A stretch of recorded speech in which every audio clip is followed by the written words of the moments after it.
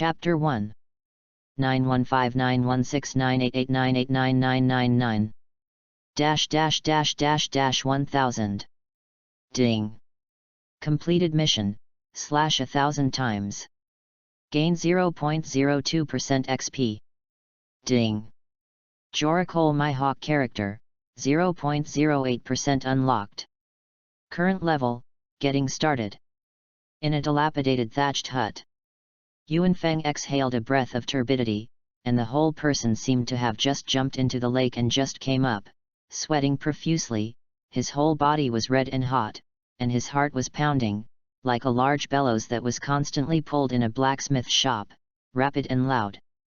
The sky was slightly bright, and the faint sunlight was projected on Yuanfeng's face from the cracks in the grass house, intertwined with the sweat on his face. That's my power.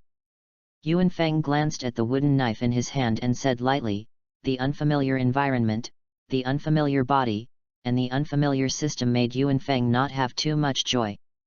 Glancing at the shabby thatched hut around with a hint of decay, the faint sunlight shining from under the straw that was about to fall off on the roof of the hut did not bring warmth to Yuanfeng, but carried a trace of damp and cold air.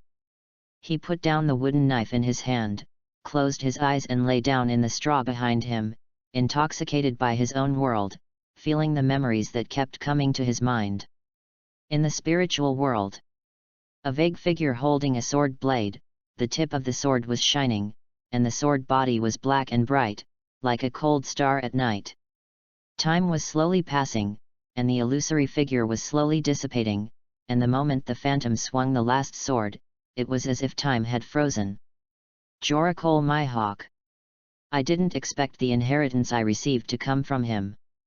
The strongest sword hero system. Randomly obtain the inheritance of a certain swordsmanship powerhouse, and unlock all the opponent's swordsmanship by forging the body. And get all the power of the inheritor. After completing the tasks released by the system, you can get swordsmanship experience and actual combat experience. The amount of XP gained is determined by the difficulty of the mission.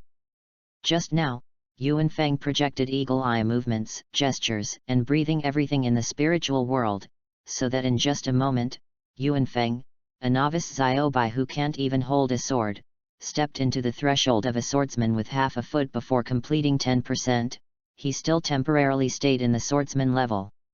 Exiting the spiritual world, Yuanfeng held the wooden knife in his hand again and swung it down. At this moment he was already a little similar to the action volatilized by the phantom in the spiritual world, but there was still a big gap. He is worthy of being the number one swordsman in the pirate world. Just 1,000th of the level unlocked, so much swordsmanship experience has been inherited. I'm just getting started, and I'm still far from becoming a swordsman. When Yuanfeng slowly eased down his excited mood, the bursts of soreness immediately poured into his body.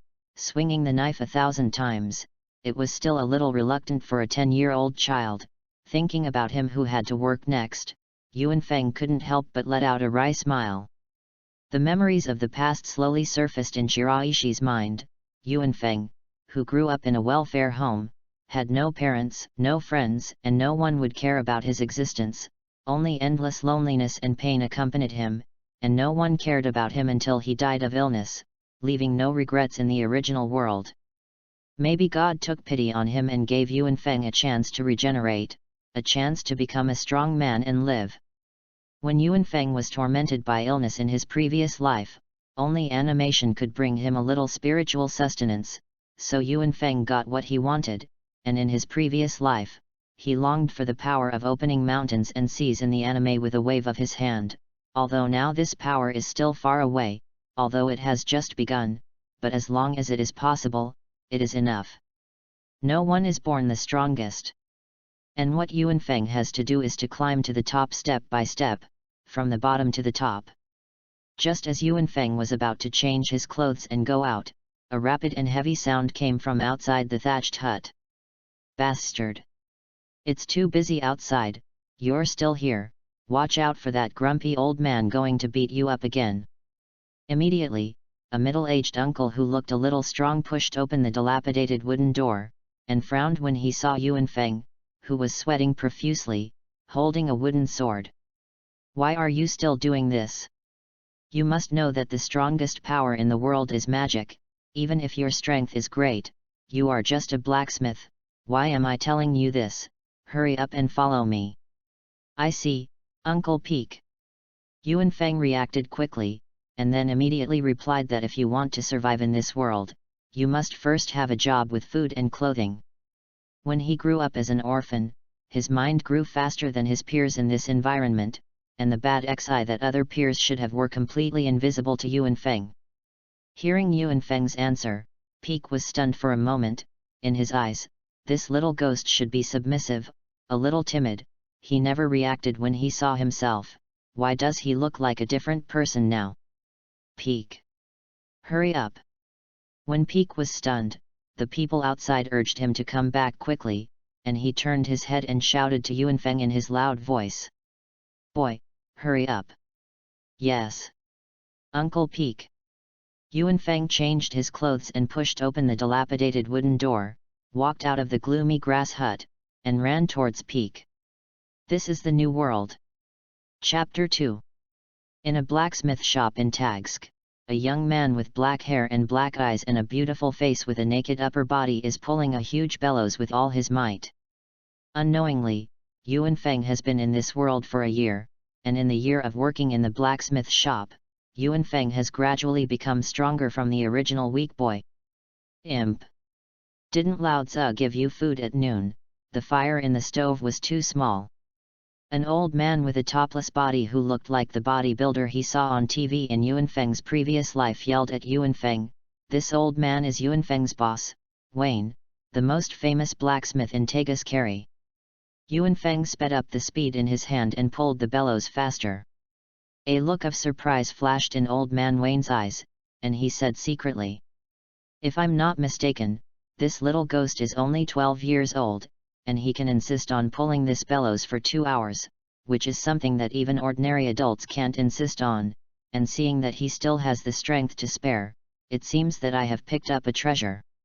What Wayne didn't know was that Yuan Feng had insisted on completing the forging tasks issued by the system every day at the end of work and when he got up in the morning, in addition to working in the blacksmith shop, striking iron, moving, and pulling bellows, in addition to working in the blacksmith shop, making iron, moving, and pulling bellows.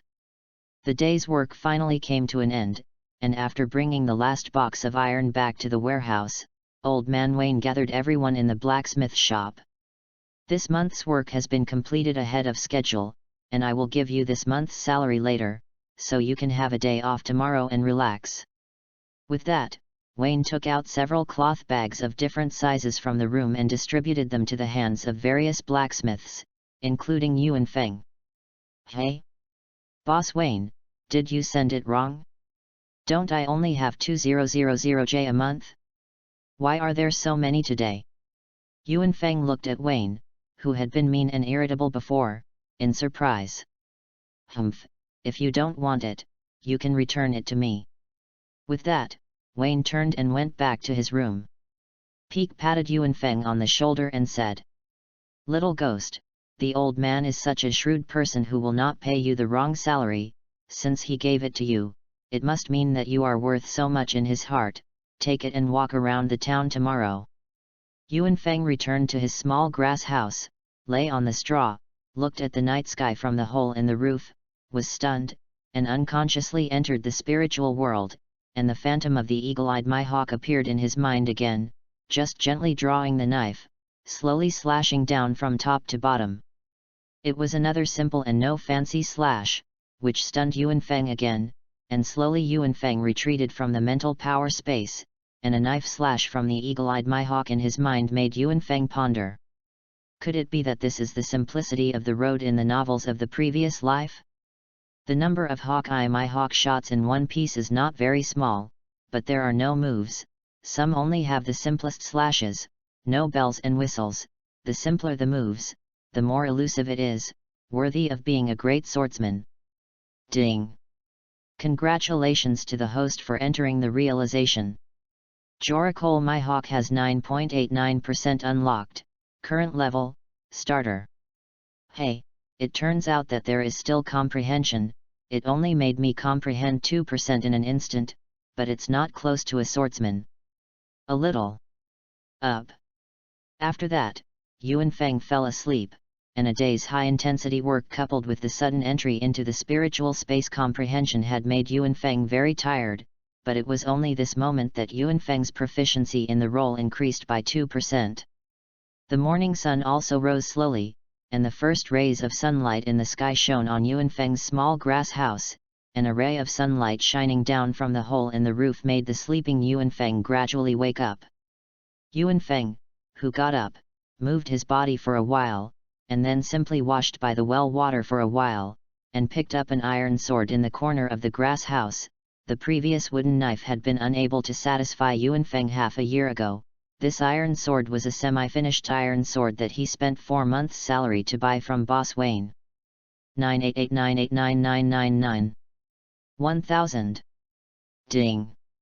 Completed the quest and hacked 1000 times. Gain XP 0.09. Ding. The Joricole My Hawk character has been unlocked by 9.99%. Current level, getting started. It's just a little bit worse, and if you want to hurry, you can't reach it, so it's rare to take a break today and go to the center of the city to walk around. Yuan Feng walked into the thatched hut and changed into clean clothes, took care of himself a little, and after trying to make himself look cleaner, he pushed open the dilapidated wooden door and walked towards the bustling place in the center of the city. It's been a year since he traveled to this world, and although Yuan Feng hasn't been anywhere, because there is a lot of work in the blacksmith shop every day, it's just 2 steps away from the 2 streets near the blacksmith shop. As the largest city in the kingdom, Tagsk is not small at all, and the highest magic academy in the kingdom, the Mildian Academy, is located in Tagsk City. However, Yuan Feng has not seen magic at all. There are no humans in this world who can exi magic. So far Yuan Feng has not seen magicians, and the humans he has seen are ordinary people except ordinary people. It's a bustling city. Just as Yuan Feng sighed, he saw a boy being trampled on the ground by a group of teenagers, with a cherry-like hair color and unique hanging eyes. That's Natsu. Chapter 3. Yuan Feng saw the cherry-haired boy in front of him who was being beaten, and subconsciously walked over there. Suddenly, a big hand grabbed Yuan Feng. Yuan Feng looked at the owner of the big hand, Peek. Little ghost, don't go over to see that you didn't do the righteous and courageous things. Those people are all students of the Mildian School of Magic, and they are all dressed as rich or expensive rich children. You can't afford to mess with them. Yuan Feng looked at this favorite character in his previous life, because his existence made his previous life less painful and tormented. Thinking of this, Yuan Feng directly opened Uncle Peek's palm. Thank you, Uncle, but I have to help him. Yuan Feng shouted stop as he ran towards Natsu. The students of the Mildian Academy of Magic and Wizardry stopped beating Natsu when they saw Yuan Feng coming. He looked disdainfully at Natsu, who was dressed in cloth. Are you all right? Yuan Feng asked by picking up Natsu, who had a blue nose and swollen face, and protected him behind him. Another lowly civilian. A teenager wearing the uniform of the Mildian Academy of Magic said disdainfully to Yuan Feng. Could it be that more people and fewer people are your aristocratic upbringing? Yuan Feng's words pierced several students of the Mildian Academy of Magic on the opposite side like a sharp knife. Thor, teach him a lesson. The young man named Yuan Feng civilian ordered one of the teenagers to step forward, and a direct fire magic attack towards Yuan Feng. A fireball the size of a basketball flew quickly towards Yuan Feng and Natsu. Quick, it turns out that this is magic, and it doesn't seem to be as powerful as the uncles say. Yuan Feng said secretly in his heart, but he didn't stand still and wait for the fireball to come. He hugged Natsu with his backhand and dodged to the side, and the ground hit by the fireball exploded instantly. Humph, I'll see how you're going to dodge next. After finishing speaking, Thor continued to use his magic power, only to see 5 fireballs the size of a basketball appear around him, controlling them to fly towards the place where Yuan Feng was. Damn, I can't dodge, I knew I would have brought out the iron sword, and Natsu is by my side again, and I can't dodge him if I dodge him. Yuan Feng looked at the little Naz in his arms and thought secretly. Yuan Feng gritted his teeth and reflexively held Natsu in his arms and turned his back to the 5 fireballs, ready to resist hard.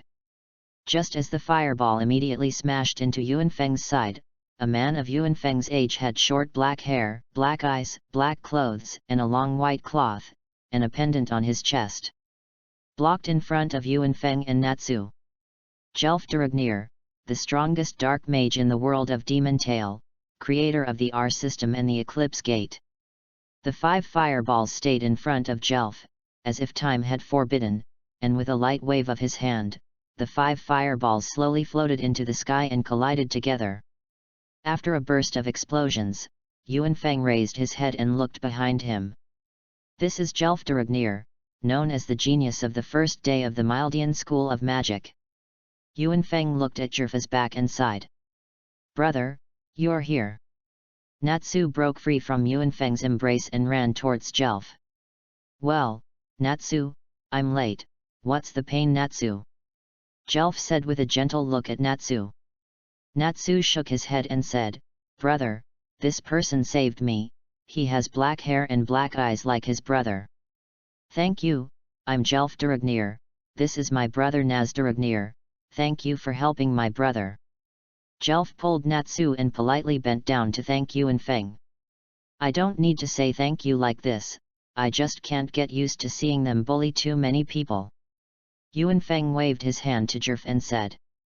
The few students at the Mildian Academy of Magic on the side didn't know if it was because they were ignored or because of Jelf's magical talent that was beyond the ordinary. Let's use magic to kill these lowly civilians together, and if something goes wrong, I'll carry it, and give me all my strength. The leading student from the Mildian Academy of Magic said to his companions. A variety of magic arrays of different colors appeared in the hands of several people, and magic of various colors slowly appeared in the magic array. Natsu should be fine with Jelf to protect him, the speed of their magic is more than enough for me to avoid, and I have to teach these people a lesson. Yuan Feng said secretly in his heart, and at the same time, a cold glint flashed in his eyes.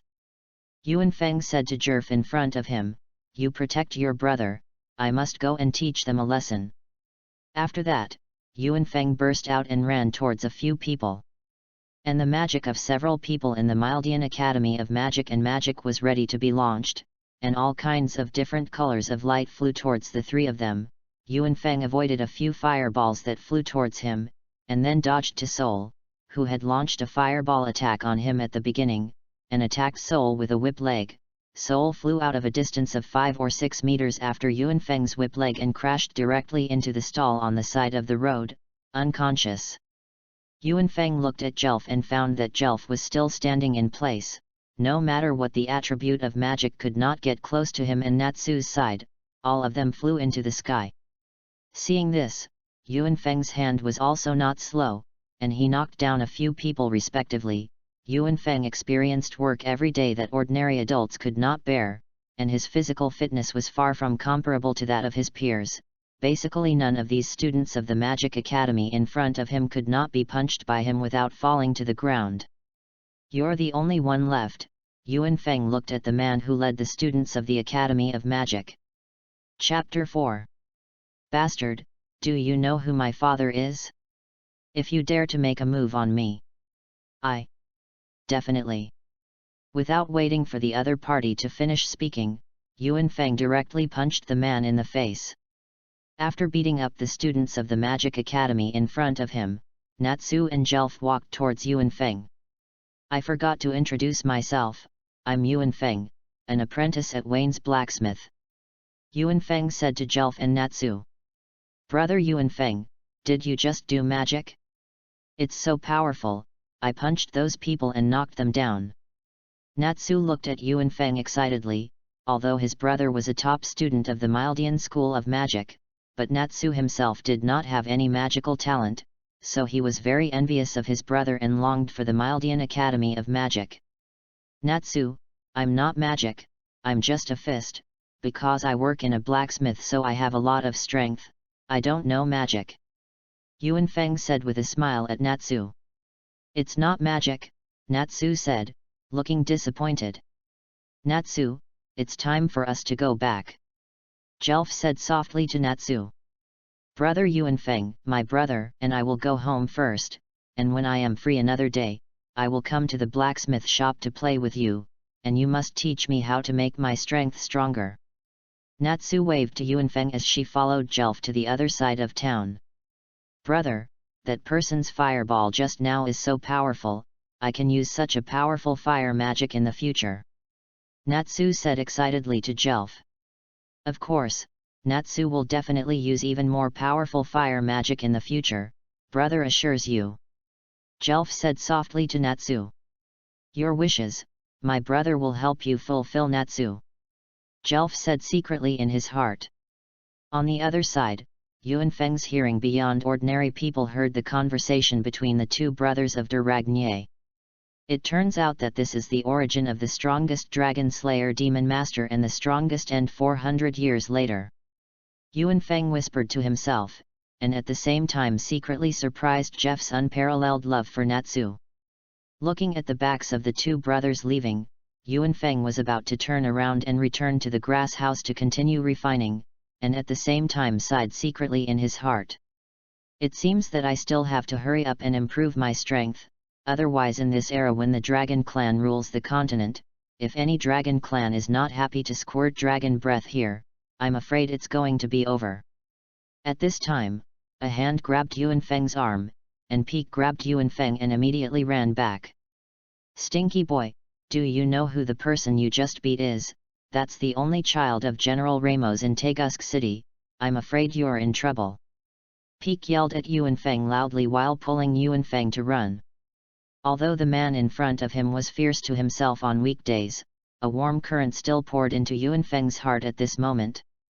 Uncle Peek, thank you, but you can let go of me, I'll go by myself. Yuan Feng sincerely looked at the uncle in front of him who was pulling him to run. After a while, Yuan Feng had been taken back to the blacksmith shop by Peek, and he was separated from Peek at the door of the blacksmith shop. After Yuan Feng returned to his residence, he looked at the half-finished iron sword on the right side of the corner. If I have stronger strength, I don't have to run today. Yuan Feng felt the importance of strength for the first time, and then picked up the iron sword and walked out the door. I can't grow my strength like this step by step, I'm still too weak, I have to break through my limits again and again, no matter how tired I am, I can't fall. I saw Yuan Feng swinging his iron sword again and again, from fast to slow, and swinging his iron sword, although he was sweating, although every time he swung the iron sword, his arm was extremely painful, but he knew that he still couldn't put down this iron sword, and his strength was intertwined with his own sweat and hard work. Unconsciously, the sky had gradually darkened, and finally when Yuan Feng swung the iron sword for the last time, his hands trembled, and the iron sword slipped down. Ding! Completed mission, /2000 times. Gain 0.4% XP. Ding! The Joracole Mihawk character has been unlocked 10.3%. Current level, Swordsman can swing sword aura. Ding! Congratulations to the host for comprehending the first order of armed color domineering. Armed and domineering? Well, it looks pretty good. Yuan Feng picked up the iron sword and used the armed color domineering, two black snake-like black chi wrapped around the sword body, and in the next moment, the sword body of the iron sword all changed to black.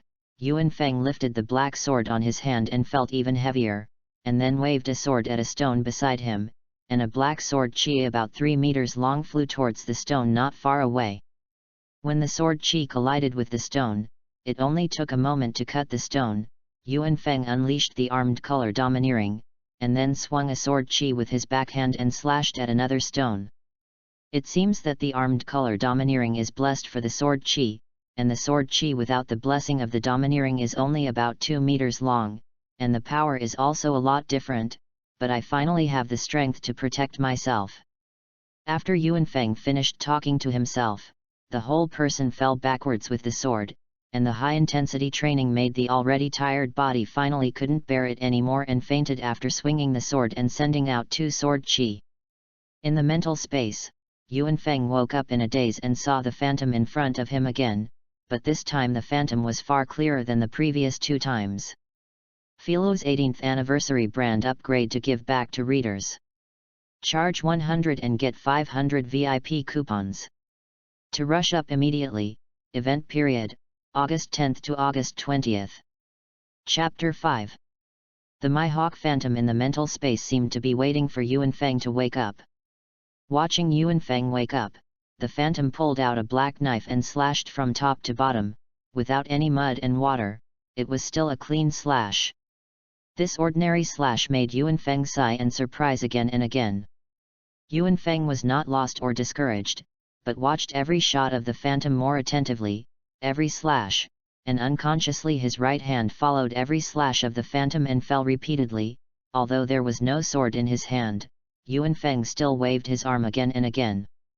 The sky began to light up slightly, and Yuan Feng also retreated from the spiritual space. After picking up the iron sword and getting up, Yuan Feng closed his eyes and recalled the phantom in the spiritual inner space. Try to synchronize yourself with your breath and phantom, and then swing a sword chi with one hand, a 5-meter-long sword chi slashing towards the pile of rubble that was smashed yesterday. Ding! The Joricole Mihawk character has been unlocked by 12.3%. Current rank, Swordsman. It seems that it is still the perception in the mental space that can quickly unlock the character, and yesterday it actually made me increase by 2%, but my sword chi is a little stronger than the sword chi that was split when I used the armed color domineering yesterday. But what is it on my body that is so viscous and black? Is it dirt? Yuan Feng didn't know that his physique had changed, and the black impurities on the outside of his body were eliminated from his own body, but thought that it was the mud he slept on the ground yesterday.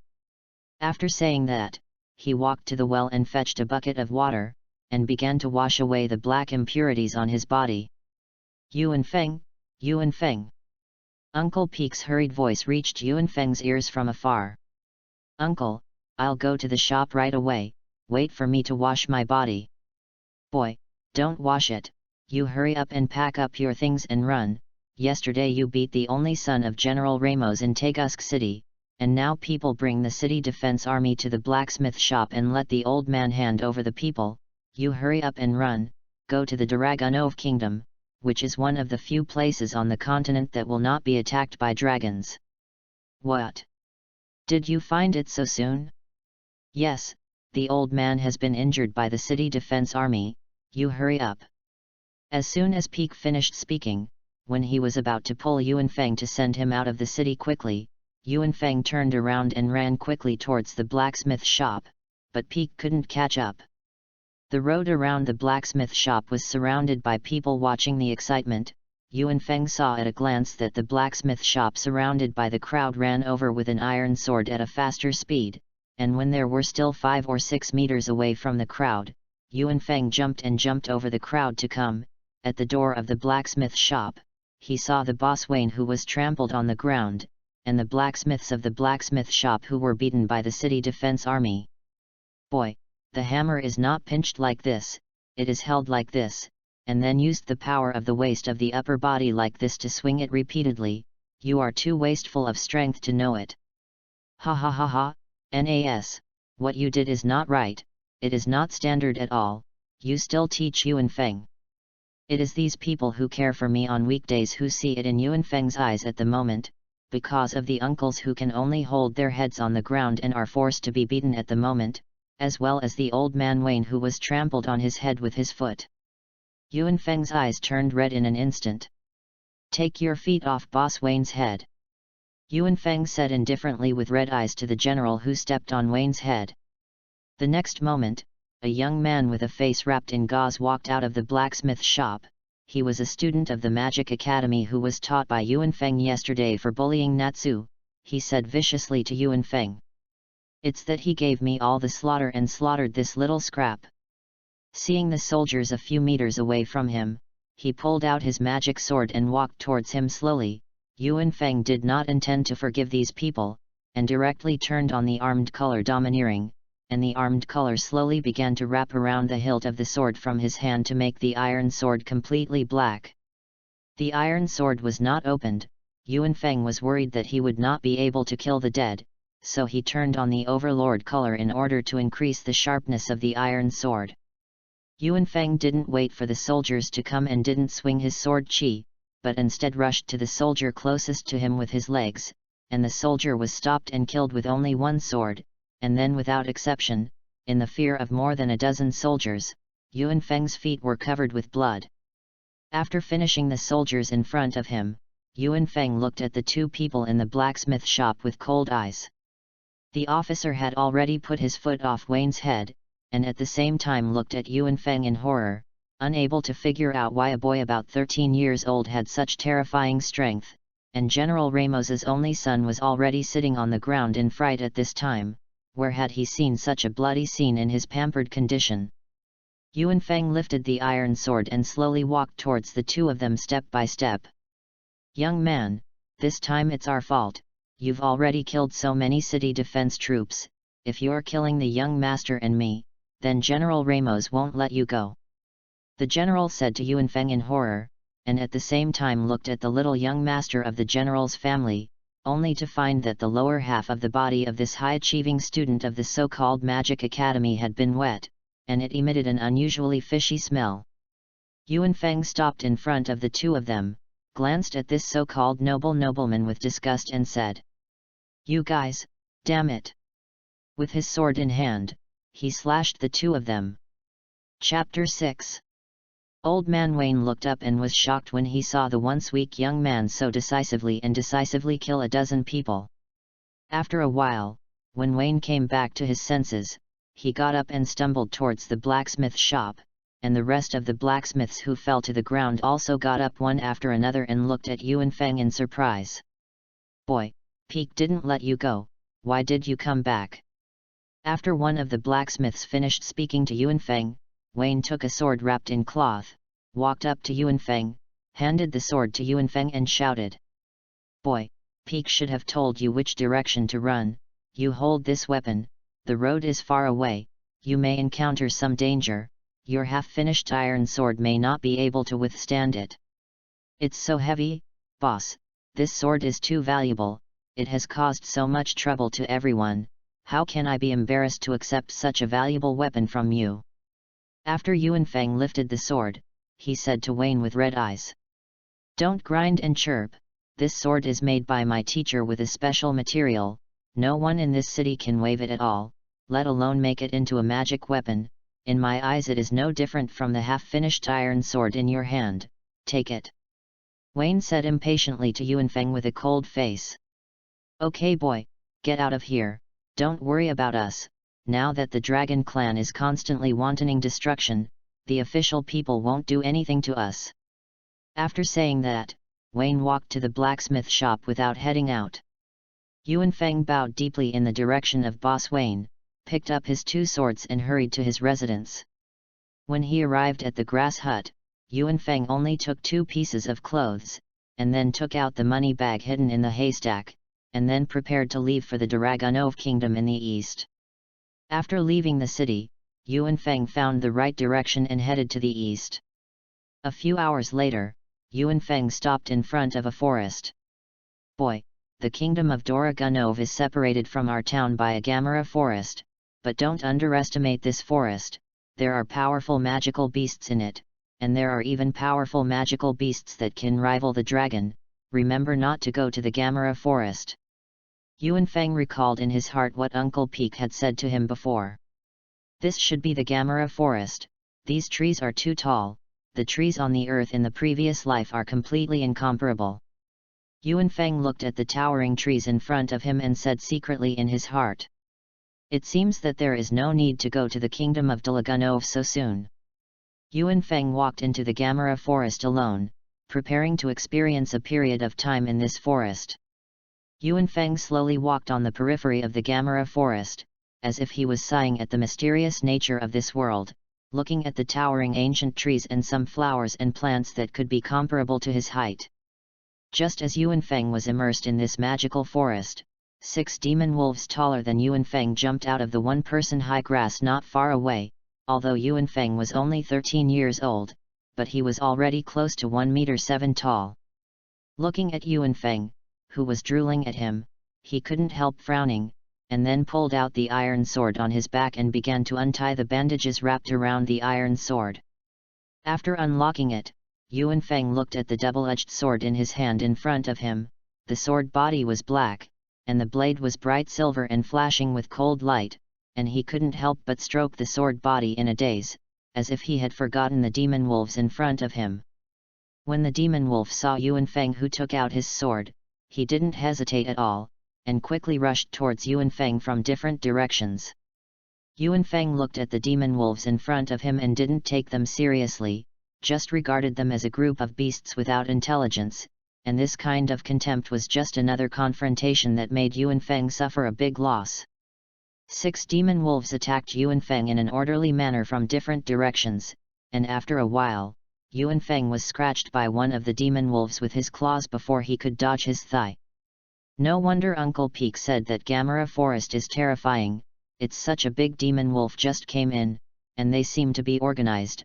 I can't even react to the rhythm of the attack, and this sword is too heavy, so I swing the sword a lot slower. Fortunately, the wound on my thigh is not deep, and I must fight quickly.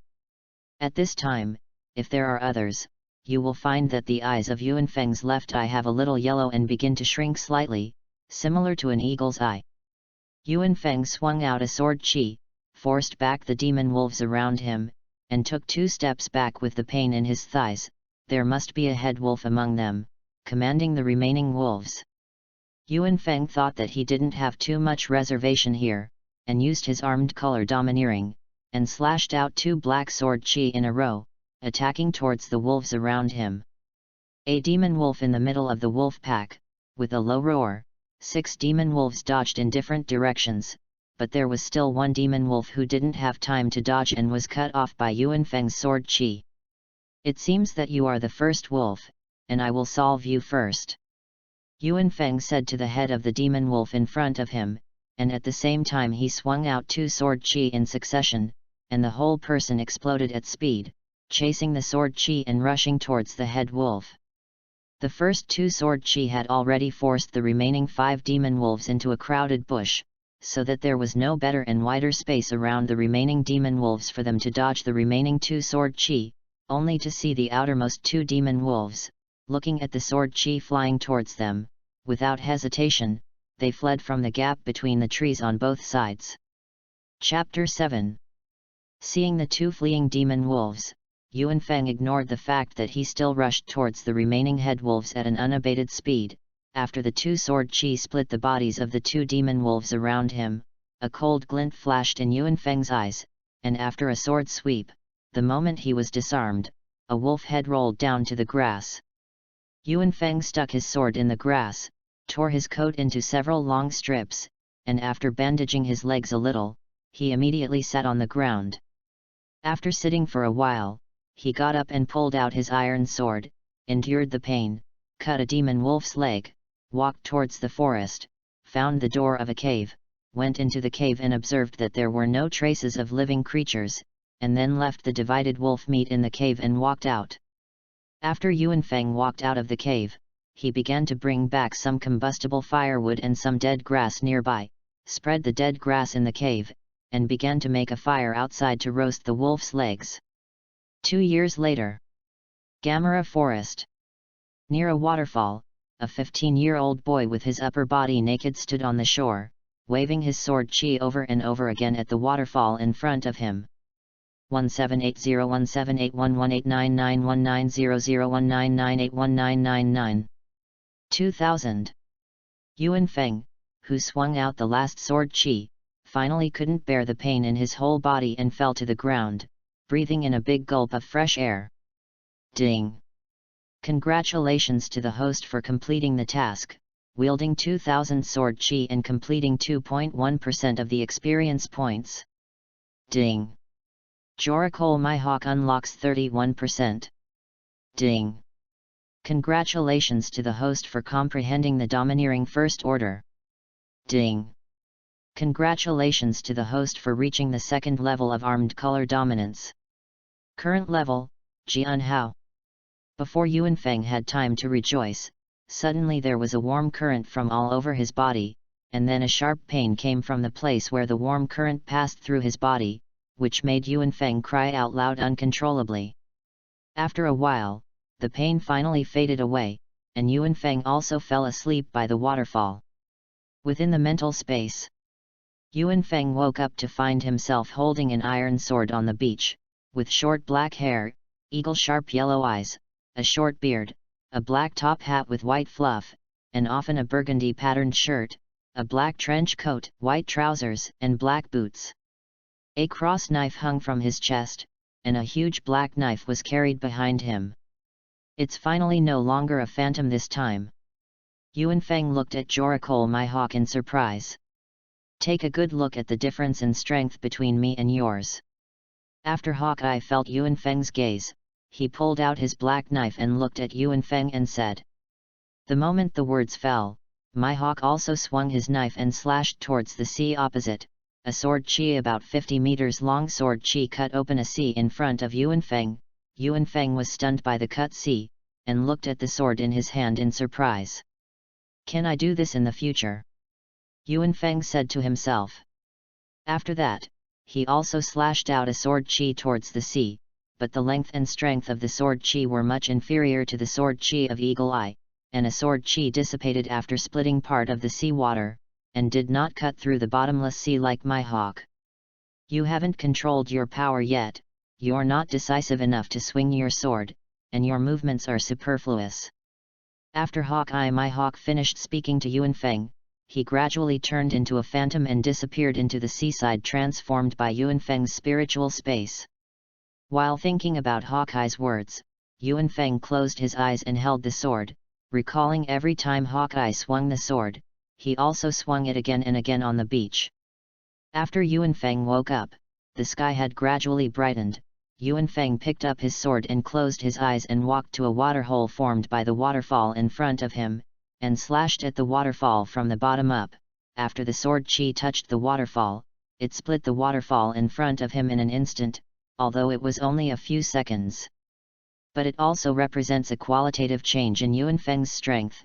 After swinging the knife in the spiritual power space for an unknown amount of time, Yuanfeng has gradually mastered, and Hawkeye said to control his own power. Before, I just blindly split the power of my body out of the sword chi. Strictly speaking, it is not considered sword chi. The breath in the body must be compressed and then transmitted from the arm to the sword, so that the split can be called sword chi. Ding! Congratulations to the host for comprehending the mystery of the sword hero and gaining 20% of experience points. Ding! Joricole my hawk unlocks 51%. Ding! Congratulations to the host for comprehending the first order of the Overlord color domineering and opening the Eagle Eye 20%. Current level, Sword Hero.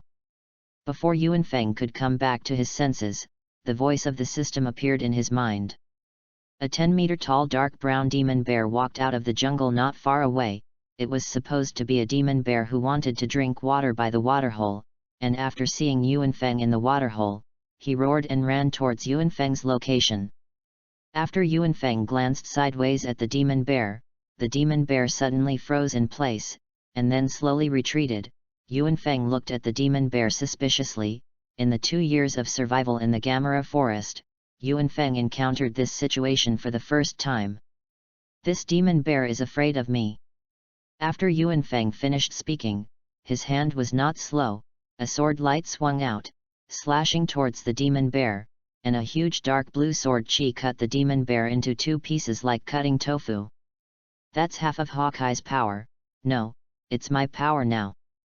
Yuanfeng looked at the demon bear that was cut open in front of him, and said firmly, he had begun to gradually grasp the power of Hawkeye my hawk in his own hands. Then Yuanfeng looked at the pool that reached his waist. My left eye has become an eagle eye. Chapter 8. So this is Hawkeye? Looks like that's why the demon bear was scared of me just now. My hawk has eyes as sharp as an eagle, and even the strongest warriors will inevitably shudder, so he is called Eagle Eyes. Yuan Feng stared carefully at the pool in front of him, and gently pushed the surrounding pool water with his hand, and the ripples spread out around the perimeter. Yuan Feng in the pool at this moment in Yuan Feng's eyes, the passage of time began to slow down, and the pool water he saw in his eyes began to slowly become different. The fish and shrimp in the waterhole swim at an extremely slow pace. It wasn't until Yuan Feng, who discovered this, that he reacted to the changes in his eyes. This kind of eagle eye not only greatly improves Yuan Feng's insight ability, but also allows him to see through the essence of things, the direction of the enemy's attacks, the reason why eagle eye is used to describe the strongest swordsman in One Piece, not just because of his appearance, but because of the essence of the power that eagle eye itself carries. Is Hawkeye a combination of seeing and hearing domineering and overlord domineering? Not only can it deter the enemy, but also gain insight into the flow of attacks. You have to find a monster to try, Hawkeye. After Yuan Feng finished speaking, he walked to the shore and began to dismember the bear's paw, and lit a fire, preparing to complete the roasting bear's paw that people recognized as nothing in his previous life. After eating, Yuan Feng used clods of soil to extinguish the fire, and began to walk towards the depths of the Gamarra forest. While walking in the forest, Yuan Feng felt the breath of creatures within 15 meters around him, and slowly Yuan Feng closed his eyes and ran quickly in the forest. This is the domineering spirit of seeing and hearing, and I can clearly sense the breath of every grass and tree around, including the breath of creatures. Yuan Feng slowly opened his eyes and looked at a huge chimpanzee 10 meters away. Let's use it to see how strong I am now. Yuan Feng did not pull out the iron sword, but instead used the armed color domineering. The next moment Yuan Feng's fist clenched, the color of the entire arm turned black and red, as if it was wrapped in steel, with sharp edges and corners. The next moment, Yuan Feng left an afterimage in place, and a punch blasted towards the gorilla demonic beast, and a punch hit the gorilla's chest. The intelligence of the demonic beasts in the Gamarra forest is generally very high, and some of the demonic beasts even have owners that are comparable to the IQ of humans, and it saw that the human in front of it suddenly appeared in front of it from 10 meters away, and a trace of panic flashed in its eyes. Its panic is not without reason. Every time Yuan Feng improves his strength because of forging his body, it is also fed back into his body, and every severe pain after the mental space is his body in the process of growth, and the impurities in the body are expelled from the body. At the moment when Yuan Feng's fist hit the chimpanzee, such a powerful demonic beast fell backwards like a cannonball. After hitting an unknown number of trees, he finally stopped. Yuan Feng looked at his arm with a sigh, and after being surprised by the strength of his physical body, he didn't care about the life or death of the chimpanzee, and ran in the direction of the waterfall pool. Yuan Feng was running fast while secretly testing his speed. My speed should only take 3 seconds for 100 meters now, and I should be able to achieve 40 meters per second if I burst my speed with all my might. Yuan Feng climbed up from in front of a towering tree. He ran too fast before, and there were many big trees in the woods, so Yuan Feng couldn't dodge all of a sudden, so he had to hit the big tree with his body. Roar! As soon as Yuan Feng got up from the ground, he suddenly heard a roar like thunder in the depths of the forest in the distance, which instantly shocked Yuan Feng, and opened Yuan Feng after seeing and hearing the domineering appearance, and his senses and hearing have surpassed ordinary people. Immediately, a violent storm spread towards the surrounding forest, and the towering ancient trees in the distance fell to the ground one after another, which was only a little impact in the peripheral areas, and it could not shake Yuan Feng at all. Yuan Feng thought for a while and gradually walked towards the center of the storm. I didn't expect to meet the Dragon Clan so soon. The overlord of this continent is really curious. Yuan Feng pulled out the iron sword from behind his back and ran towards the dragon's groan, and as he ran, Yuan Feng saw countless demonic beasts running in the opposite direction of Yuan Feng. What the hell is going on there? Yuan Feng was very curious about what was happening in front of him, and he accelerated his speed and ran forward, and finally saw 2 huge behemoths Dragon Clan. Roaring! Belserian, you traitor to the Dragon Clan, you must stop me! Scythius, this continent does not belong to the dragon clan alone, human beings are also residents of this continent, the dragon clan and the human race should coexist, and they cannot be wantonly killed and devoured because of the strength of the other party. Belserian, human beings are just the rations of our dragon clan, why can't I swallow it? As far as I know, humans will also captive weak beasts, which have been used as food, humans can captive weaker beasts than him, then our dragon clan can also captive humans. That's different. Dragons are an intelligent race, but so are the Terrans. Don't compare our noble dragons to weak ants like humans. You traitor to the dragons. Brontosaurus's Claws. Chapter 9. The dragon, which was yellow all over its body and had a trace of thunder light, suddenly burst into speed, and a magic array appeared in its hand, and a large number of thunder rays poured out from its hand, and quickly attacked, and another dragon with a whole body like amber that had been raised to the coexistence of human dragons. A dragon claw with thunder light instantly penetrated Belserian's chest, and after the thunder dragon Zyamesius pulled out the dragon claw, a magic array appeared in his mouth, and the thunder light slowly gathered. Traitor to the dragons, die! Brontosaurus's roar. Belserian reluctantly turned the dragon body to dodge, but because he was seriously injured in the chest, he had no strength to escape, and after the dragon wing was hit by the thunder light spit out by the thunder dragon, he roared and fell into the forest in front of Yuan Feng. The thunder dragon flapped its wings and chased it down, looking at the virtuous dragon Belserian with disdain. Belserian, this is the fate of your betrayal of the dragons against the great thunder dragon Zyametius. Brontosaurus was just about to continue to kill the dragon Belserian when he saw a human with an iron sword appear in front of him on the trunk of a towering tree behind the dragon. The thunder dragon and the Xianlong looked at Yuan Feng at the same time. How can there be a human in the Gamarra forest? The two dragons thought in unison. And Yuan Feng was also looking at these two dragons at close range at this time, the two dragons in front of him.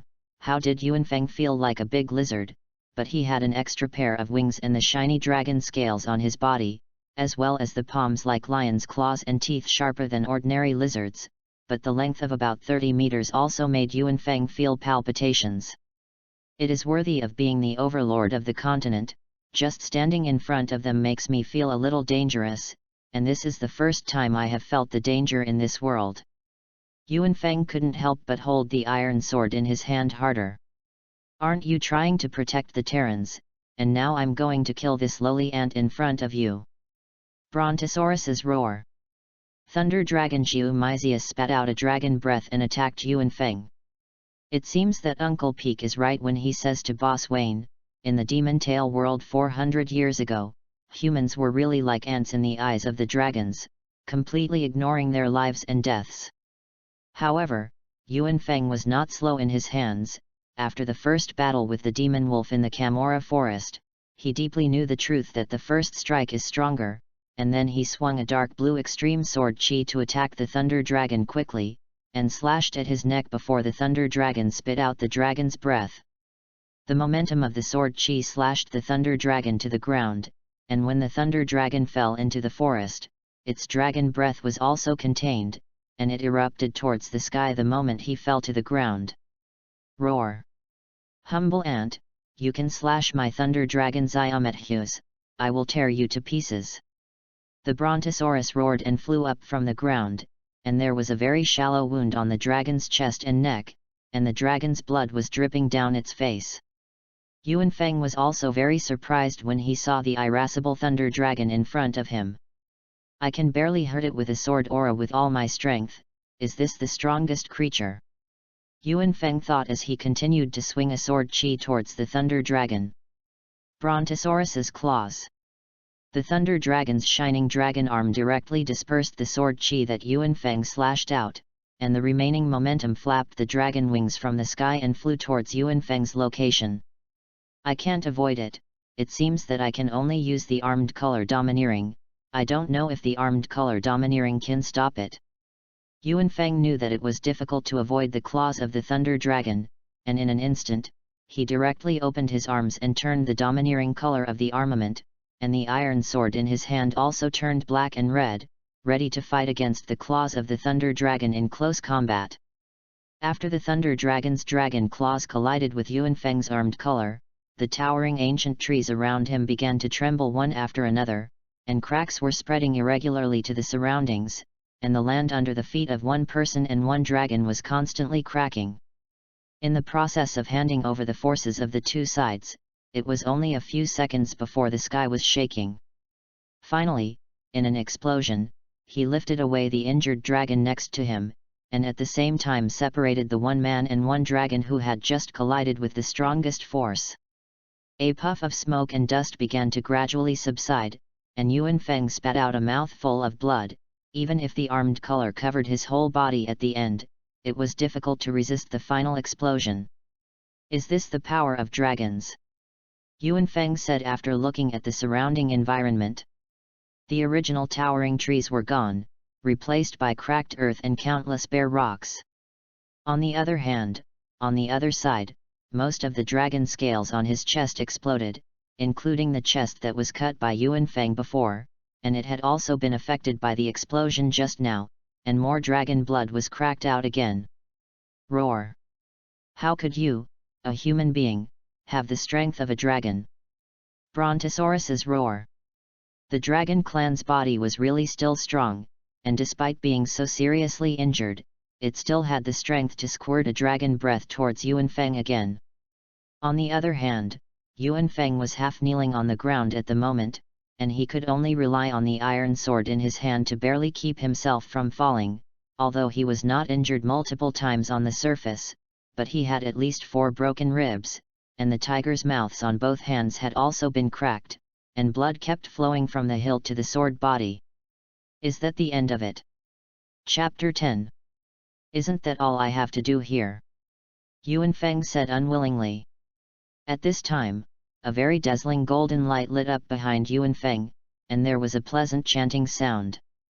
Measure the sky, open the sky, and finally reach the sky, the stars shine, destroy their brilliance, all before me, Tidrasipulos, I am the ruler of the stars, open the gate of the wilderness in a complete direction, all, 88 stars, shine, star map history.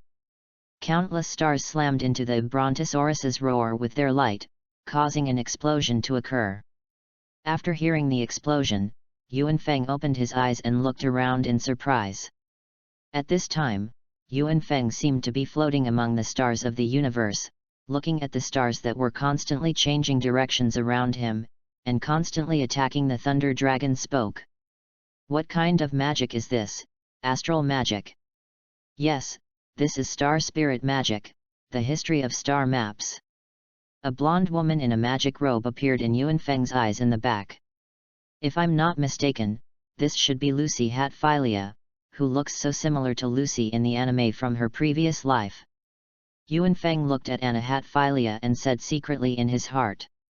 At this time, the starry sky gradually faded, and the original sky and the forest containing the devastation of the battle also appeared in front of the two of them one after another. The abominable star spirit wizard, the lowly Terran swordsman, and you, the dragon scum Belsilion, this time I will spare you a horse, next time I will tear you apart, and swear in the name of my Thunder Dragon clan. The Thunder Dragon looked at the virtuous dragon Belsilion who had slowly got up on the opposite side, as well as the intervention of the Terran swordsman Yuan Feng who had a strong body and the star spirit magician, and knew that if he didn't leave, there was a great chance that he would lose his life, so he waved the dragon-winged horse into the air and said viciously to the two of them, and immediately flew away. Although the dragon clan is arrogant, its IQ is not lower than that of humans, and the races that can dominate the continent for hundreds of years are definitely not stupid. The two of them saw the thunder dragon Geomysius flying farther and farther, and finally showed a relaxed expression. Anna Hatphilia's magic can only support the history of the star map once, and now her magic is almost at the bottom. And the injury suffered by the virtuous dragon Belsilion was not lighter than Yuan Feng, but much more serious, but it was the dragon's strong physique and self-healing ability that allowed him to get up with a seriously injured body and confront the thunder dragon Geomysius. At this time, looking back at Yuan Feng, after gradually losing sight of the dragon shadow of the thunder dragon Chiumizius, he finally couldn't bear the injuries in his body and fell down on Anna's body. "Lord Xianlong, it's been a long time," Anna Hatfilia said with a bow to the dragon. "Anna, this human will be handed over to you, he is also seriously injured, I am going to go to the Fire Dragon King." After saying that, the virtuous dragon Belcelion immediately waved his dragon wings and flew into the distance. "I'll see how I can move this person back. Open the door, Taurus, Talos." Anna took out the key to Taurus in the House of the 12 Stars and shouted into the open space behind her. A bull-headed warrior with a cow's head and a body like a toned gentleman appeared in front of Anna with peach blossom eyes in his eyes. "Moo! Miss Anna, you're getting sexier," Talos said as he looked at Anna excitedly. Anna ignored Talos and said to Talos instead, "Talos can trouble you to take him with me back to the carriage outside the forest, be careful, this man is very badly wounded." Talos put Yuan Feng on his shoulder with one hand, picked up the iron sword stuck in the ground next to him with the other, and then walked towards Anna. "Lady Anna, wait for me." Talos looked at Anna as she slowly walked away, and quickened her pace and walked faster towards Anna. "This sword is very strange, the material seems to come from the Star Spirit realm, and the material of His Majesty the Star Spirit King seems to be a bit similar, but this sword is too heavy, Lord Anna will call me out every time it is physical work, alas, I envy Aquarius Star Spirit." Taurus Star Spirit Talus whispered as he walked. After walking for a while, they came to the outskirts of the Gamarra forest, and stopped at a luxurious carriage drawn by 4 white horses, in which the groom was a man dressed as a butler and another girl dressed as a maid, and when he saw Anna, he ran happily towards her. "Lady Anna, are you all right? The Gamarra forest is so dangerous, and the sound of a dragon has just been heard, how can you suddenly run in?" The groom, dressed as a butler, complained to Anna Hatfilia. "Butler Yale, I'm not all right." Talos carried the man into the carriage. Anna said to Talos next to her. After Talos put Yuan Feng and the iron sword into the carriage, Anna also sent Talos back to the Star Spirit realm under Talos's reluctant eyes. "This perverted cow looks at Anna like this every time he comes out. Who is this person, Lord Anna, and how did she come out of the forest with you?" The butler and the maid asked Anna separately. "This person may be the key to the Terrans fighting the dragons in the future, and Lord Xianlong told me that this person has split the dragon's scale armor with a single sword, although the wound is not deep or even shallow, but he is also the only human in the world who can hurt the dragon alone. Let him continue to grow, I think he may do something that shocks the world." Anna looked into the forest in the distance and spoke slowly to the two of them. Chapter 11. In a room in a luxurious courtyard in the city of Ophelia, in the kingdom of Lord Aaron, Anna Hatfilia touched Yuan Feng who was lying on the bed. "This is the 3rd day that he has been in a coma, and he has had a high fever since yesterday. Yale butler, hasn't the doctor come yet?" "Lady Anna, the doctor is on his way. You help me take care of him, I'll go out for a while." Anna got up and gave instructions to the butler, then walked slowly out of the room and began to walk towards the courtyard. The other side is in the mental space. After Yuan Feng fell into a coma in the Gamarra forest, he came to the spiritual space, and this time the scene changed to a dilapidated English-style house, and a teenager of the same age as Yuan Feng appeared. Dressed like an aristocrat, with a bright silver western sword at his waist, his face is like a knife, a cold expression, and his left eye is like Yuan Feng's iconic eagle eye. This won't be Hawkeye my Hawk's teenage years. Yuan Feng thought carefully at the young man in front of him. Then, under Yuan Feng's gaze, the young eagle eye slowly walked out of the residence. The scene around him was changing rapidly. Yuan Feng felt a dizziness, and in an instant, he appeared on a merchant ship, and my hawk also began to draw his western sword, and was confronting a strong man with a big sword in front of him. Yuan Feng gradually regained consciousness in the sound of the two of them, and only after feeling the scene change around him for a moment, he stared at my hawk without blinking. Even though he was only a teenager, his sword skills are indeed much higher than mine. After Yuanfeng's sigh, my hawk also grabbed a gap in the strong man's sword move, and slashed at the strong man's body with a sword. The battle ended with a strong man's wail, and after retracting the sword from the scabbard, my hawk gradually walked forward. Seeing this, Yuanfeng slowly followed. The surrounding scene changed again, and in the change again and again, Yuanfeng saw that my hawk fought with different enemies without defeat or even injured, and every time he drew his sword, he must end in his victory. Gradually, the young Mihawk in front of Yuanfeng has slowly changed with the changes in the scene around him, and has become a young man of about 25 years old, and the original Western sword in his hand has disappeared, replaced by the strongest black knife knight in the 12 works of the Supreme Fast Knife, and the scene has also come to the dock of a small island. In Mihawk is a young man wearing a straw hat and red hair about the same age as Mihawk. The 4 emperors of the previous life, the red-haired Shanks. Yuanfeng looked at the red-haired Shanks in front of him and couldn't help but sigh. As in the previous battles, Mihawk didn't speak, and drew the black knife behind his back and slashed at Shanks, who was not to be outdone, holding the sword at his waist and colliding with the black knife. In an instant, the sky seemed to crack, the clouds flew away from afar, and the sky gradually darkened. After Yuanfeng felt the momentum of the collision of the 2 swords, he couldn't breathe. If this wasn't the spiritual space, it was in the real world to see this simple battle between the 2 at such a close distance. With Yuanfeng's current strength, it would probably not be easy to stand. A black knife cultivated with the strongest weapon color, an eagle eye transformed into the strongest seeing and hearing color, plus the overlord color domineering that can be wielded at this hand and fused with the sword move. Yuanfeng looked at the changes around him in surprise because of a simple confrontation between the 2.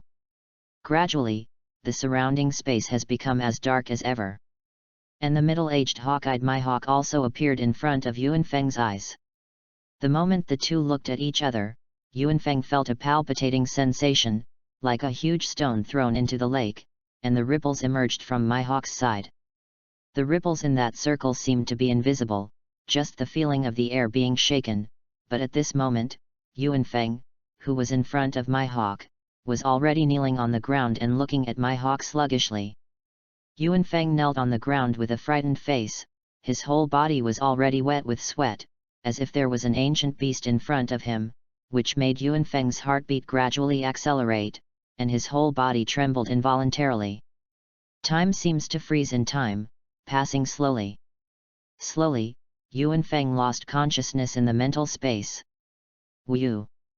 Is that the overlord domineering just now, the qualification of a king that only 1,000,000 people can have?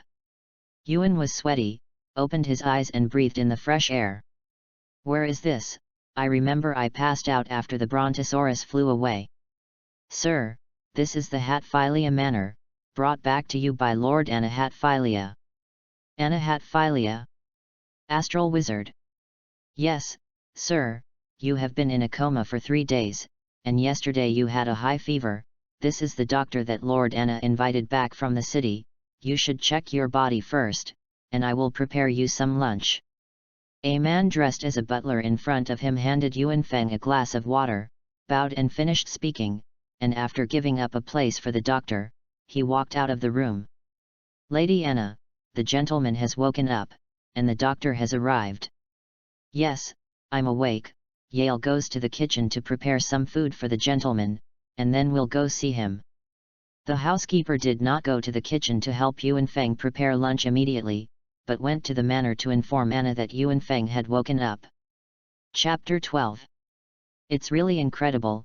When Anna Hatphilia invited me 3 days ago, I remember that you had at least 4 broken ribs and a broken arm, and the broken ribs that had only healed on their own in just 3 days, the first time I have seen this as a doctor in my 20 years. Well, the doctor still has a problem with my body now. Basically, there is no problem, it is a fracture in the arm. Even if it is good, you have to recuperate for a while, otherwise it is easy to fracture it twice, and you don't have the high fever that Lady Anna said. The current situation I think can be completely healed if you recuperate for a while. Thank you, doctor. Then I won't disturb your rest, sir." With that, the doctor walked out the door. Fractures and broken ribs, these are ordinary people who take a few months to gradually heal. It seems that in recent years, I have not only improved my strength, but also the strength of my body is much stronger than that of ordinary people. Yuan Feng got up and picked up the sword next to the bed, and changed into the clean clothes that were washed and placed beside him. "Walk slowly out the door." "What a big manner." Yuan Feng walked out of the door and sighed as he looked at the luxurious decoration around him. Yuan Feng walked and finally found the stairs to go down, and slowly walked to the manor, and came to a clearing. Closed his eyes and began to recall what happened in the spiritual power space, slowly holding the hilt of the sword with both hands, and slowly swung it from top to bottom, and the transparent cyclone swung out by the sword surrounded Yuan Feng's side, gradually spreading from all around like ripples. "It's not enough, it's far from enough. I can feel that when my hawk didn't become a great swordsman, he felt much stronger than me now. My strength is still not enough, and if I don't have enough strength to pass out, if there was no existence of the virtuous dragon and the star spirit wizard at that time, I'm afraid I would have become the ration of that damn thunder dragon." Not far behind him, Anna Hatfilia and the housekeeper Yale looked at Yuan Feng, who was still seriously injured and unconscious 3 days ago, and were very surprised that this person was obviously still in a fever just now, and now he could wield the iron sword that 2 people could only pick up together. Yuan Feng didn't care about the 2 people behind him, but continued to wave the sword in his hand. He was particularly sensitive to the aura with a domineering look, and anyone who appeared not far from him could detect it. Yuan Feng's mind gradually showed the sword of the collision between the eagle-eyed Mihawk and the red-haired Shanks. In the next moment, Yuan Feng stopped the big sword in his hand, stuck the sword on the ground, held the hilt of the big sword with both hands, closed his eyes and slowly entered a mysterious realm. A moment passed, and Anna and the housekeeper Yale were still wondering why this man had suddenly stopped moving. "Yale, what's wrong with him? Why did he suddenly stop wielding his sword and didn't move?" "Lady Anna, why don't I call this gentleman?" "Still don't want it, don't go. Disturb. He." As soon as Anna's words fell, a burst of transparent but traceable airflow around Yuan Feng's body quickly drifted away from the middle point of Yuan Feng, and Anna instantly felt cold all over her body, and the space around her seemed to be frozen, making Anna unable to move. Her back was already wet with cold sweat, and she couldn't move. On the other hand, Yale, the housekeeper next to him, when the cyclone emitted by Yuan Feng as the center spread in front of the 2 of them, the housekeeper had already knelt on the ground, and in an instant, he lost consciousness in front of Yuan Feng and lay on the grass. "What kind of feeling is this, more powerful than the Dragon Clan, just to make me stand up has used all my strength?" Anna looked at Yuan Feng in horror. How she hoped that Yuan Feng could realize the situation between her and Yale at this time, and let him stop immediately. This is the feeling of being domineering. Ding! Congratulations to the host for comprehending the 2nd level of the Overlord color domineering and gaining 10% of experience points. Ding! Joracole Mihawk unlocks 61%. Ding! Congratulations to the host for reaching the 2nd order. Ding! Congratulations to the host Overlord color domineering for reaching the 2nd order. Ding! Congratulations to the host Hawkeye for opening 50%. Current level, Sword Hero. A warm current poured into Yuan Feng's body, his eyes seemed to be covered by a warm towel, which was extremely comfortable. Yuan Feng opened his eyes, only to see that Yuan Feng's other eye had also become an eagle eye, and the eagle eye in the pupils of the eyes was already 7 points similar to Mihawk's eyes. Yuan Feng closed his eyes again and turned on the domineering spirit of seeing and hearing. "In the past, I could only feel the breath of about 15 meters around the 1st order, but now I can feel the breath of about 30 meters. Hey? Is that?" Yuan Feng felt the sluggish Anna behind him and Yale, the housekeeper who fainted. Could it be that the domineering spirit of the Overlord just now has affected them? Yuan Feng turned around, pulled out the iron sword, put it back behind his back, and walked towards the two. "I'm sorry, Miss Anna, but I didn't notice you were behind me just now." "It's all right, sir, it's nice to see you wake up safe and sound. I forgot to introduce myself, my name is Yuan Feng, and I am a traveler." Yuan Feng stretched out his right hand to Anna. Anna stared blankly at Yuan Feng's pair of eagle eyes, and after a while, Anna reacted and saw Yuan Feng's hand stretched out to her. "Ah, I'm sorry Mr. Yuan Feng." Anna blushed and immediately stretched out her right hand to shake Yuan Feng. Read books on Friday. Charge 100 and get 500 VIP coupons. To rush up immediately, event period, April 29th to May 3rd. Chapter 13. He's just how old he is, and the calluses on his palms are already so thick. Anna blushed and felt Yuan Feng's palm that did not match his age, and after a moment withdrew the palm and sighed. "Miss Anna, where is this place?" "Hey? Oh. This is the Hatphilia Manor outside Ophelia in the kingdom of Lord Aaron, and I am the owner of this manor, Anna Hatphilia." "It's the kingdom of Lord Aaron. May I ask if this place is far from Tegusk City, Miss Anna?" "It's not far. If you drive a carriage to the west, you can reach Tagsk City in half a day." Mr. Yuan Feng is from Tagsk City. The current situation of Tegusk City is not very good, and yesterday there was news that a demon appeared near Tegusk City. "What about the Mildian Academy of Magic?" "The Mildian Academy was in ruins 2 years ago, Mr. Yuan Feng." "Ruins?" "It seems that Natsu is dead in this era, and Jelf has begun to follow the path of the Dark Mage and begin to study the R system and the Eclipse Gate." After hearing Anna Hatphilia's answer, Yuan Feng secretly said in his heart. While the two were talking, Yale, the housekeeper who was lying on the ground, also woke up, looking at Anna and Yuan Feng suspiciously, not knowing why he suddenly fainted on the grass. "Lady Anna, sir, lunch is ready, please come with me to the dining room." The long-term professionalism made Yale immediately come back to his senses, tidy up the dirt and dust on his body, and bent down to say to Yuan Feng and Anna, "Uncle, call me Yuan Feng." "Mr. Yuan Feng, please come here." After Yuan Feng finished talking to Yale, he and Anna followed Yale to the manor. On the way to the manor, Yuan Feng has also been asking Anna about the current situation of the mainland human race, as well as the calendar, as well as the current situation of the Delagunov kingdom. Yuan Feng also learned from the middle that it is now the year X361 of the Ishugar Dragon calendar, and the Delagunov kingdom has passed away in the X360 year of the Dragon calendar a year ago, and now the 18-year-old daughter, Her Royal Highness Princess Erin Delagunov, inherits the throne. "Miss Anna, do you know Jelf?" Yuan Feng turned his head to look at Anna. Anna's pupils gradually dilated, and her face gradually panicked. I don't know if it was because Yuan Feng's eagle eyes looked at him panicked, or if Yuan Feng's question overwhelmed him. "I'm sorry, Mr. Yuan Feng, but I don't know what you call Jelf." After gradually calming herself down, Anna replied to Yuan Feng. Looks like Jelf has already been in contact with Anna.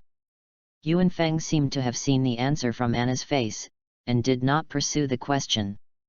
The two of them have arrived at the restaurant with the end of this question. Under the reception of the housekeeper, Yuan Feng and Anna sat on the long white dining table and began to enjoy Yuan Feng's first luxurious lunch in this world. During the lunch, the two didn't talk anymore, just quietly enjoyed the lunch. At the end of lunch, Yuan Feng took a sip of the black tea in his cup and began to think about whether to go to the kingdom of Delagunov next, or return to Tagsk City to see the existence of demons and see the blacksmith shop. "Mr. Yuan Feng, this is my housekeeper Yale, if you have any needs, you can find him." The doctor said that although your injuries have largely healed, you still need to recuperate for a period of time, and the room has been prepared for you. "No, Miss Anna, I know my injuries are completely healed, and I want to go back to Tagsk City now. But there is a legend of demons in Tegusk City, Mr. Yuan Feng, your injuries are just right, if you encounter a demon, I'm afraid it will be dangerous." "No, I'm just going to take a look, and it won't be long before I'll go to the kingdom of Dragonov. Mr. Yuanfeng, may I ask what you have to do with the Dragonov kingdom? Miss Anna, have you forgotten that I am a traveler, the only country on the continent that will not be harassed by dragons? I must definitely go and see it. Where is there any real safe place on the mainland? The kingdom of Dragonov is only guarded by Lord Belkelian, the virtuous dragon, but the number of dragons in the dragon clan who advocate the destruction of humans is far greater than the number of dragons who are close to the human race. There are a lot of dragons. I remember that Lord Belcelian once told me that there are almost 50,000 dragons in the dragon clan's gathering place, of which 1/3 are young dragons, but there are still more than 30,000 adult dragons, among which there are nearly 300 dragon kings, among which the powerful dragon kings can easily destroy a kingdom. How is the strength of the thunder dragon Xiaomethu's last time in the dragon clan? This Lord Xianlong didn't tell me, but it is said that Lord Xianlong's strength in the dragon clan is only average, and if he encounters a powerful dragon, Lord Xianlong also bluntly said that he can't protect the human race at all. The thunder dragon that drove me to the end of my life is only a medium strength, and there are even stronger dragon kings. Yuanfeng clenched his fists and pondered. Chapter 14. The current exterminator faction of the dragon clan accounts for about 2/3, and half of the other third are neutral factions, and the other half are the dragons who advocate the coexistence of humans and dragons. Anna then said to Yuanfeng, Miss Anna, it's time for me to go. Thank you for helping me, but I'll still have to beat me. Then I'll let Yale drive you there. Thank you for your kindness, but don't worry, I'll go over by myself and don't bother Uncle Yale.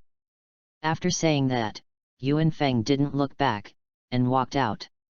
Anna in the restaurant looked at Yuanfeng who walked out of the door, and couldn't help but sigh, and couldn't help but recall Yuanfeng in the Gamarra forest in her mind, and he who emitted a breathtaking aura in the manor. Aside from Jelf, you're probably the second person I'm going to see through. Anna blushed and whispered. After Yuanfeng walked out of the manor, he began to run towards Tagsk City in the direction directed by Anna Hatphilia. Since the last time I fought with the Thunder Dragon, my strength should have increased significantly, the 3 domineering forces have also been improved to the second order, and the Eagle Eye has also opened 50%, I think now I will definitely be able to kill the Thunder Dragon Geomithius, but this sword has a gap because of the last fight with the Thunder Dragon, although it is not obvious, but Yuanfeng still wants to deal with it. I hope Uncle Wayne will be willing to help me fix it. Yuanfeng closed his eyes as he spoke, and while feeling the domineering of what he saw and heard, he ran towards Tagsk at an unabated speed. With Yuanfeng's full running, he came to the gate of Tagsk City, and walked towards the blacksmith shop in the direction he remembered. On the way to Wayne's blacksmith shop, Yuanfeng saw the Mildian School of Magic and Magic, which had become a ruin, sighed at the gate of the Magic Academy, and continued to walk towards his destination. Have you heard? As long as there are people near the library in the center of the city recently, all of them have committed suicide on the spot without exception, only a few people who came out of the library alive, but they have also gone crazy, and they have been talking about young women with horns on their heads. Yuanfeng, who was walking on the road, kept listening to the people around him discussing the female demon who had recently appeared in the legendary city of Togusk. The young woman with the horns on her head, it seems to be Cool Moon Sky Sarah, and the library is also in that place, so I want to stop by and take a look. It's really exciting to see the Jelf demon created by the R system. Yuanfeng faintly listened to the words of the civilians around him who commented on the demon, and then walked in the direction of the library. After coming to the door of the library, Yuanfeng felt a trace of uncomfortable breath in the library. Yuanfeng felt the breath inside, hesitated for a while, and then pushed open the door of the library and walked inside. Yuanfeng felt the breath of Lianjiuedian Sarah, and walked in her direction, and after a while, Yuanfeng saw a long-haired black hair, wearing an off-the-shoulder skirt with white stripes on a white base, and a pair of white galores on her long legs. He was holding a heavy black leather book in his hand, leaning on the bookshelf and looking at it. But demons are demons. Even if Cool Moon Sky Sarah looks good and dresses sexy, it can't change the fact that Cool Moon Sky Sarah is a demon, and it can't change the fact that he has killed so many humans. You're Cool Moon Sky Sarah, the dead and crazy people in the city, you did it. Yuan Feng slowly pulled out the iron sword from behind his back and said coldly to Liang Yueshan Sarah. I feel a strong force in your body, and it really surprises me that you may be the strongest human I have ever encountered. Liang Yueshan Sarah closed the book and said slowly to Yuan Feng, and after speaking, she looked at Yuan Feng in surprise. I'm curious why you didn't control me. Yuan Feng, who was blessed by the overlord color and the color of seeing and hearing, was not afraid of Liang Yuedian Sarah's mind control magic at all, and before he felt the different aura, Yuan Feng had already turned on his domineering chi to protect himself, so Liang Yuedian Sarah did not control Yuan Feng at all. You, very unusual, who are you? People with your power should not care about the life and death of some human beings. You said I was the most powerful human you've ever seen, but what about Jelf? What about your creator? How do you know? You don't need to know that, tell me where Jelf is. After hearing Yuan Feng say Jelf's name, Sarah's pupils instantly shrank, and her heart immediately became vigilant, and her gaze at Yuan Feng changed from plain at the beginning to rigorous. I command you to unleash your own magic. After Liang Yueshan Sarah finished speaking, a huge black magic array appeared under his feet, and his whole body began to gradually demonize, and in a moment, he changed from the gentle Terran beauty just now to a demon with pure white eyes, wings on his back, and sharp claws and fangs. It's demonized, why do you suddenly transform? It seems that you don't plan to tell me the whereabouts of Jelf, so I have to send you back to the gate of Hades to be resurrected, and remember to tell Jelf when you go back, my name is Yuan Feng. After Yuan Feng clenched the hilt of the sword and turned on the armed color domineering, he slashed at Sarah, and when the sword chi slashed on Sarah's body, he walked towards the library without looking back. Chapter 15. Yuan Feng knew that Sarah could be resurrected no matter how many times he died, so he continued to walk to the blacksmith after killing him. Seeing the familiar shop, the familiar sound of striking iron, and Wayne's familiar scolding, Yuan Feng couldn't help but feel a warm current in his heart. Looks like the uncles and boss Wayne are doing well. Yuan Feng slowly walked into the blacksmith shop, and the blacksmith closest to the door stopped the hammer in his hand and looked at Yuan Feng. Boy, why are you back, boss Yuan Feng, this kid is back. Boy, didn't I let you go to the kingdom of Doggeranov, why did you come back? Wayne said to Yuan Feng with a frown. Boss, forget if this kid comes back, anyway, most of the original city defense army has also withdrawn, and 3 years have passed since that incident. Peek put down the hammer in his hand, came to Yuan Feng, patted Yuan Feng's shoulder and said. Boy, your size is really getting better and better, you're only 16 years old, and your figure is so good. A bareheaded, strong, topless blacksmith looked at Yuan Feng and said. After several years of continuous fighting with demonic beasts and long-term physical exercise in the Gamarra forest, Yuan Feng's physique has far surpassed his peers, close to 1 meter 8, messy short black hair, sunny and delicate face, and a small arm exposed under the black short sleeves is full of strength. Uncle, don't make fun of me, I came back because I wanted to ask Boss Wayne something, and by the way, I wanted to repair this iron sword that the boss gave me. Boy, you should be able to wield that sword as you please. Wayne's eyes flashed with a gleam, and he looked at the iron sword that Yuan Feng pulled out casually in surprise. Then he took the iron sword from Yuan Feng's hand, observed it carefully for a while, and pulled Yuan Feng to his special room in surprise. Boy, tell me what happened when you came back. Uncle, I actually came back this time to ask you what material this sword is made of. You wait for me later, I'll get something. Wayne walked into the warehouse at the back, holding an iron box in his hand and throwing it to Yuan Feng. Yuan Feng opened the iron box in his hand, looked at a fist-sized square red iron block in his eyes, and then took out the iron block and held it in his hand. Yuanfeng found that the weight of this piece of iron was almost the same as Yuanfeng's iron sword, and looked at Boss Wayne in surprise. "Boss, is this piece of iron?" "That's right, this piece of iron was originally a rectangle, and it was cut by my teacher and added to your iron sword, and I don't know the origin of this piece of iron, and my teacher didn't tell me. That's why the iron sword is so heavy. Actually, this thing is very redundant for us, all the magisters when they ask us to create weapons that need to be enchanted, the lighter the better, but after adding this iron block, it will become extremely heavy, and ordinary mages can't lift it at all, let alone use it to make magic weapons. Uncle, can you give me this piece of iron, and then help me melt it into my sword? It doesn't matter if it's given to you, but it's very expensive to help you reforge. Boy, you have money." "Uncle, I still have a little savings here, you can see enough."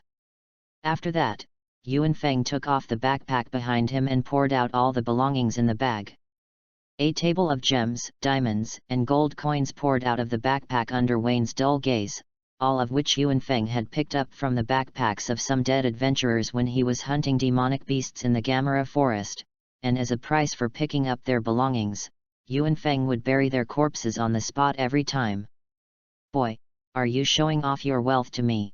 I can't imagine that Laozi has been a blacksmith all his life and is not as rich as you, a hairy boy.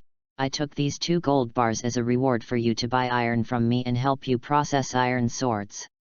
"Thank you, Uncle, but it's enough to charge such a small amount of money for such a precious material." "Humph. Boy, this is the principle of my business, I will not take the extra money, clean up the jewelry on your table, and come out with me." After saying that, Yuanfeng immediately cleaned up the things on the table and walked out with Boss Wayne. "Your iron sword is already notched, do you want me to add that piece of iron to it in its original shape and forge it, or do you want to change the description of the sword again?" "Uncle, I want to change the shape of the knife, and the shape in my heart is probably like this." After that, Yuanfeng roughly informed Boss Wayne about the shape of Hawkeye Joricole my Hawk's black knife knight. "Boy, are you sure you want to be like this?" Boss Wayne looked at the drawings that were slowly sketched out by Yuanfeng after being described by Yuanfeng, and asked Yuanfeng in a dull manner. "Boy, will this knife be too thin and narrow, so it can be easily broken?" Peak frowned and explained to Yuanfeng. "It's okay, Uncle, Boss Wayne's sword, you made it." "What? Boy, are you underestimating Laozi? If you can't even do it, no one in the whole city of Tegusk can do it." "Peak, Howl, you 2 bring things to my room, and the boy will come and get the sword in 3 days. "Boss Wayne, I don't have a sword right now, can you get me one first?" "Yes, but if you want to add money, you can take any sword outside." After that, without waiting for Yuanfeng to answer, he walked in with 2 blacksmiths. Chapter 16. Yuanfeng looked at the figures of Wayne's boss and the 3 shook his head, and turned around to the half-finished weapon rack in the back. "It's all too light, so there's no heavier sword," Yuanfeng said to himself with an iron sword taken from the weapon rack in his hand. "Forget it, just pick one, anyway, in 3 days, the black knife can be ready." With that, Yuanfeng casually took down a heavy weapon from the weapon rack, greeted the rest of the people in the blacksmith shop, and left, preparing to return to his original small grass hut to have a look. Yuanfeng walked out of the blacksmith shop, the sky was already dark, and slowly walked to his small grass hut, the familiar well, stones, trees, and the dilapidated grass hut next to it. Yuanfeng pushed open the wooden door that was already crumbling, looking at the grass hut in front of him that was cleaner than before he left Tagsk City, his eyes slowly turned red. It turned out that after Yuanfeng left, Peak would return to Yuanfeng's small grass hut every few days to help him clean up, and by the way, replace the damp hay, and the roof with many small holes has also been re-strengthened by Peak. Uncle Peak did it. Knowing that Yuanfeng lived in this small grass house, only Peak lay on the bed made of hay, with a smile on the corner of his mouth, and slowly fell asleep. It was probably the most comfortable sleep he had ever slept in since he came out of the Gamarra forest, and it wasn't until dawn that he slowly got up, walked to the well next to him, and began to fetch water to wash. Now I really look like a beggar, go to the city to buy a suit of clothes and eat something. Yuan Feng, who had finished washing, looked at the shirt on his body like a rag, and said with a smile, "Let's go to a jeweler shop and get some money." Looking at the gem in his backpack, Yuan Feng picked up a piece casually, walked out, came to the door of a jeweler not far from the blacksmith shop, and walked in. "Boss, please help me see how much this gem is worth, I want to sell it," Yuan Feng shouted as soon as he entered the door. "Where did you come from, beggar? Get out of here, out." A small guy dressed as a sweeper looked at Yuan Feng and said, "Wait, fox, hello little gentleman, I'm the boss of this place, Walls, this gem, you have to verify the authenticity, please give me this sapphire for the time being, and when we finish the identification, we will give you an estimate." A fat, oily businessman with a fat face and colorful rings on his hands said to Yuan Feng, "You still have to take it for identification, it's so troublesome." "It's not troublesome, you sit down for a while and I'll ask the waiter to make you a cup of black tea, and it'll be fine for a while." "Okay, please hurry up. Foss, make this little gentleman a cup of black tea, and say hello." "Okay, boss." After Yuan Feng finished chatting with the boss, he followed the waiter Fuss to the reception hall and sat down. Time passed moment by moment, and Yuan Feng gradually felt that something was wrong. It doesn't take 3 hours to verify a sapphire anyway. Yuan Feng thought to himself, and had already sensed that something was wrong. "Sir, I'm sorry to keep you waiting. Why does it take so long?" "Oh, because you're a little wrong with this gem, so we're taking a bit of a long time to examine it." Questions. After Yuan Feng took the brocade box handed over by the boss and opened it, he took out a sapphire inside, put it in the palm of his hand and held it gently, and it was shattered into slag. "This gem isn't the one I gave you at all," Yuan Feng said gloomily to the boss. "Hehe, what are you talking about? This is obviously the one you gave me, and it was already crushed by you just now. That's how you do business." Yuan Feng held the iron sword and said to the boss with an indifferent expression, "Boy, that's how I do business. If you're not convinced, you can go to the city defense army to sue me, but let me tell you, the deputy officer of the city defense army is my brother-in-law. If you dare to go, I'll find someone to break your legs. Get out of me immediately, don't disturb me doing business, dress like a beggar, and reward you for drinking 2 cups of black tea in my store is the biggest reward for you." The boss, Wales, said, and made a look at the 2 waiters who came with him. "Stinky beggar, get out of here, or break your legs and throw you out. A beggar also wants to sell sapphires for money, so get out of here while our boss is in a good mood." The 2 waiters held the iron rods in their hands and said viciously to Yuan Feng. A sword light slashed, and the iron rod in the hands of the 2 of them was cut like tofu, and the cut was extremely smooth. The 3 of them looked at Yuan Feng, who picked up the iron sword, and they were frightened for a moment. "Deceive the good and fear the evil, help the abuse, you 2 go to hell to repent." My lord, we are all forced, forgive me, bar. I've said I'm going to hell and then I'm going to repent." Yuan Feng slashed with a sword at a speed that the 3 of them couldn't see, and the 2 waiters were separated. "Uncle, my lord, I was wrong, I know I was wrong, I shouldn't have deceived you, I shouldn't have cheated your money, my lord, I will return your gems to you immediately. Give me the sapphires for money." Yes, my lord, I will give you all the money, please don't kill me. I only need as much as this sapphire can sell, I don't need all of you."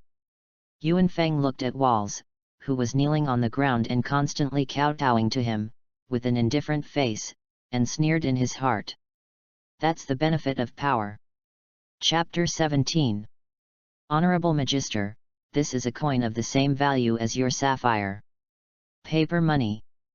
Yes, this is a magic mark banknote issued by the Hatfilia Comptoir, each with a limit of 100J, a total of 500.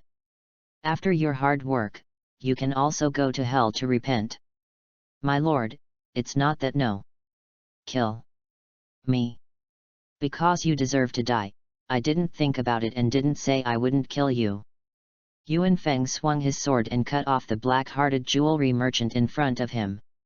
It turns out that Anna Hatfilia's family is so rich, isn't this the bank of the previous life, and they have started printing money. Yuan Feng sighed as he looked at the banknote with the magic mark in the cloth bag in his hand. It's the first time I'm spending in Tagusk City, so let's go buy clothes first. Yuan Feng walked into a clothing store, bought 2 identical black shirts, dark brown trousers, black boots, and a black magister cloak, and then customized a set of leather shoulder straps to hang the black knife on his back. Look at the time, the uncles at the blacksmith should be off work in a while, go buy them something to eat in a bar. Yuan Feng walked into a restaurant and told the owner about his needs. Boss, please help me get a roast suckling pig, and then 100 skewers of that big charcoal roast beef, 10 roast chickens, and 5 barrels of wheat wine, which can be delivered to my door.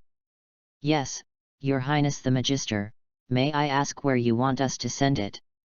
Wayne's blacksmith shop in the west of the city knows, just help me get there. Okay, Your Highness Magister, it's 1800J in total. It's all for you, you don't have to look for it. Thank you for your generosity, please help you prepare the carriage for the west of the city later. Yuan Feng took out a handful of magic banknotes from his pocket and threw them to the hotel owner, walked out of the hotel, prepared to walk around the city, and then went back to the blacksmith shop in the west of the city. No wonder money and power are so fascinating, only with money and power will people respect you. Yuan Feng pondered as he thought about what had happened today, recalling the attitude of the waiter in the jeweler's shop towards him, the fear of the boss when he saw his strength, and the respectful look in the eyes of the hotel owner looking at his magister's appearance. Walking in the city step by step, looking at the gradually darkening sky, Yuan Feng felt a little wrong. Suddenly, all the surrounding scenes seemed to be still, and all turned grey, exuding an aura of destruction and death, which made Yuan Feng very uneasy. Yuan Feng, it's been a long time. Hearing this familiar and unfamiliar voice, Yuan Feng pulled out his iron sword and looked back. Jelf? How did you suddenly come behind me? Yuan Feng Sha returned the sword he had drawn, knowing that Jelf had no ill will towards him, and that the surrounding environment had changed only because of his cursed fate. When we met for the first time, I felt the extraordinary power in your body, and I couldn't imagine that I still couldn't see through this meeting, which made me a little curious. Jelf, what are you looking for me, Natsu? I'm not with you. Yuan Feng knew that he was knowingly asking, but he still saw a trace of pain reflected in the eyes of Jerf in front of him, and as his mood changed, the scene around him seemed to gradually decay, slowly drifting away like dust that had been blown away. Jelf, calm down. After Yuan Feng's loud drink, Jelf gradually calmed down, and the surrounding environment stopped weathering. Natsu, he's dead, but I'll be able to resurrect him soon. That's why you're creating demons, Jelf. Have you heard of Angsalam's curse, Death Hunt? I've read in books, what does this curse have to do with you creating demons? I've been thinking that the kinder and more cherished life a person in the death hunt is, the more powerful it is. If I try to be an existence that ignores life or kills life, and the demon is the prop that I make to help me kill life, and at the same time I am trying to create a powerful demon to kill me. The curse of immortality is really cruel to you, so what the hell did you come to me? Yuan Feng, after I resurrect Natsu, I need you to do me a favor. What's the matter, with your ability, even if it is not difficult for you to destroy the Dragon Clan, there is anything else to ask me for help? I'm too busy to tell you what's going on for the time being. If you don't tell me, how can you think that I will definitely help you? I'm sure you'll help me, I'm creating the Eclipse Gate to travel through the past. What the hell do you want to do? Yuan Feng, when I perfect the Eclipse Gate and resurrect Natsu, I will come to you. Hey, I haven't promised you yet, don't say it, I've promised you. No, Yuan Feng, you will definitely help me, you will. A black magic array appeared under Jelf's feet, and then a black light flashed, and the surrounding environment had returned to its original state. This guy really doesn't listen to people, and I don't know what he asked me to help with after he perfected the Eclipse Gate. Yuan Feng said as he looked at the place where Jerf had disappeared. Chapter 18. After talking to Jerf, Yuan Feng also gradually walked back to the blacksmith shop, and saw the uncles who were drinking and eating meat. His face couldn't help but slowly soften, and a smile appeared on the corner of his mouth. Boy, you sent these things, you've grown up, you've become a magister. Ha ha ha ha, you can compare to Yuan Feng, I can see that he is different from other children early on. Har, don't brag, you were the first to laugh at Yuan Feng's small strength. Yuan Feng also sat down and started chatting with a few uncles while eating. By the way, Boss Wayne and Uncle Peel, they didn't come out to eat together. We've all called, and Boss Wayne said that the rest of the polish will be completed, and it will be fine in a while. As soon as the words fell, the three people with black faces walked out with a tired face, and the three of them picked up the wine glasses handed by the other blacksmiths, and drank the wheat wine in a big gulp. Wheat wine is still the best one that has been chilled, it's been a long time since I've drunk it. Peel laughed loudly as he finished the wine in his hand. You must know that in this war-torn continent where the dragons are wantonly destroying, a glass of chilled wheat wine may be more expensive than a simple lunch. After all, the ice cellar of the hotel is built by the ice magister at a huge cost, and a simple glass of wheat wine can be sold for 10 times higher than the original price after being chilled. Little ghost, your sword should be ready tomorrow. It's so fast, didn't it mean 3 days? Boy, because it was your commission, Boss Wayne hasn't rested much since yesterday, and after the sword embryo was laid yesterday, he hasn't stopped early this morning until now. Peek. Don't talk nonsense there, I just took the money to help him run errands. Boss Wayne, thank you for your hard work, and Uncle Peek, Uncle Pine, I'm sorry for everyone. After that, Yuan Feng stood up and took the initiative to hand over the wine glasses of the three of them, and helped the three of them fill them with cold wheat wine. Boy, what are your plans for when you get the sword? Boss Wayne took a sip of the wine glass handed over by Yuan Feng and asked. After getting the sword, I want to go to the kingdom of Dragunov to have a look. What? Haven't you been to the kingdom of Dragunov? So where have you been all these years? Boss Wayne, I've been practicing in the Gamarra forest for the past few years. In the shocked eyes of several people, Yuan Feng said to several people, after he left Tagsk city, he did not bypass the Gamarra forest to go to the Dragunov kingdom, but towards the things that he practiced in the Gamarra forest, including the serious injury after encountering the dragon clan later. Under the shock of several people, Yuan Feng slowly got up, shook his head that was already a little dizzy and said goodbye to several people. Uncle Peek, if the sword is built, you can go to me near the grass hut to find me, I'll go back and rest first. Boss Wayne and a few uncles, you eat slowly. Immediately, Yuan Feng picked up the iron sword and walked out. Yuan Feng, this kid, has a terrible secret. According to what he said, he didn't die when he touched the dragon. It seems that he has become a figure comparable to the Holy Magister. Okay, let's eat quickly, go back to rest early after eating. Peek and Pine, you two will come over early tomorrow. After Yuan Feng left, he did not return to the grass hut, but went to the nearby river.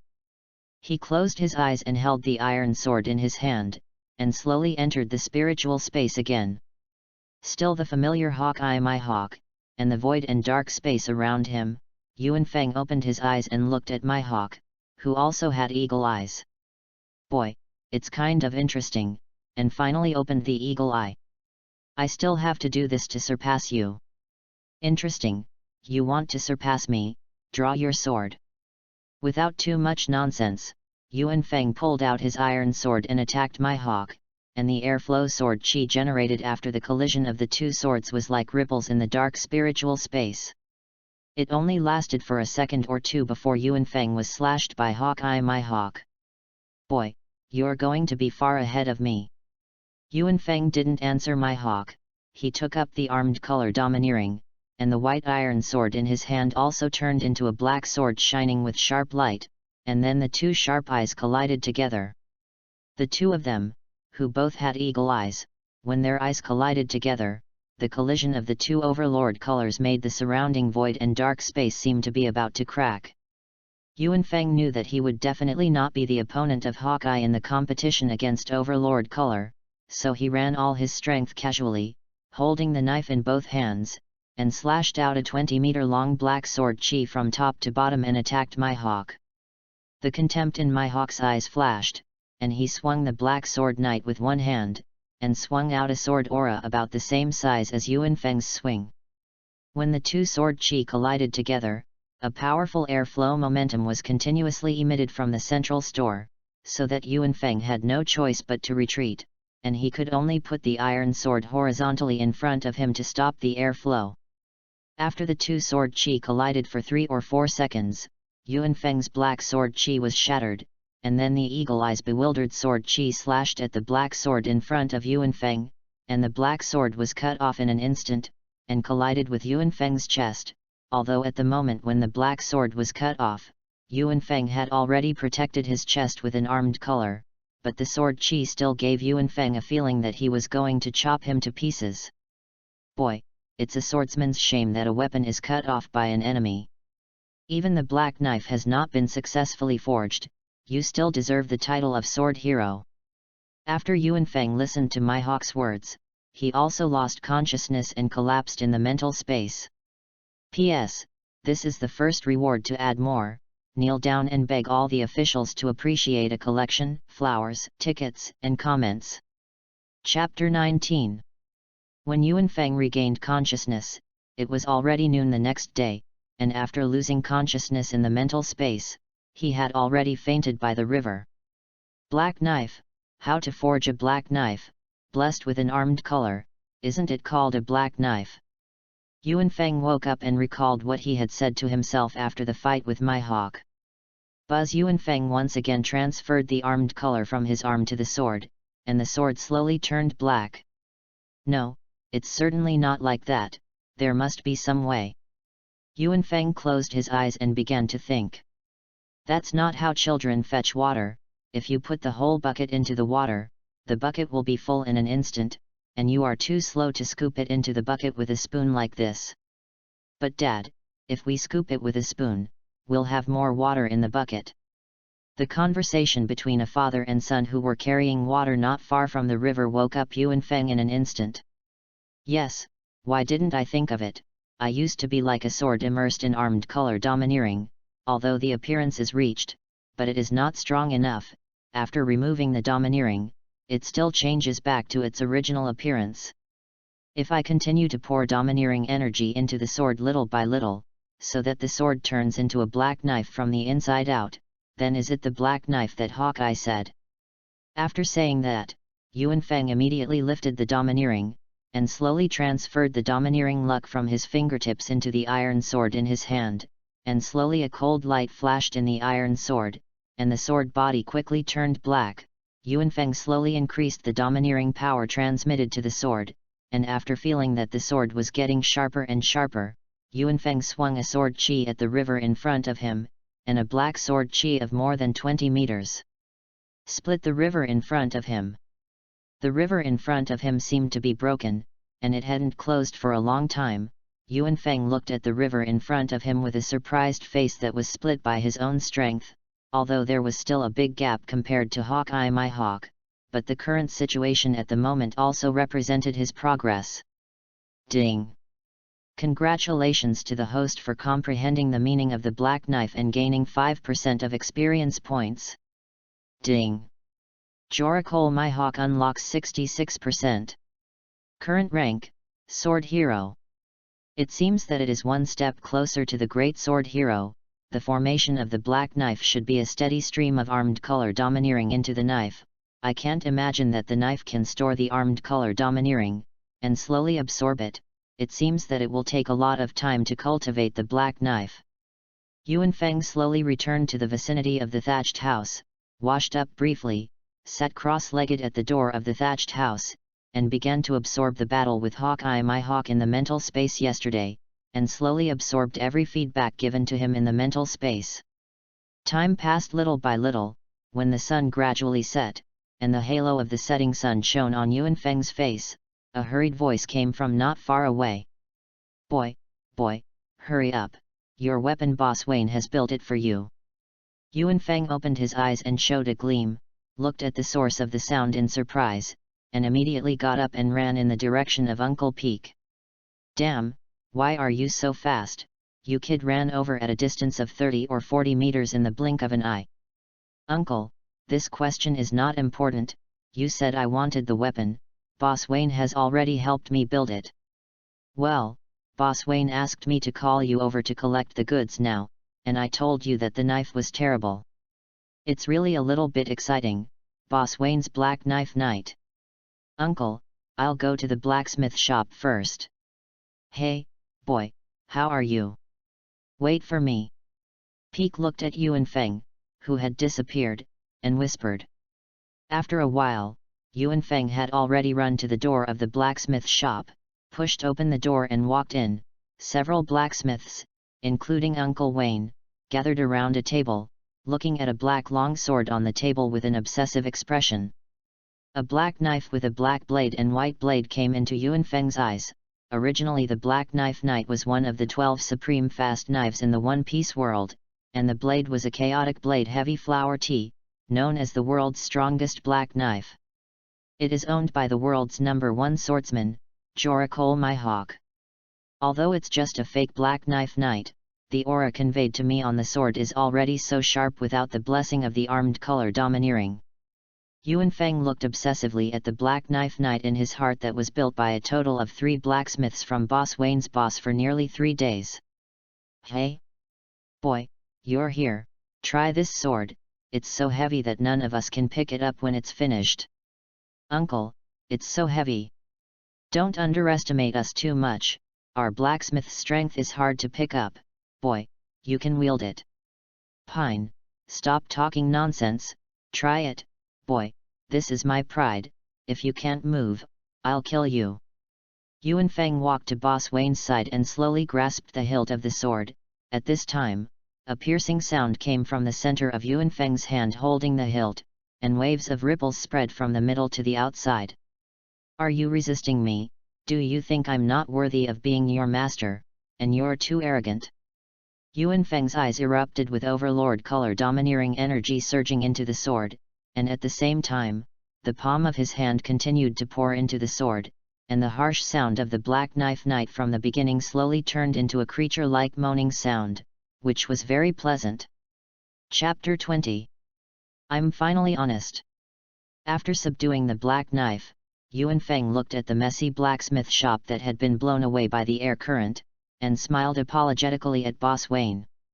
Boy, how about my craft, old man, what do you think?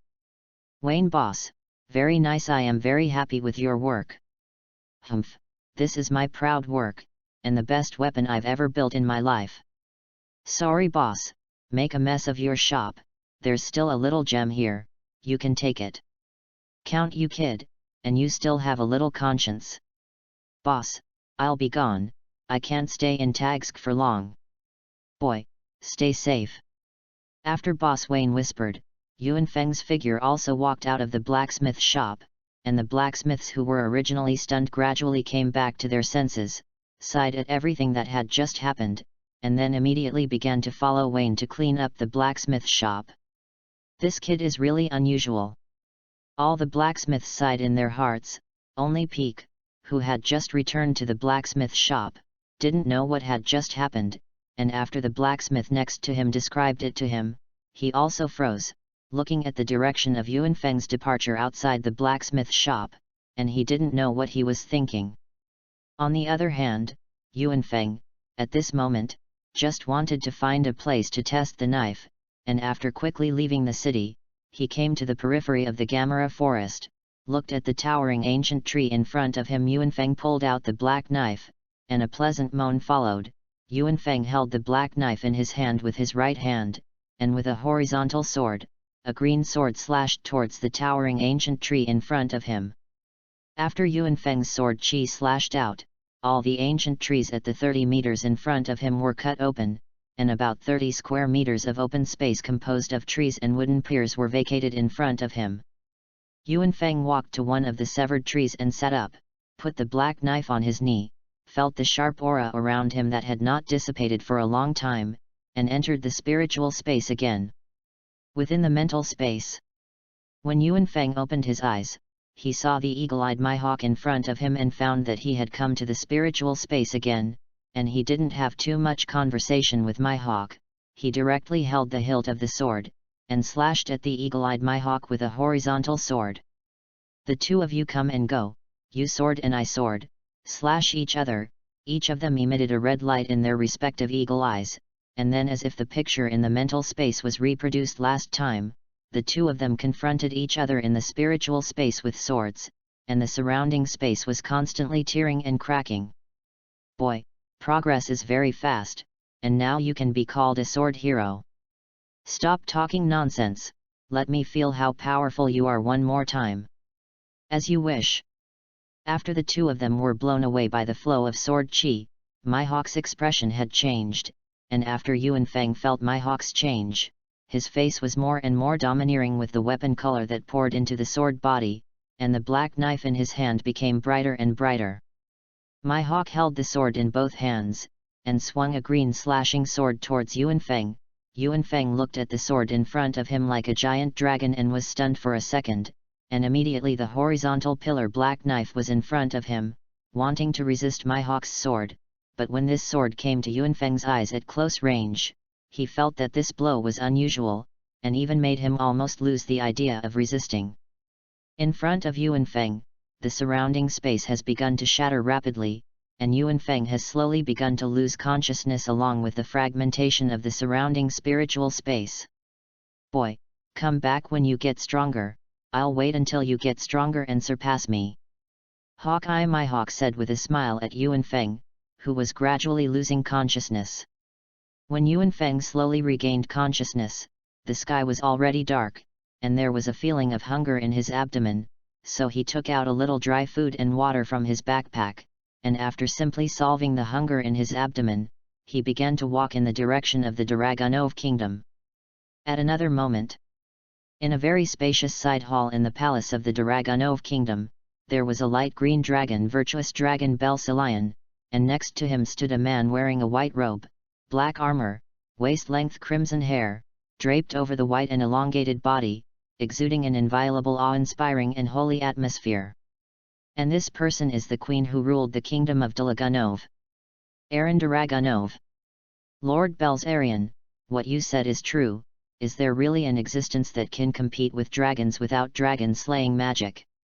Aaron, don't underestimate the world. That human being is the second person to give me a feeling that I can't see. The second, who is the first? Lord Hyunryu. I can't tell you about that guy for the time being, I can only tell you that if he wants to destroy the dragons, it will be easy.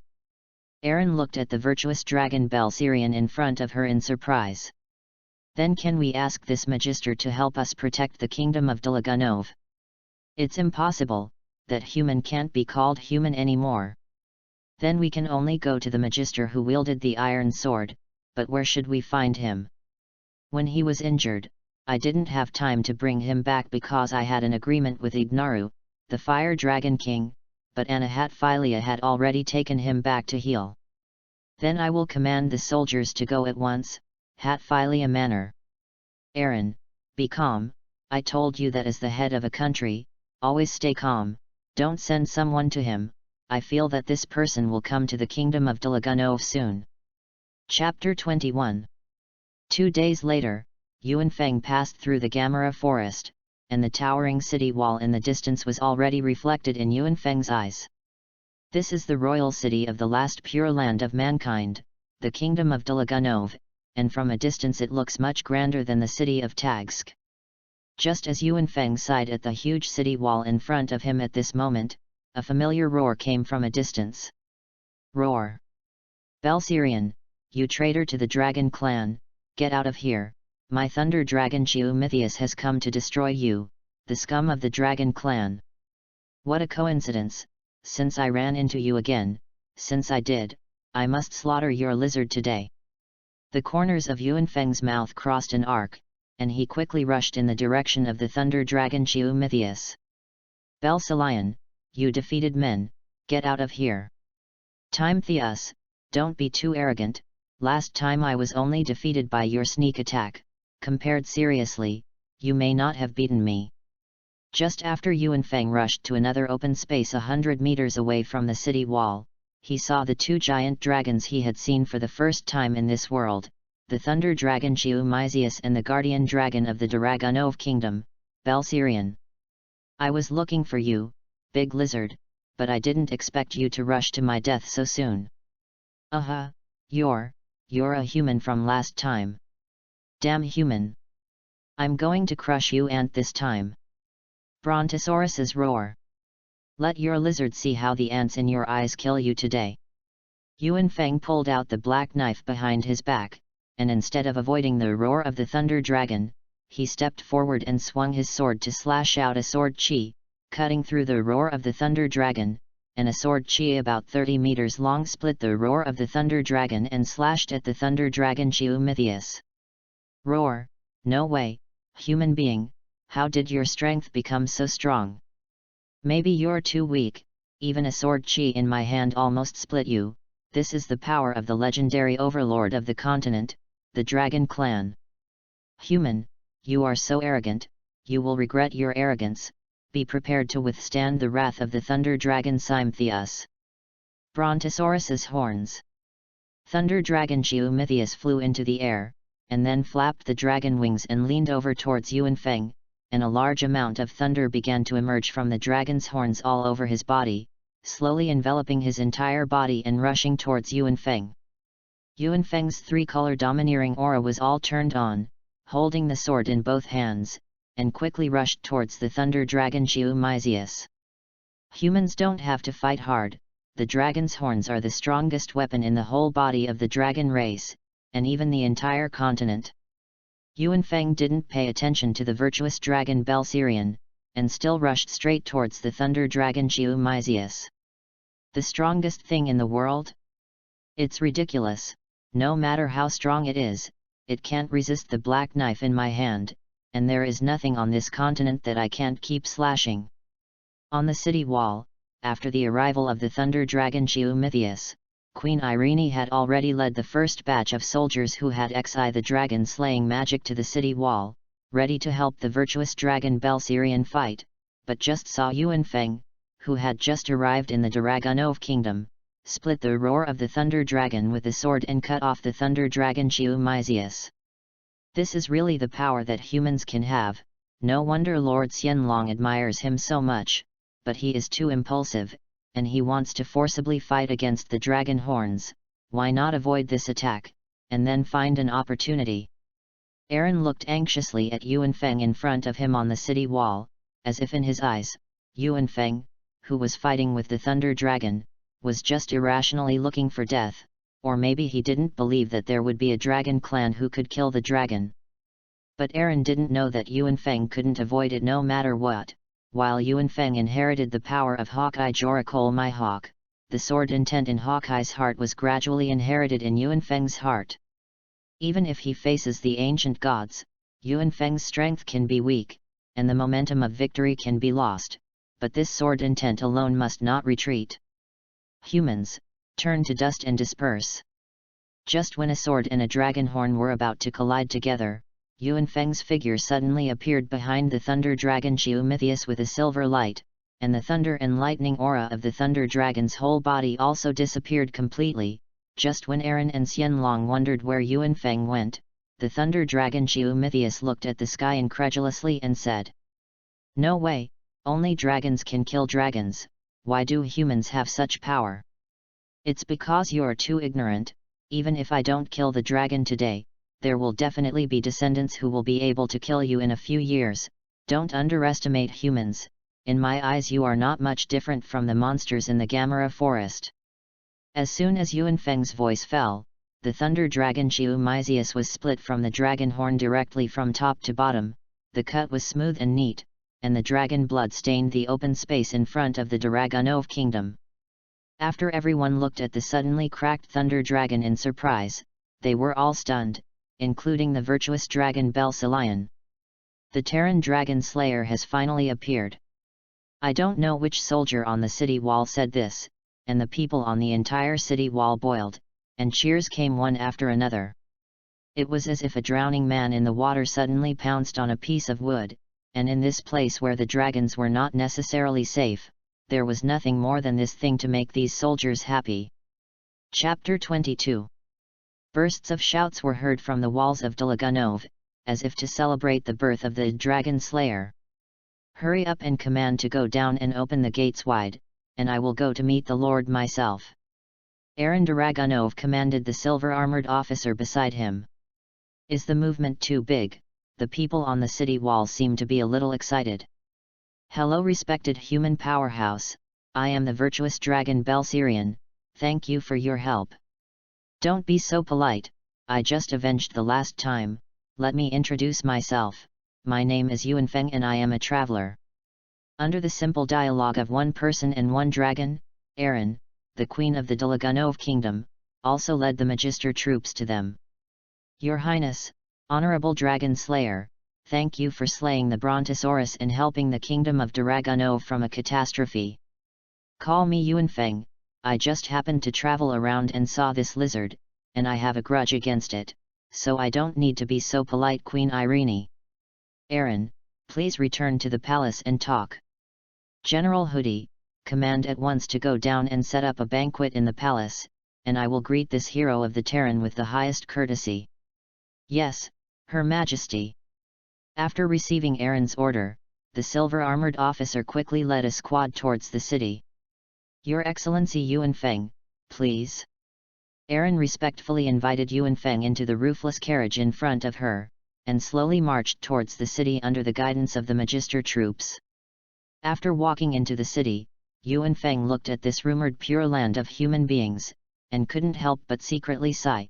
Compared to the luxurious streets he saw on TV in his previous life, it was not much inferior, but it added a sense of antiquity, which made people's eyes shine and added a lot of sense of age.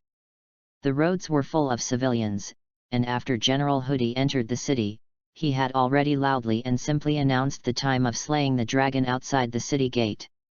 Adoration, surprise, admiration, envy, jealousy, and gratitude to the various moods of the commoners are all reflected on the body of Yuanfeng, who has turned on the domineering nature anytime and anywhere. Feeling these eyes and the people around him who were constantly cheering, Yuanfeng couldn't help frowning.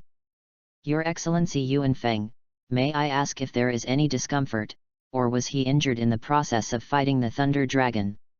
No, I'm just a little out of XI. Then I'll tell the groom to speed up. Aaron seemed to feel that Yuanfeng, who was sitting on the side, felt uncomfortable because of something, looking at the young man in front of him who might be a little younger than herself, with short black hair, a delicate face, a physical power that could not be hidden in the magic cloak, and the big black knife behind her back, she couldn't help but be fascinated for a while. Queen Irene, why do you keep looking at me? Ah? No, I'm just curious about how His Excellency Yuanfeng wielded such a big sword. Could it be that there is some special magic array carved on the sword? Aaron was startled by Yuanfeng's sudden opening of her eyes, her face suddenly turned red, and then she pulled the topic to Yuanfeng's sword. Queen Irene may have misunderstood, but I'm not a magister. Isn't it a magister? I'm just a human who simply uses swordsmanship, or I can say that I am a swordsman. It's really incredible, Your Excellency Yuanfeng. Are you saying that when you killed the Thunder Dragon, you didn't use magic but simply used your physical power to kill the Thunder Dragon Chiumaisius with the big black sword behind your back? You're right, I didn't use magic, I just slashed the lizard with the sword behind my back. Aaron Dragonov was stunned after listening to Yuanfeng's answer, even if the coachman told her that he had arrived at the palace, she was still thinking about why there were humans who could use their bodies to resist the dragons. "Your Excellency Yuan Feng, may I ask if this sword of yours is very special?" Aaron may still not believe that Yuan Feng can fight against the dragon clan with his body alone, and thinks that it is the power of the special sword behind Yuan Feng, and that the black sword is a powerful magic weapon. "There is nothing special about this sword, and there is no magic circle carved into it, so strictly speaking, it is not a magic weapon." Yuan Feng seemed to see Aaron's inner thoughts. However, he still pulled out the black knife from behind his back, dragged the sword with both hands, and showed it to Aaron. Aaron looked at the sword carefully, and also felt that the sword did not have any magical breath, and then Aaron's hand grasped the hilt of the sword, trying to hold the hilt and raise the sword. Yuan Feng looked at Aaron, who was trying to pick up the black knife. A hint of cunning flashed in his eyes, and he suddenly let go of his hands, and the sword body that had been dragged by Yuan Feng fell straight to the ground.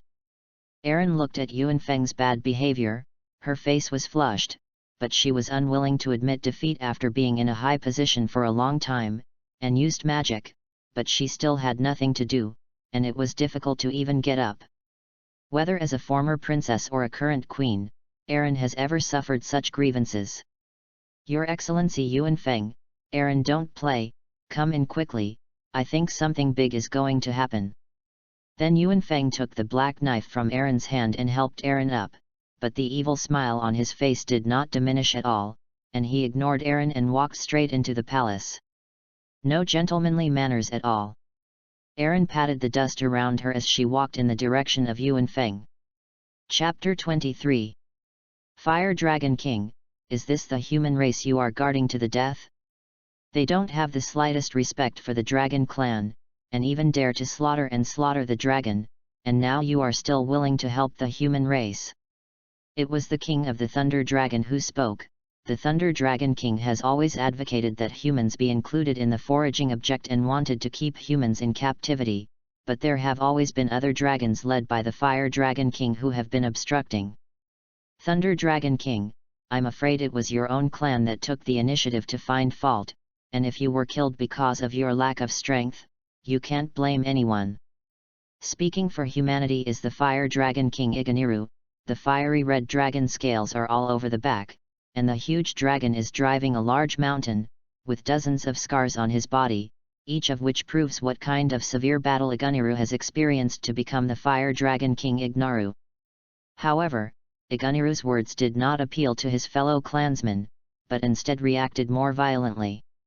The human race will also keep all kinds of creatures in captivity as rations for the sake of food, and the creatures they keep in captivity are because they are weaker than them.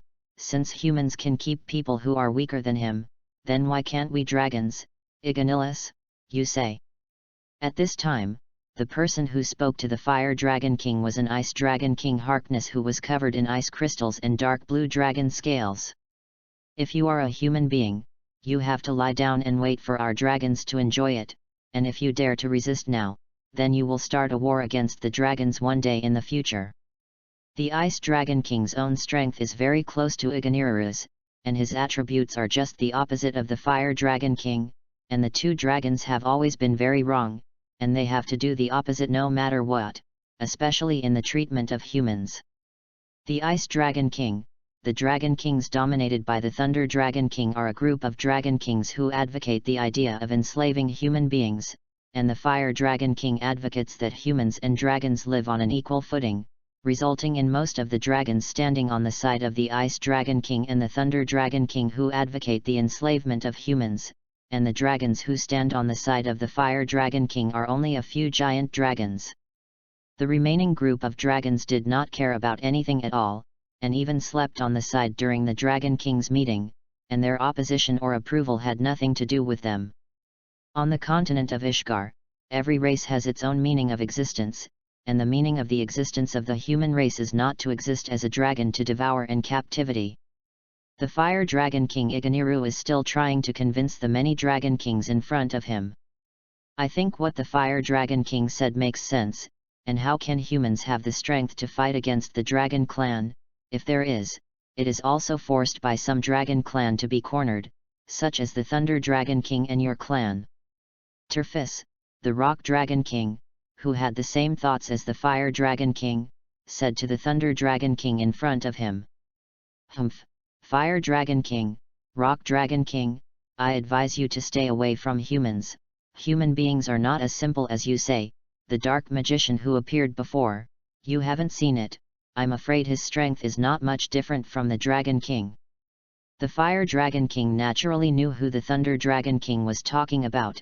There was once a group of dragons who had suffered a big loss in the hands of the Black Wizard Jelf, and almost lost their lives, and they also fought with Jelf.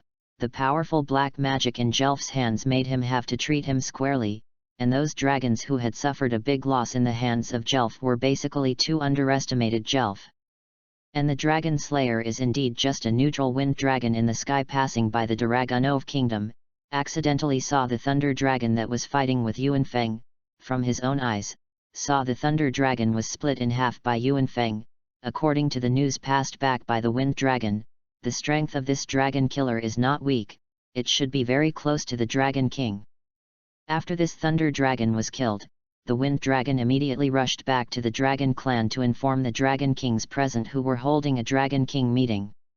Now the human race even named the human in the Dragunov kingdom the Dragon Killer, and the ants actually dare to hunt the dragon high above. Is this the attitude that the human race should have? This is a sin in itself. The Ice Dragon King didn't want to give the Fire Dragon King any chance to protect the human race, so he directly put all the charges on the line, and wanted to release the war at all costs.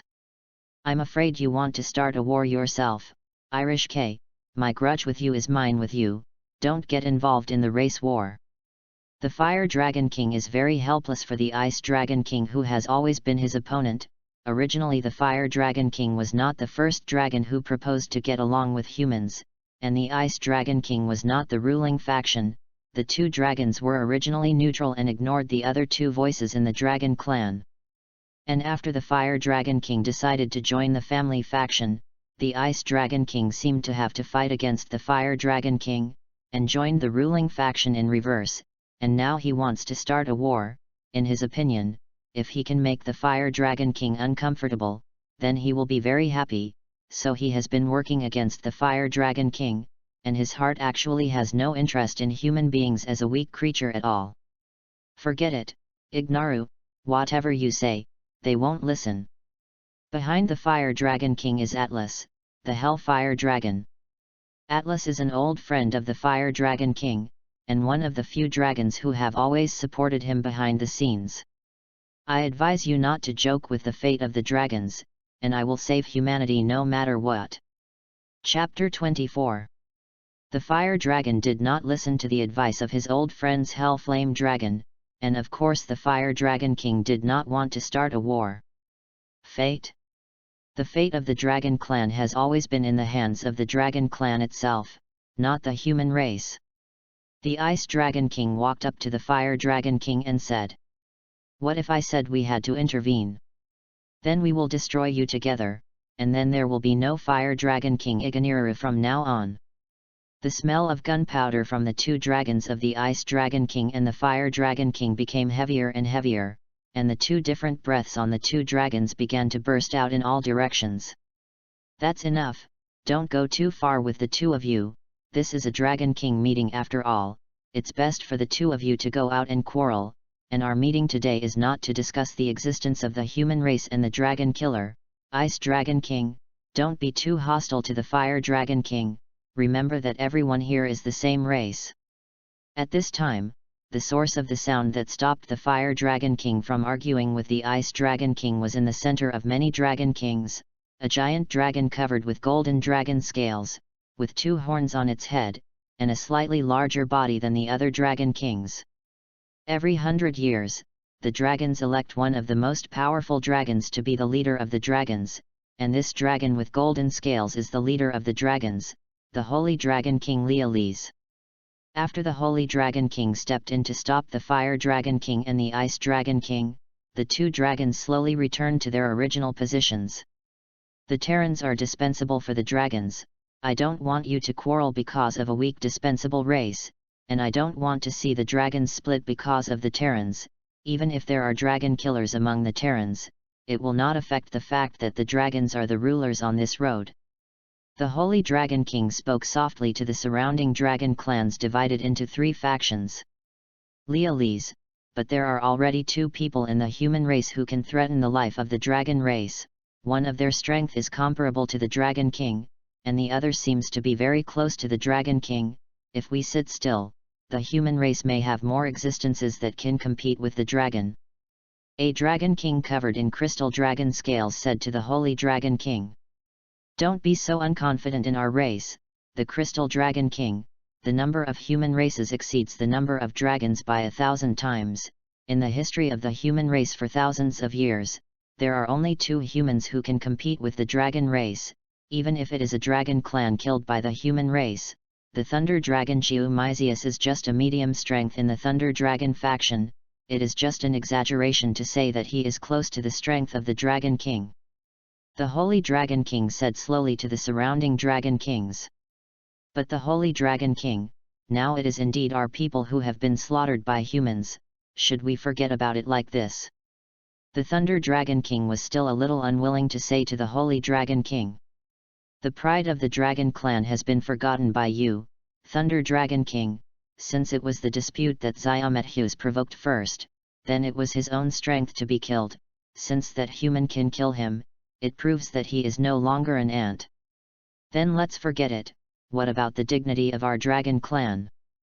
The Ice Dragon King also refused to give up and retorted to the Holy Dragon King. "Don't talk about this matter anymore, let's put it aside for a while. If we must discuss a result today, then it will inevitably cause a split in the dragon clan. I don't want a split when I lead the dragon clan. If there is nothing to do today, let's go back separately." After the Holy Dragon King finished speaking, he took the lead and flew away with the other black dragon, and the other dragons also flew away one after another, leaving only some of the dragons who advocated starting a war at the meeting remained in place. "Humph, Lealese, this bastard, is clearly relying on himself to be the leader of this year's dragon clan to favor the Fire Dragon King," the Ice Dragon King said angrily to the dragons around him. "It wasn't the dragon of his clan who was killed, he did say it so easily. Damn it, I really can't bear the killing of my clansmen. I must go to the Dragonov kingdom and destroy that human race and the entire human kingdom." As soon as the Thunder Dragon King finished speaking, he was about to get up and fly into the distance. "Don't be so impulsive, Lealese has only about 3 years left in his term, and when his term expires, we can still wage war against humanity." The Crystal Dragon King stopped the Thunder Dragon King, who was furious and was about to leave. "Humph, we'll see how Lealese stops us. The dragons will choose a leader to lead the dragon clan among the dragon kings every 100 years, and the dragons who have been elected leaders cannot be elected consecutively, and the dragons who advocate waging war and captivity humans account for the majority of all dragons, so in the long lifespan of their dragons, 3 years is very short. Then it's better to give the Fire Dragon King and these lowly humans 3 years to survive." After that, the Ice Dragon King had already flown out of the valley with his dragon wings, and the other dragons had also flown away in different directions. "Lealese, thank you." The Fire Dragon King caught up with the Holy Dragon King who flew away first, and thanked him and said, "If there is no Holy Dragon King, I am afraid that the war faction will not compromise so easily today. If you want to thank the Sky Dragon, tell her that I don't owe her anything, and I just don't want the Dragon clan to split during my tenure. My term will expire soon. Dragonairu, you still have to think about how to stop the war faction from starting a war in 3 years." The Fire Dragon King looked at the Holy Dragon King who slowly disappeared into the sky, and began to ponder.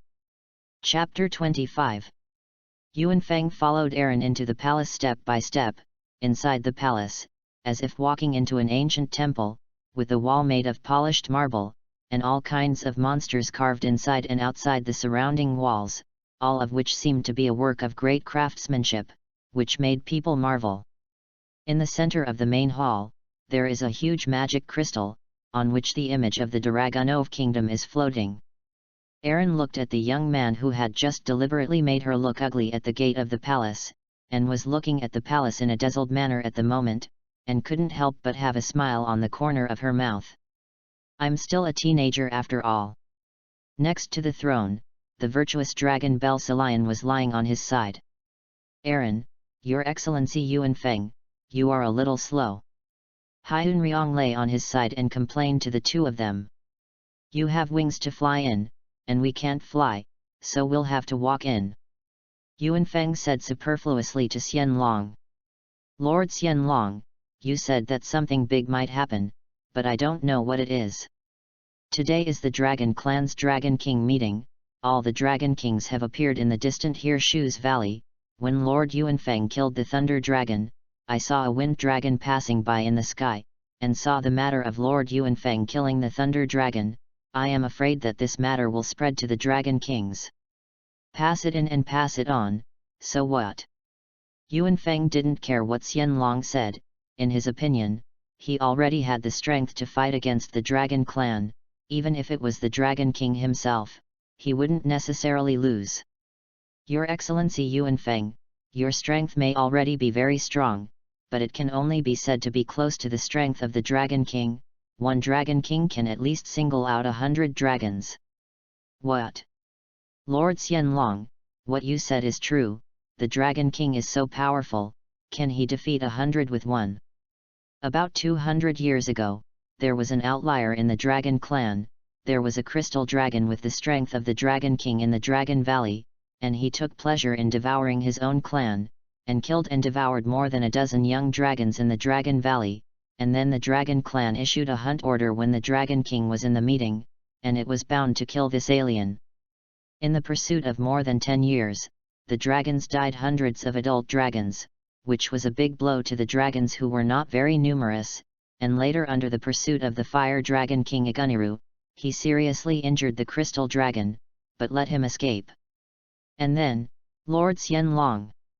Then in the process of the Crystal Dragon's escape, he encountered a small group of poisonous dragons who were moving away, and as a result, the two sides fought in a forest, and that group is said to have more than 100 adult poisonous dragons. But when the Ice Dragon King, the Flame Dragon King and the Wind Dragon King arrived at the battlefield, most of the 100 poisonous dragons had been killed and injured, and the rest were also injured, large and small. You must know that the overall strength of the poisonous dragon clan is also considered to be above average among the dragon clan. If it weren't for the other 3 dragon kings who came one after another and killed the Crystal Dragon King, I think these 100 poisonous dragons would all die. The strength of the Dragon King is so strong, it's interesting.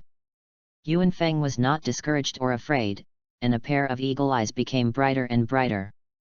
Aaron, our original plan has to be implemented ahead of schedule. Plan. It was Lord Xian Long who suggested to me that he teach the soldiers with high magical talent in the kingdom and the people of the Dragon Clan to form a Dragon Slayer Magic Guide Legion, because only dragon magic can hurt the Dragon Clan, and ordinary magic cannot even break the Dragon Clan's magic defenses. Yuan Feng carefully felt the aura on Aaron's body, and there was an aura very similar to Xian Long, and he couldn't help but secretly say in his heart, it seems that Aaron has already started to learn Xi dragon slaying magic, and they probably don't know that this magic will gradually turn into a dragon, so I'm going to tell Aaron about this, so that he can avoid the tragedy in the Demon Tail world. Before Yuan Feng could think about whether to say or not, Aaron's conversation with Xian Long interrupted Yuan Feng's thoughts. Your Excellency Yuan Feng, we want to ask you to be the leader of the Dragon Slayer Demon Guide Legion, and it is most appropriate for us to lead it. After all, you are the first existence in the whole continent that can kill the dragon alone.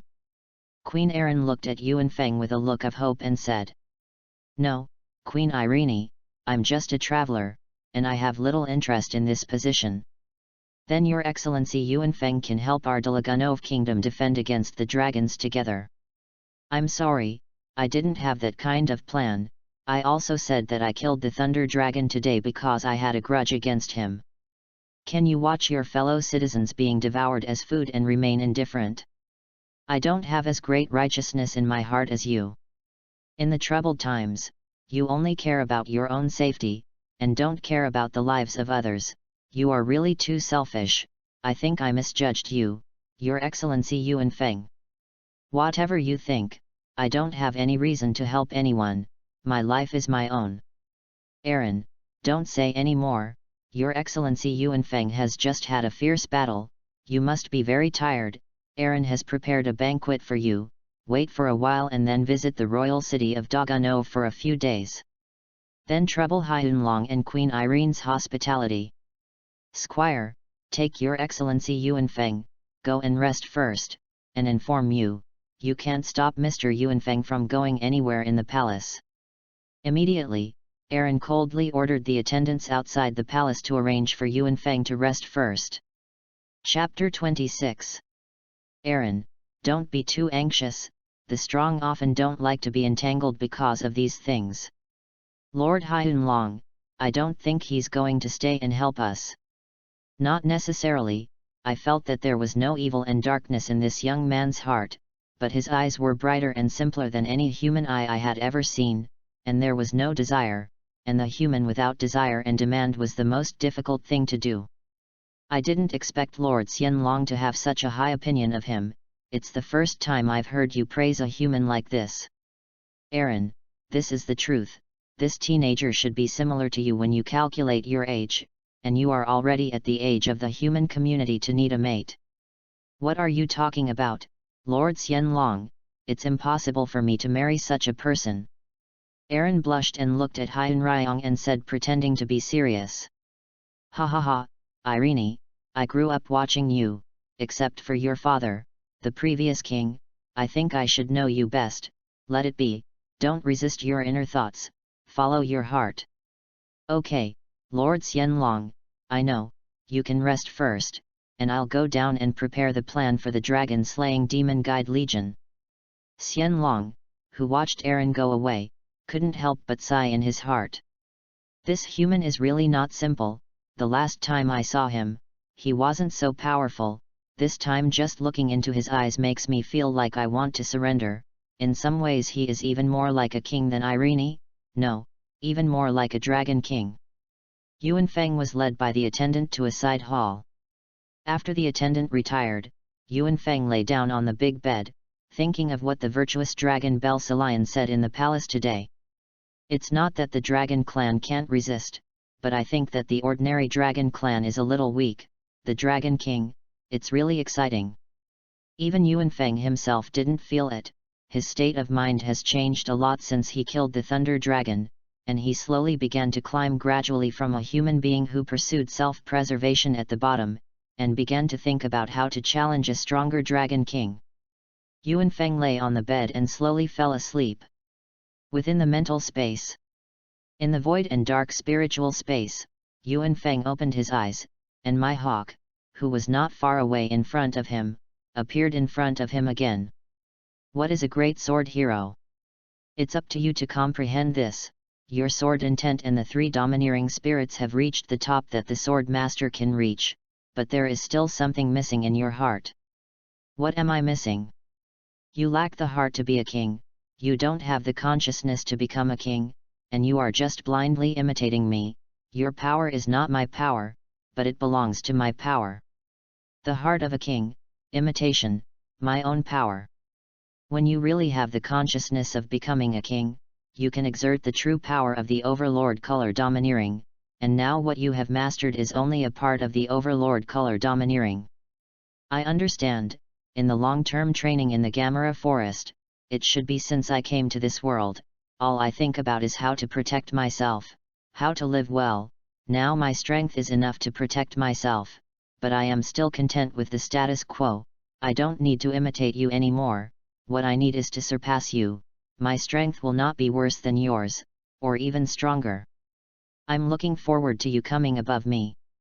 In the mental space, after Yuanfeng and my hawk finished talking, in the real world. With Yuanfeng as the center, a terrifying airflow erupted and spread to the surroundings. With the entire side hall as the center, the entire palace seemed to have an earthquake, the ground shook, the sky seemed to be cut by a sword, and all the clouds poured into the cut layer. What happened? Why did there suddenly happen? Aaron stumbled out of a palace on the side, and what caught her eye was Yuanfeng's side hall. in which Erin looked at the sky and the palace around her in surprise. On the other hand, the side hall where Yuan Feng was resting did not change in any way, but from the white cyclone and dust emitted from the side hall, Erin can be sure that because of this side hall, these unexplained phenomena will occur now. Slowly, the shaking of the surrounding ground had slowly stopped, and at the same time, the huge crack in the sky had slowly begun to return to its original state, and the guards and maids of the entire palace were all sighing in surprise at what had just happened. What happened to Erin? I felt that His Excellency Yuan Feng's aura had changed a lot. Lord Xianlong, I don't know what happened, but I think these movements were all caused by Yuan Feng. If I remember correctly, I asked the guards to arrange him to rest in this side hall. We have to go in to find Yuan Feng. There's no need, I feel his breath changing, but it's not dangerous. Ding! Congratulations to the host for understanding the meaning of the Great Sword Hero. Gain 10% of XP. Ding! Joricole My Hawk unlocks 76%. Current level, Great Sword Hero. Ding! Congratulations to the host's armed color domineering that has reached the third order black and blue dot. Ding! Congratulations to the host for reaching the third order brief foresight of the future dot. Ding! Congratulations to the host overlord for reaching the third order. Ding! Congratulations to the host, Hawkeye is 80% on. Chapter 27. Finally reached the Great Sword Master. Every time when I advanced, how can there always be so many black viscous substances on my body? This time there are relatively few, but why is this smell so big? There is a bath next to it and clean clothes sent by the guards, so I'll wash it. After that, Yuan Feng took off his clothes, entered the bath on the left side of the room, and began to scrub the black viscous substance on his body. On the other hand, Erin, who was outside the side hall, was indeed anxious, for fear of what would happen to Yuan Feng in the side hall. No, Lord Xianlong, I'd better go in and take a look, I always feel that something is wrong. Erin, be careful, and if there's a problem, come out right away. I know, Lord Xianlong. Then Erin came to the door of the side hall alone, pushed open the door and walked in slowly, shouting Yuan Feng's name softly while walking. Erin saw that no one answered and slowly walked to the depths of the side hall, and suddenly came into view of a straight figure, the golden ratio of the muscle lines of the whole body, and the whole body faintly exuded a king breath that made people irresistible and wanted to surrender. Ah! H! Erin covered her eyes and ran out the door screaming. What's wrong with Irene? What's going on?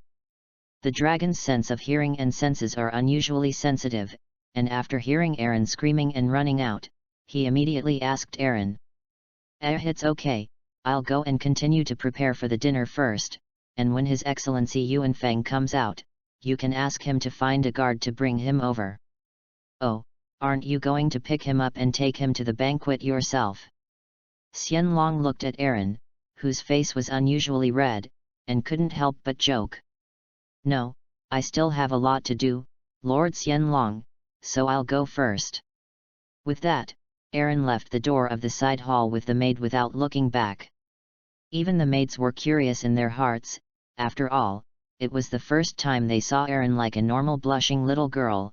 Erin had rarely smiled since she took over as queen of the kingdom, and her daily expression was sad, because she was afraid that she was a daughter and could not convince the public and could not suppress the many ministers below, so she had been maintaining a lofty posture that was barely holding on. Not long after Erin left, Yuan Feng walked out of the side hall, wearing a set of black court clothes, and the whole person looked extremely noble, as if he was the king of a country. Your Excellency Yuan Feng, your aura is a little different. Well, there was just a little breakthrough. In my opinion, it shouldn't be that little breakthrough. The previous Lord Yuan Feng looked domineering and exposed. Just looking at your eyes made me feel a little palpitations, but now at this moment, looking at your eyes, including the overall aura, actually made me have a desire to surrender. I'm sorry if it bothers you, I'm just getting to grips with this power, and I'm not very proficient yet. Your Excellency Yuan Feng said with a smile, in my opinion, this power is like you are born with it. Some people will be born with the qualification of a king, but it is extremely difficult to develop it. Belserian, how do you say I compare to the Dragon King's strength now? This question, Your Excellency Yuanfeng already has an answer in your heart. Why do you need to ask me? The kingdom has His Excellency Yuanfeng in charge these days, and I am also very relieved. I need to go to the Fire Dragon King. Aaron has already asked Your Excellency Yuanfeng in the past few days. I haven't promised you yet, don't make a claim. Yuanfeng looked at Xianlong, who was flapping his dragon wings and preparing to leave, and said, I don't think it's possible for a king to be one out of all to watch a weak fellow being bullied. After saying that, Xianlong Belselian didn't give Yuanfeng any chance to reply, and immediately flapped the dragon's wings and flew away. Cunning old lizard. After saying that, Yuanfeng found a guard and asked him to take him to find Aaron and prepare for the next banquet. In an open-air palace not far away, Aaron was holding a wine glass, talking to the ministers around her, her long crimson hair, with a crimson evening dress, and the bright magic jewelry on her chest, which could not hide Aaron's beauty and figure. Yuanfeng looked at it from a distance, and his eyes also showed a hint of amazement. But immediately an uninvited guest appeared in front of Aaron, and the next conversation also made Yuanfeng's heart very uncomfortable. Your Highness Irene, may I ask you what I mentioned to you last time? How did you think about it? General Lore, this matter is still allowed for me to think about it for a moment. Your Highness Aaron, you should know what I want from you. If we marry, our kingdom of Lord Aaron will definitely do everything in our power to help you resist the dragons. I don't need the assistance of your Lord Aaron kingdom. I haven't paid attention to the dragon clan yet, and the Dragunov kingdom will be guarded by me. Before Aaron could answer, Yuanfeng had already walked up to the general of the Lord Aaron kingdom in front of him, who was also the person in charge of the Lord Aaron kingdom in essence, and Lore spoke. Aaron looked at Yuanfeng, and the scene just now appeared in her mind again, and her face became extremely red again in an instant. Humph, here you have to speak, who are you so ashamed? General Lore naturally saw Aaron's shy appearance and said angrily to Yuanfeng. I'm Aaron's man. Chapter 28. Humph, boy, there must be a limit to nonsense, and trouble comes out of the mouth. Yuanfeng didn't pay attention to General Lore, and walked straight to Aaron, who was already flushed, and took Aaron's hand in front of everyone at the banquet and said, Didn't Xianlong ask you to bring me to the banquet? Why didn't you wait for me at the door? Your Excellency Yuanfeng is not washing. Busy. So I came first. Aaron lowered her head, thinking of the scene she had just seen in the side hall, lowered her head, and whispered to Yuanfeng. Boy, let go of your hand. You know who I am. I'm Lore, the great general of the kingdom of Lord Aaron. After General Lore said viciously to Yuanfeng. Yuanfeng turned his head and looked at the ruler of the Lord Aaron kingdom indifferently. You're dumb, you'd better apologize to me right away, or I'll do it myself. Chop up. Before General Lore finished speaking, he suddenly felt that the surrounding air and space seemed to be solidified, and instantly made him suffocate and kneel on the ground, and then a cyclone erupted from Yuanfeng's periphery, spreading around Yuanfeng. Everyone present at the banquet felt the momentum emanating from Yuanfeng's body, the whole brain was blank, and it felt like the whole body had fallen into an ice cellar. It was obviously a hot summer, which really made their whole body cold, and in an instant, everyone suddenly knelt on the ground uncontrollably, raised their heads and looked up at Yuanfeng in front of them like an emperor. I like it, this is my gift to you. The ministers of your kingdom are too unruly, and they have no concept of dignity and inferiority in their hearts. Aaron lowered her head, not wanting Yuanfeng to see her already red eyes, and held back her tears to prevent them from falling. In fact, since the death of the previous king of the Dragunov kingdom and the succession of Irene, no one in the kingdom has respected her as the queen of the Dragunov kingdom, except for the guards and maids. No one has knelt down and saluted her. If it were not for the virtuous dragon Belselian, I am afraid that some ministers and high-ranking officials in the country would have launched a coup d'état to overthrow her status as queen. Erin has always regarded the virtuous dragon Belzelian as a dependence, and even she knows that with her own efforts, she simply cannot protect her father's efforts for many years. If she does not rely on the virtuous dragon Belzelian, she is afraid that she will have already been killed by the coup d'état launched by these ministers who are respectful to her on the surface and ambitious in their hearts, let alone keep the kingdom of Delaganov, and even her own survival is very problematic. Belzelian is known as the virtuous dragon. Its wisdom and foresight are much smarter than humans and many dragons. Since the death of the previous king, he has already known Erin's situation. In his opinion, let a teenager take over the king's position. It may be very cruel, but in order to save Erin can survive, there is no way. But Belzelian understands that his existence can only temporarily deter the young people in the kingdom, and if one day he dies while helping the Daraganov kingdom fight against the dragons, then Erin will also not be able to protect himself, so the virtuous dragon Belzelian will mention his marriage to Erin when he finds Yuan Feng. Lord Xianlong, you didn't say those words to me until you got to this point, but this feeling of being protected doesn't seem to be bad.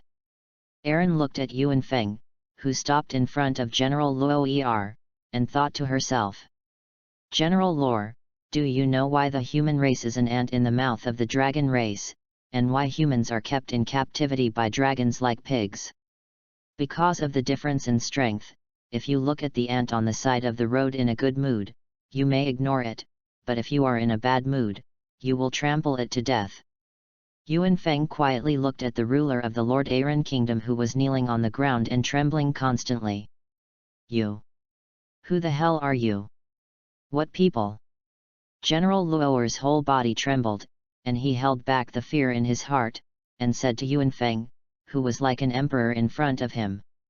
The people present knelt down because of Yuan Feng's domineering overlord color, and they also had the same doubts. How could such a terrifying figure suddenly appear in the Delaganov kingdom? But it was understandable that they didn't know, after all, as ministers of the kingdom and nobles. They had already enjoyed glory and wealth for a long time. Every time the dragon came to harass the kingdom of Delaganov, they still hid in their mansion. They all knew that there were special city guards and dragon slayer mage troops, as well as the help of the virtuous dragon Belzelian, so they felt that there was no danger, and they never went to the city wall when the dragon appeared. So of course, I didn't know that there was a human hero dragon slayer who was able to defeat dragons in the kingdom of Daraganov today. You don't know. You can call me Yuan Feng, or you can call me the Dragon Slayer. What? Dragon slaying? Dragon Slayer, how is that possible? At this moment, not only General Luo'er's mind was blank, but the other noble ministers of the kingdom present were also full of blank minds. Some of them may have heard of today's events, but they definitely didn't care. In their hearts, human beings can fight against dragons. It is definitely just a joke. It is completely impossible. Chapter 29. But the scene in front of them also couldn't make them believe that the young man in front of him could make them tremble and kneel down with just one look. Perhaps, he really slew the dragon. The nobles of the kingdom who were kneeling on the ground thought in unison. That's why I said, you're an ant. Originally, if you hadn't provoked me, I wouldn't have been a little unhappy, and I wouldn't have the scene I have now. Yuan Feng didn't wait for this person who was like an ant in his eyes to answer, slowly pulled out the black knife, and with a wave of his hand, he cut off Luo'er's head, until he was beheaded. His eyes were still full of surprise and disbelief, although he knew that he couldn't compete with Yuan Feng at all, but he also believed that Yuan Feng would not kill him. Are you crazy? How can you really kill him? If you kill him, the Lord Aaron kingdom may take this opportunity to start a war with the Daraganov kingdom. What if we start a war? If we want to resist the Lord Aaron kingdom on the one hand, and the dragons on the other, we can't do it at all. Aaron grabbed Yuan Feng's hand holding the knife and said loudly, I will help you protect the kingdom of Daraganov. After Yuan Feng calmly said this to Aaron, the tears that had accumulated in Aaron's eyes for a long time finally flowed.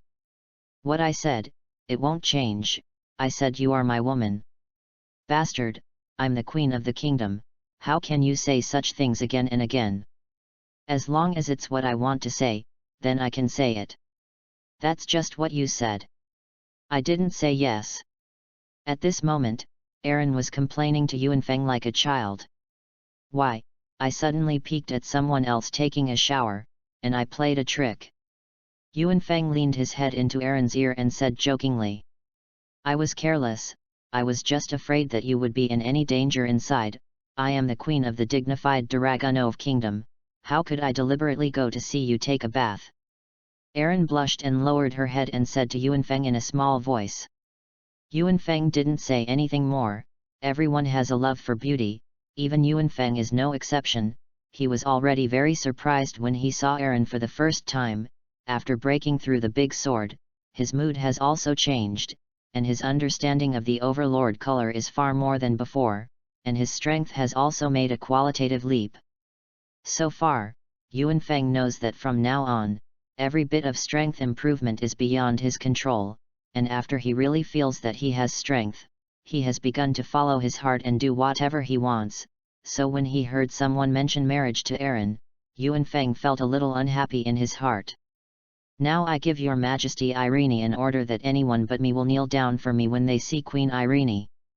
After Yuanfeng finished speaking, he also lifted the domineering spirit of the overlord, but everyone present still couldn't get up, or didn't dare to get up at all. Even the generals of the Lord Aaron kingdom were vulnerable in front of this person. They were afraid that they would suffer the same experience, and the long-term comfortable life made them more and more afraid of death, and cherished their lives more and more, even if they didn't care about their dignity. Aaron seemed to understand the reason why everyone didn't get up, and looked at Yuanfeng. After feeling Aaron's gaze, Yuanfeng said to the nobles around him. All right, let's all get up, and then find someone to clean up the bloodstains of the corpses on the ground, and continue the feast. The people around stood up tremblingly as if they were about to be amnesty, and no one dared to look directly at Yuanfeng in front of them. Your Majesty, may I ask the dragon outside the city today, is it? That's right, Hans Walker, the dragon who came to harass the kingdom today was killed by the one in front of him. Aaron said slowly to a minister in front of her. It turns out that the legend in the city today that the person who slew the dragon actually exists. I thought it was just a rumor. I can't imagine anyone who can stand up to the dragon. It seems that in the future, the kingdom of Dragunov will really be the last pure land of mankind. After learning that Yuanfeng in front of him had really killed the dragon clan, the surrounding nobles also began to discuss wildly. Your Highness the Dragon Slayer, may I ask if what you just said about protecting the kingdom of Dragunov is true? A fat ball-like rich nobleman with a whole body of jewels asked Yuanfeng. This nobleman's question was also the doubt in the hearts of everyone present. After the fat nobleman asked, all the eyes of everyone present looked at Yuanfeng and Aaron present. Of course, for the sake of Irene, I will definitely protect the kingdom of Dragunov. After Yuanfeng finished speaking, everyone around him showed a happy smile, which meant that they no longer had to worry about the harassment of the dragon clan day and night. Aaron, are you satisfied with my answer? Thank you, Your Excellency Yuanfeng. Yuanfeng didn't answer Aaron, just quietly smiled at Aaron in front of him, and slowly stretched out his hand to gently help Aaron wipe the tears on her face. After an episode after Yuanfeng's appearance, the banquet also started again. Yuanfeng sat on the main seat next to Aaron, watched the song and dance performance in front of him, ate the food baked by the special person in front of him, and began to taste the palace wine in front of Aaron. Chapter 30. Yuanfeng woke up and rubbed his head, and found himself lying on a luxurious big bed, lifting the quilt, intending to put on his clothes, but found a small red mark on the sheets, and slowly began to recall the events of last night. The increase in physical strength doesn't seem to have made me drink more. After Yuanfeng finished speaking, he got up and put on his clothes, washed up briefly, put on the black knife on his back, pushed open the door and walked out, and the maids and guards he met along the way saw Yuanfeng, and they all knelt down, and did not dare to get up until Yuanfeng walked away. "Where is your Majesty Aaron?" Yuanfeng asked the guard kneeling in front of him. "Your Highness, Her Majesty the Queen, in the magic hall on the right side of the palace, together with Lord Xianlong, is teaching the magic of slaying dragons." "Dragon Slayer magic, get up and take me to the magic hall." "Yes, Your Highness." Immediately, the guards got up and led Yuanfeng to the magic hall. After a while, Yuanfeng came to the magic hall, looked at the magic palace made of grey stone walls in front of him, slowly walked in, saw Aaron and Xianlong and walked towards them.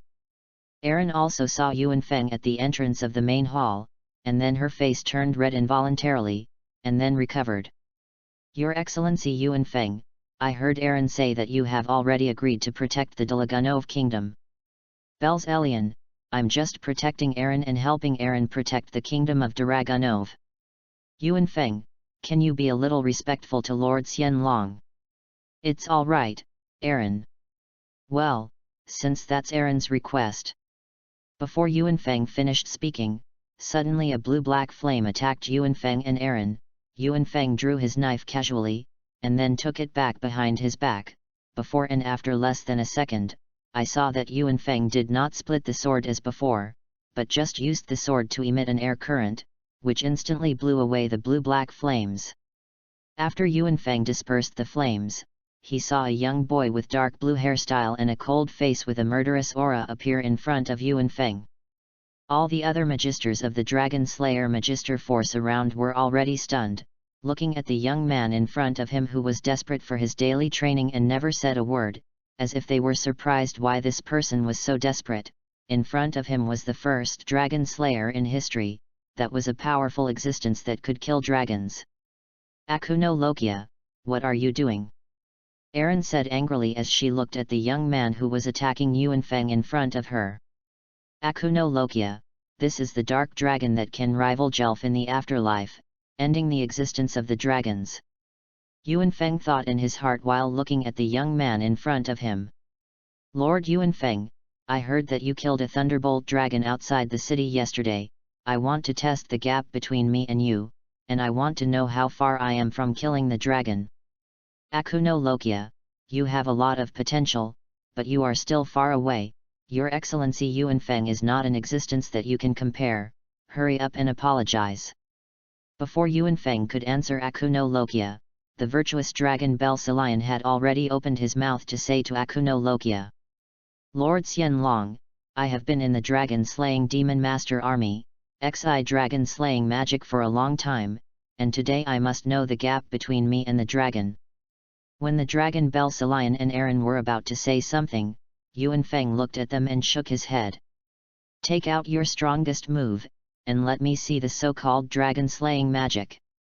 Yuanfeng looked at Akuno Lokia in front of him and said, "The dragon's claw of the black flame dragon."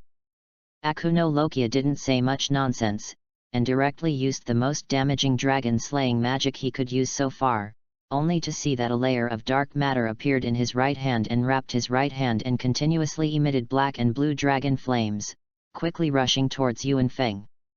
Yuanfeng looked at Akuno Lokia, who was rushing towards him quickly in front of him, and did not pull out the black knife, but spread the armed domineering all over his right hand, and also punched him. Akuno Lokia and Yuanfeng's fists finally collided together, and in just an instant, Akuno Lokia was knocked away by Yuanfeng like a cannonball, directly into the thick marble wall, constantly spitting blood, and immediately fainted. "Aaron, get him a doctor, don't let him die." Yuanfeng did not pull out the black knife. If he pulled out the black knife, Akuno Lokia would definitely die. Maybe as long as Yuanfeng thought, just one punch could completely kill this black dragon Akuno Lokia who made all the guilds in the Goblin's Tale in the future life, including the country's fear. But Yuanfeng didn't do this. He was looking forward to it, looking forward to fighting with the strongest dragon slayer magician who grew up, and also the strongest black dragon Akuno Lokia.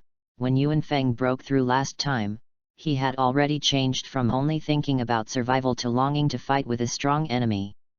Yuanfeng is looking forward to it when he completes the 100% Great Sword Hero unlock with the Black Dragon Akuno Lokia, as well as Jelf for a long time. Yuan Feng, don't mind, this child was brought back from the ruins of a small town.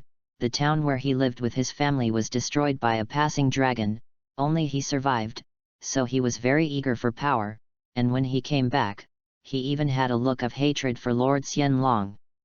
I didn't mind, I thought it was funny. The other members of the Magister force in the main hall looked at Akuno Lokia, who was carried away in front of them, and couldn't help but have even more longing for Yuan Feng. After all, the person who had just been carried away was the strongest among them in the same period, and he was seriously injured with a simple punch. Chapter 31. Your Excellency Yuan Feng, there is a question I have always wanted to ask you, why you don't have any magic aura on your body? In this world, both humans and dragons believe that magic is the strongest power in this world, and when the virtuous dragon Belsalion watched Yuan Feng show his superhuman strength again and again, he finally couldn't help but ask Yuan Feng. Erin also looked like a curious baby, looking at Yuan Feng. She also wanted to know the secret of Yuan Feng's strength. I don't know any magic, so I'm not technically a magician. What? Yuan Feng, you don't know magic? Are you kidding? How can you kill a dead dragon without magic? Erin, I'm really not kidding, my strength doesn't come from magic. Your Excellency Yuan Feng, is it the black magic weapon behind your back? Belsalion, this black knife on my back is not a magic weapon. Yuan Feng shook his head and replied to the virtuous dragon Belsalion. Lord Xianlong, I have touched the black knife on Yuan Feng's back, and it is really not a magic weapon. Could it be? Your Excellency Yuan Feng, you are using. That's right, I only use the power of the flesh, and the black knife is my weapon, because I don't know magic, so you can call me the great sword hero. It's incredible that humans can compete with dragons just by relying on their physical bodies.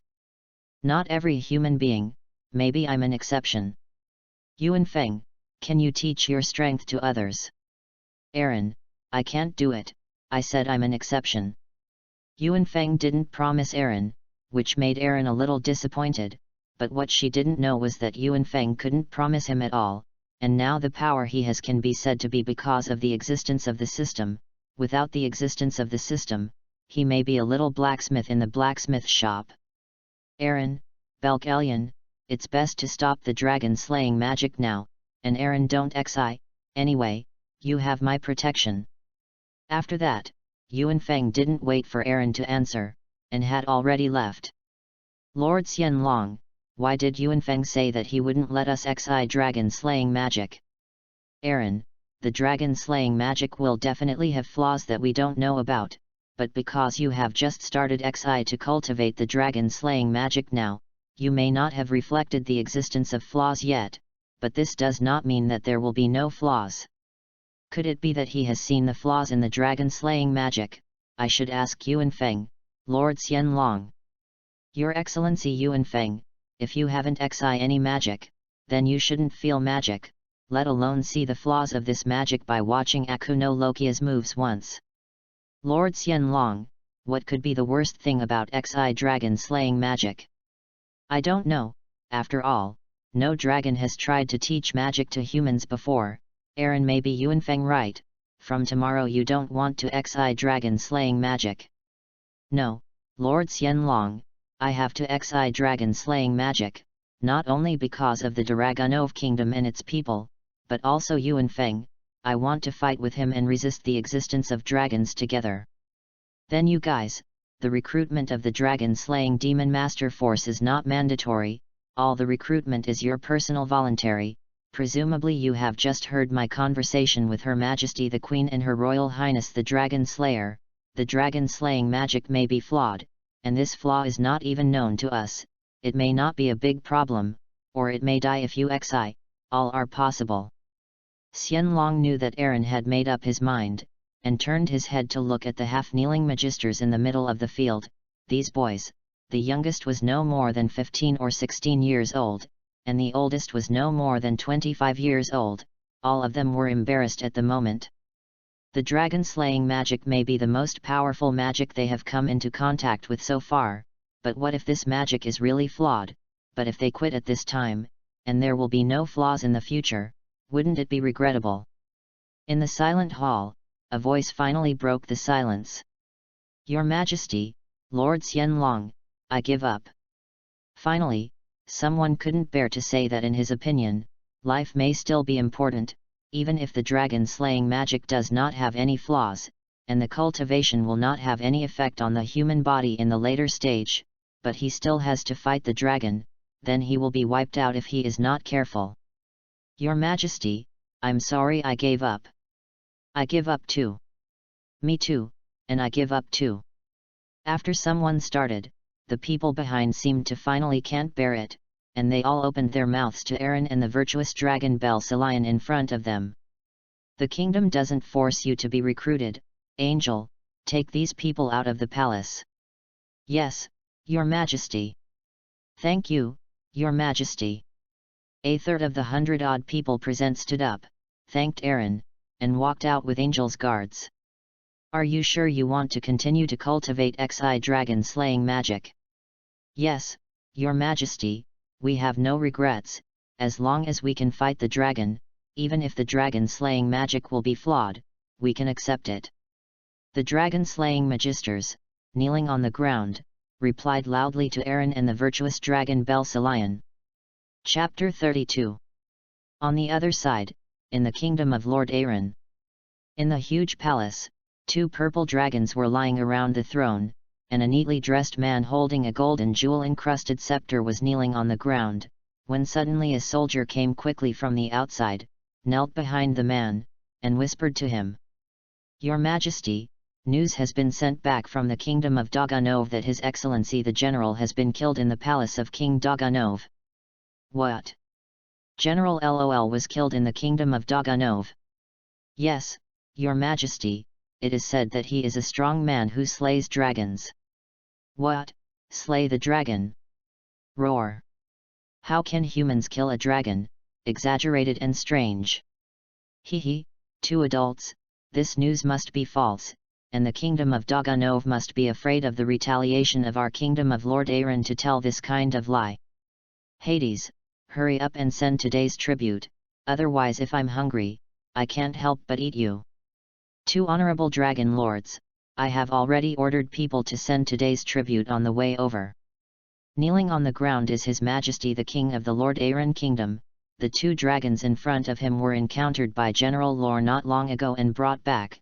In order to save his life, General Lore has promised the 2 poisonous dragons in front of him, the entire Lord Aaron Kingdom as a tribute to them, and give them 10 adult humans as food every day.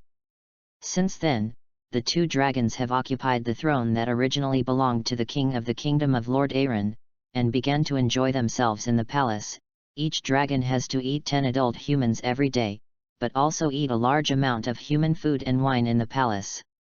Hades, you just said that Lore was killed in the kingdom of Daganov, right? Yes, Lord Poison Dragon. O kingdom of Daganov, isn't that the chassis of the dragon, Brother Angeli? The poisonous dragon on the right spoke to the poisonous dragon next to his mouth. Angus, you said we should go and find trouble with the dragon. Brother Angeli, I've long seen that Xianlong is not pleasing to the eye, or let's do something good and clean up this dragon scum.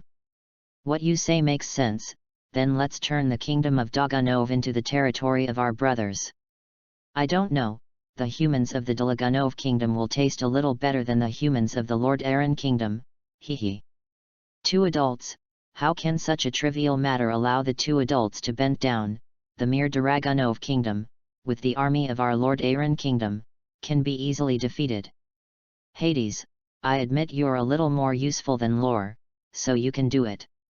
The poisonous dragon angel stretched out his dragon claws, grabbed the soldier who had just come to report the news on his knees, threw it into his mouth, began to chew, and said to King Hades with his slowly bleeding dragon's mouth.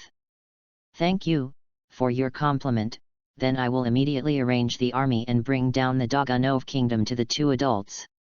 Hades, the king of the kingdom of Lord Aaron, crawled out of the main hall with a pale face after speaking. The courage of the Terrans is too small.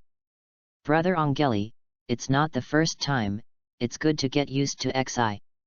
The two poisonous dragons looked at His Majesty the King, who ran out of the palace in embarrassment, and said with a smile, "Immediately let General Berzis gather all the forces in the kingdom within 3 days and go towards the kingdom of Daganov, so that he must attack the kingdom of Daganov in the shortest possible time." "Yes, Your Majesty." After Hades finished ordering the guards beside him, he immediately walked quickly to the palace where he lived, and his long-term high position did not make him develop the royal nobility he deserved, but he cherished his life more and was more greedy for life and afraid of death. Why did His Majesty suddenly send troops to attack the kingdom of Daganov? The subordinates don't know, but I heard that General Lower, who went to negotiate a marriage with the queen of the kingdom of Daganov, was killed in the palace. It shouldn't be that simple. General Lower has always been a threat to His Majesty's throne, and some time ago he brought 2 dragons back to the palace, and His Majesty's rights have been completely hollowed out. General, you mean this might just be an excuse? Yes, if those 2 poisonous dragons did not come to the palace, if General Lower died, the king would definitely not help him avenge him, but should be very happy. It seems that there is something we don't know. You go down and inform the major officers to gather all the troops within 3 days, and gather outside the city of King Lord Aaron. Obey the general. General Berthas's cronies quickly ran out of the door after receiving Belthas's order. 3 days later, in the main hall of the royal palace of the Daganov kingdom, Her Majesty, Lord Yuanfeng, has spotted a large number of troops on the border of the kingdom of Lord Aaron heading towards the kingdom of Daganov. An attendant hurried to the main hall and reported to Yuanfeng and Aaron, who were eating. "What? Did you really send troops for Lore?" "No, I have to hurry up and find Lord Xianlong." Aaron got up and was about to walk to the palace where the dragon Bells Elian was resting, when suddenly a hand grabbed Aaron, who was about to leave. "Aaron, don't be in such a hurry, you're the queen, you haven't finished lunch yet, go to Bells Elian when you're done. And you can go down." Chapter 33. Aaron looked anxiously at Yuanfeng, who was enjoying lunch slowly, and was so angry that she couldn't wait to stuff all the remaining barbecue bread into his mouth. "Don't you know what the situation is now?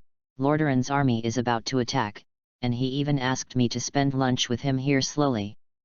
Aaron looked at Yuanfeng, who was eating with a mouth full of oil, and her heart exuded resentment towards him. "Okay, Aaron doesn't need to be in such a hurry, it's just the army of the Lord Aaron kingdom, and it's not a team of dragon kings attacking it. That's because you don't know, the kingdom of Daganov is the pure land of the continent on the surface, but the military strength alone is not so strong. We can be called the last pure land because there is a virtuous dragon Lord Bells Elian in the palace to protect the country and save the dragon clan from disaster, but Lord Xianlong does not pay attention to the battle between the human race." "Then what are you going to do with Bells Elian, to ask a dragon what to do?" "Yuanfeng, I said that you have to be respectful to Lord Xianlong. Lord Xianlong watched me grow up, and for me I am a father-like existence. If you do this again in the future, I will be angry." "Well, my Majesty, I apologize, so why go to Bells Elian?" Aaron stroked her forehead with her palm and sighed heavily. This person admits his mistakes perfunctorily every time, and then immediately makes mistakes, so that he has no way at all. Lord Xianlong's lineage is a very respected lineage among the dragon clan, just like the name. All the dragons in the Xianlong lineage are great wisdom, although the combat power is not so strong, but it is indeed the wisest existence. Every time I have any questions, I ask Lord Xianlong, and I think this matter may not be so simple. Aaron pulled Yuanfeng, who had finished eating, and explained to Yuanfeng as she walked. After walking for a while, they came to the side hall where the virtuous dragon Bells Elian was, and the two walked straight in. "Aaron, what's going on with Your Excellency Yuanfeng?" Yuanlong sensed the words of the two and asked slowly. "Lord Xianlong, there is news from the border. The army of the Lord Aaron kingdom is advancing in the direction of the Daganov kingdom. I am afraid that the comer is not good. It should be the pretext that General Lower, who planned to die in the Daganov palace a few days ago, is going to war. The general of the kingdom of Lord Aaron died in the palace. It's like this, Lord Xianlong. Aaron slowly explained to Haiyanlong why the generals of the neighboring countries had died in their own palaces. Aaron, at present, the only country in the entire continent should not be willing to take the initiative to start a war. After all, every country is always worried about the Dragon Clan, afraid of the Dragon Clan's sudden attack. This is true, and I remember that General Lore is a stain on the current ruler of the kingdom of Lord Aaron. The current King Hades has no rights in his hands, and most of the kingdom's forces have been controlled by General Lore. Therefore, according to normal logic, the current king of the Lord Aaron kingdom should be very happy when he receives the news of the death of General Lore, and should be eager to recover the army in the kingdom that he does not control, and the internal threat has not been completely resolved, so it is impossible to suddenly launch an army to start a war with the Delagunov kingdom. I think so too, Lord Haiyanlong. There are a lot of things that don't make sense in this matter. Could it be that the regime of the current King Hades has been overthrown? Aaron, there have been towns in the kingdom of Lord Aaron that have been harassed or destroyed by dragons recently. For the last 2 months, there has been no news that the towns or villages of the kingdom of Lord Aaron have been attacked by dragons. Is it really what I thought it would be? By the way, Lord Xianlong, about a week ago, the exchange officer in the Lord Aaron kingdom sent back a message that about 20 adults were missing every day in the Lord Aaron kingdom for more than a month. Aaron, I have a guess.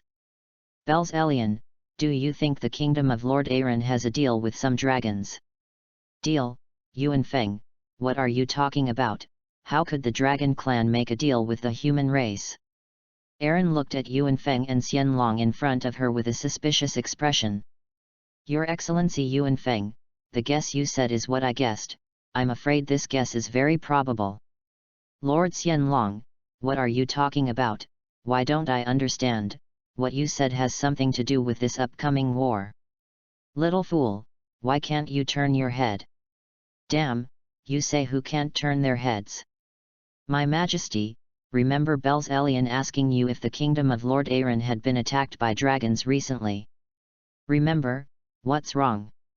The kingdom of Lord Aaron used to be attacked by dragons once or twice a month on average, but now it hasn't been harassed for 2 months. Why do you think it's true? Luck maybe. So how do you explain that 20 adult humans disappear every day, my queen fool? Isn't it? I think so. It's very likely that the dragon is just using humans as an object of play and food. Then, according to what you told Lord Xianlong, is it true that the kingdom of Lord Aaron is really making a deal with dragons? I think it's probably in captivity. Yuan Feng looked at Aaron in front of him and said in a deep voice. Chapter 34.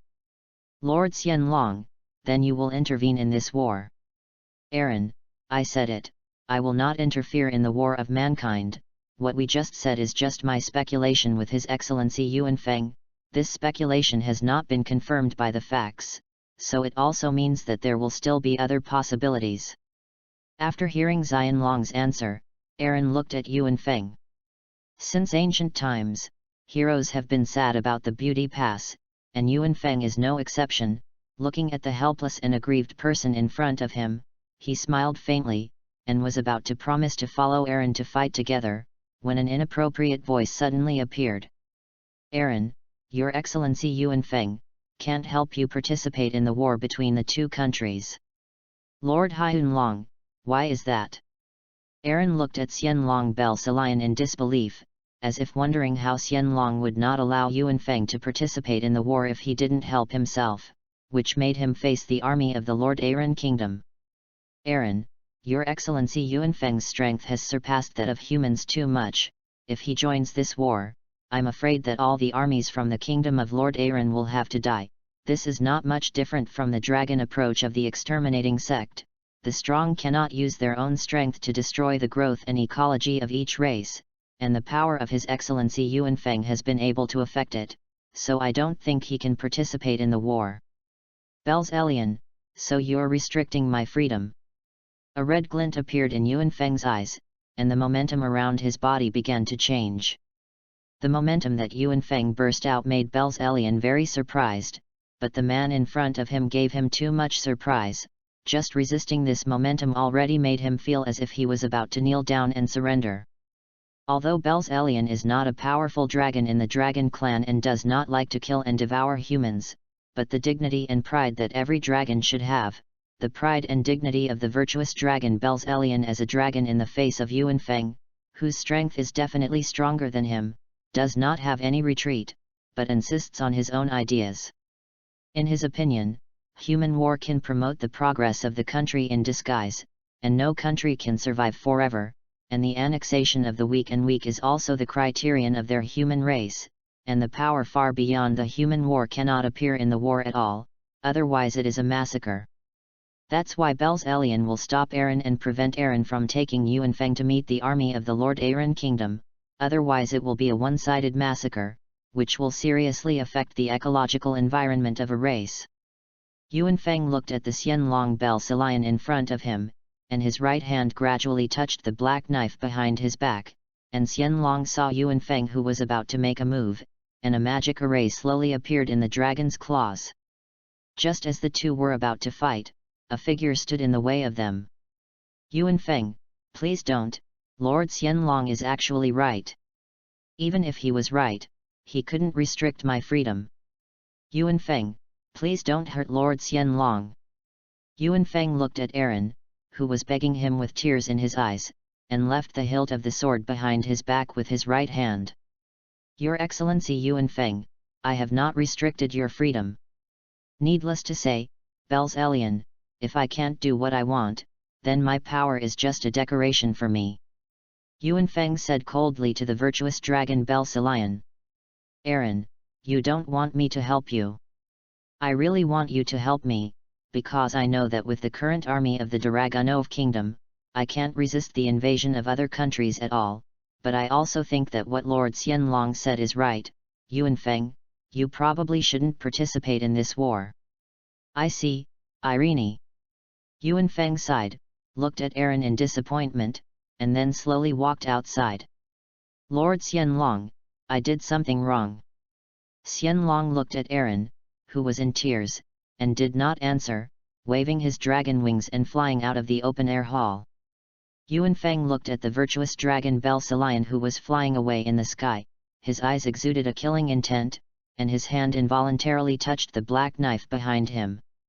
Suddenly, a voice from Aaron appeared in his head. Yuan Feng, Lord Xianlong has watched me grow up since I was a child, and he is like a father to me. Thinking about what Aaron said, he gradually dissipated the killing intent and regained his composure. He didn't want to do anything that made Aaron sad, and if Belzelian died, then Aaron would definitely be sad. Thinking of this, Yuan Feng left the palace with an indifferent expression. On the way out of the palace, he asked the guards about the location of the army of the kingdom of Lord Aaron. Although Aaron didn't want Yuan Feng to participate in the war between the two countries this time, Yuan Feng was like a child, and he had already fought with Xianlong Belzelian, and the more Xianlong didn't want Yuan Feng to do what he wanted to do, the more Yuan Feng had to do it, as if he was deliberately going against Belzelian. How do I feel like I'm eating Belzelian's vinegar, eating a dragon's vinegar? Even Yuan Feng felt a little ridiculous, and couldn't help but say to himself. Yuan Feng, don't go, really don't go. Aaron called Yuan Feng from behind, and after Yuan Feng left the hall for a while, Aaron rushed out and began to look for Yuan Feng's figure in the palace, when she panted and appeared in front of Yuan Feng. Chapter 35. Aaron, what Xianlong said may not be right, have you ever thought about this? Yuan Feng, I know what you think in your heart, and I know that you want to help me, but I don't want you to kill too many people. How can the war not be dead, if I don't participate? Then do you think about how many people will die in the kingdom of Dragonov, if the kingdom of Lord Aaron is really captive by the dragons, if there are dragons behind this war, then if you fail, what will happen to your people? But Hyunryu-sama said. That's enough, Aaron, you're the queen, you're the one in power, don't always listen to other people's opinions. As the ruler of the kingdom, the first thing to consider is whether your country is safe. Yuan Feng, can you help me? Aaron, rest assured that as many of my men in the Lord Aaron army come to die. Yuan Feng smiled at Aaron's evil charm, not knowing how to look at Yuan Feng in front of him. Aaron felt a little strange, but didn't say anything, but took Yuan Feng's hand. You can't kill so many people, after all, we are all of the same kind, promise me Yuan Feng, if you can, don't kill if you can, okay? Okay, I promise you. Yuan Feng looked at Aaron in front of him and agreed softly. Yuan Feng accompanied Aaron to the vicinity of the city wall, instructed the surrounding soldiers to make a series of deployments, and slowly walked back to the palace. After having dinner in the palace, the two returned to the palace together. The two stood side by side on the balcony, from the highest place in the Dolagunov palace, looking at the Dolagunov city in front of them. The whole kingdom is really beautiful when you look at it from here. Yes, this is my favorite place since I was a child, and whenever I am unhappy, I will come to this room where I was a child, and see the most beautiful kingdom of Dolagunov from the balcony. Aaron, you love this country. Well, I really like the country. Yuan Feng looked at Aaron with a happy face, and couldn't help but sigh secretly, thinking about the tragic experience of Aaron in the original anime, and couldn't help but secretly think in his heart. I'm not going to let the original story happen again, Irene. On the other side, the virtuous dragon Belsalion, although he said that he would not help Aaron fight against the Lord Aaron kingdom, but as a wise man of the dragon clan's virtuous dragon lineage, he always felt that there must be something in the Lord Aaron kingdom that they did not know, so he went to the sky above the Lord Aaron kingdom alone and began to feel the magic aura around him. The roar of the poisonous dragon. The dragon's roar. Just as the dragon Belsalion was about to feel the magical aura of the kingdom of Lord Aaron, a roar erupted from the ground. A purple pillar of light with poisonous gas flew from the ground towards the dragon, and the dragon immediately roared, and a magic array appeared from his mouth, and a cyan pillar of light poured out, colliding with the roar of the poisonous dragon. Angus, why did you attack me suddenly? Hehe, isn't this Belsalion? I don't know why the great dragon wise man came to me. You're here, Angus, if I'm not mistaken, this should be the kingdom of Lord Aaron, the kingdom of men. Yes, but it's mine now. The virtuous dragon Belsalion looked at the purple dragon in front of him with anger on his face. Angus, you're keeping humans in captivity. Why, as a noble dragon, I can't do this. It seems that the war against the kingdom of Dolagunov was also initiated by you, right? Yes, it's me, it's just a bunch of ants, why do you care so much? Roar. Belsalion didn't answer the poisonous dragon Angus, but leaned down and swooped down towards him, and the two dragons scuffled outside the city, and cyan and purple magical light appeared in the dark night. But at this moment another dragon hid its breath and quietly appeared behind the two dragons who were fighting and biting in close quarters.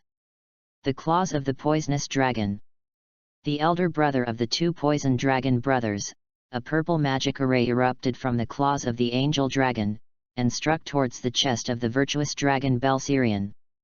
By the time the dragon Belsalion spotted Angel, it was too late, and Angeli's magic had already gathered and was heading for his chest. When the poisonous dragon's claws touched Xianlong's chest, they were directly inserted into Xianlong's chest without too much hindrance. Roar. Angli, you bastard! The dragon roared angrily at the other poisonous dragon that had attacked him in front of him. Dragon's horns of the poisonous dragon.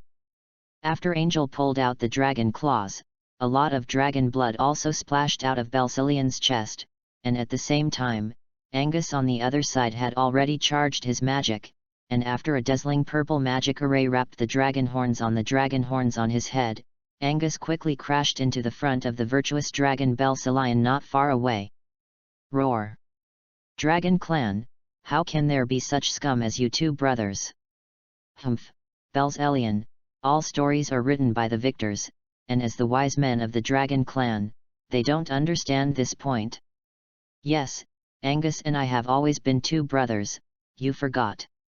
It's worthy of the flesh of our dragon clan, not only did it withstand our venom, but it didn't die even if it was so badly injured.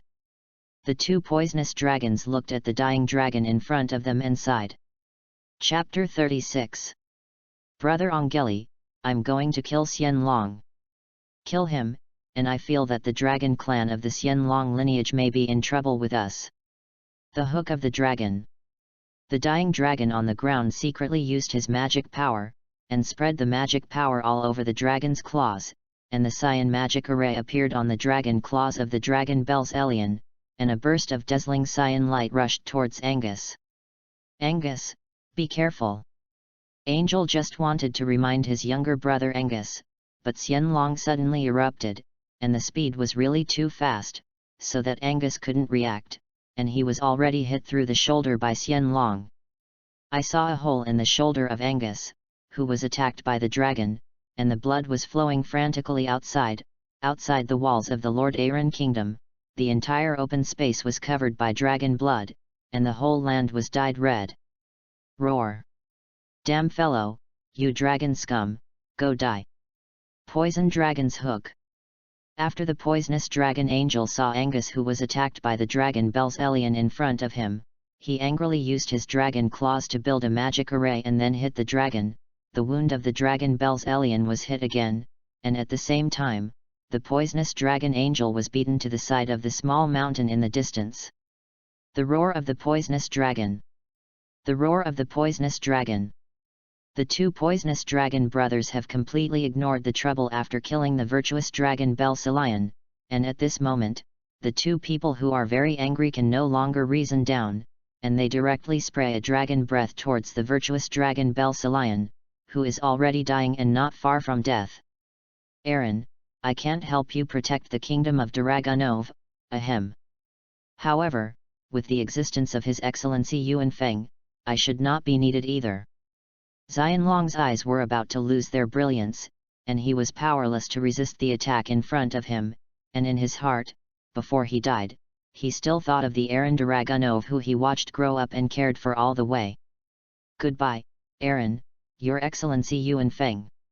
Inside the palace of King Dragonov. Aaron, it's almost time to rest, it's late. Yuan Feng had just finished speaking to Aaron when suddenly the pendant hanging around Aaron's neck shattered. How is that possible? How is this possible? Why is this happening? Yuan Feng looked at Aaron, who was out of shape in front of him, and wondered what was going on. Could this pendant be very important to him? Aren't Aaron just a pendant? What's wrong with you? Yuan Feng, this is not just a pendant, this is given to me by Lord Xianlong. What's the matter? Forget it if it's broken, why are you crying? Yuan Feng looked at Aaron in front of him who was crying because of the pendant, and was puzzled, but he still gently picked up a handkerchief to help Aaron slowly wipe the tears on her face. No, this pendant is not ordinary, once Lord Xianlong told me when he gave me this pendant, because he protected the kingdom of Dragonov, so he fought with many dragons, and secretly had a bad relationship with many dragons, so as long as Lord Xianlong left the kingdom and went to other places, he would occasionally be attacked by some dragons. So, if this pendant is broken, it will be proven. That's right, later Lord Xianlong gave me this pendant, and told me that if he was attacked by the dragon clan outside one day and died, then this pendant containing his magic power would be broken.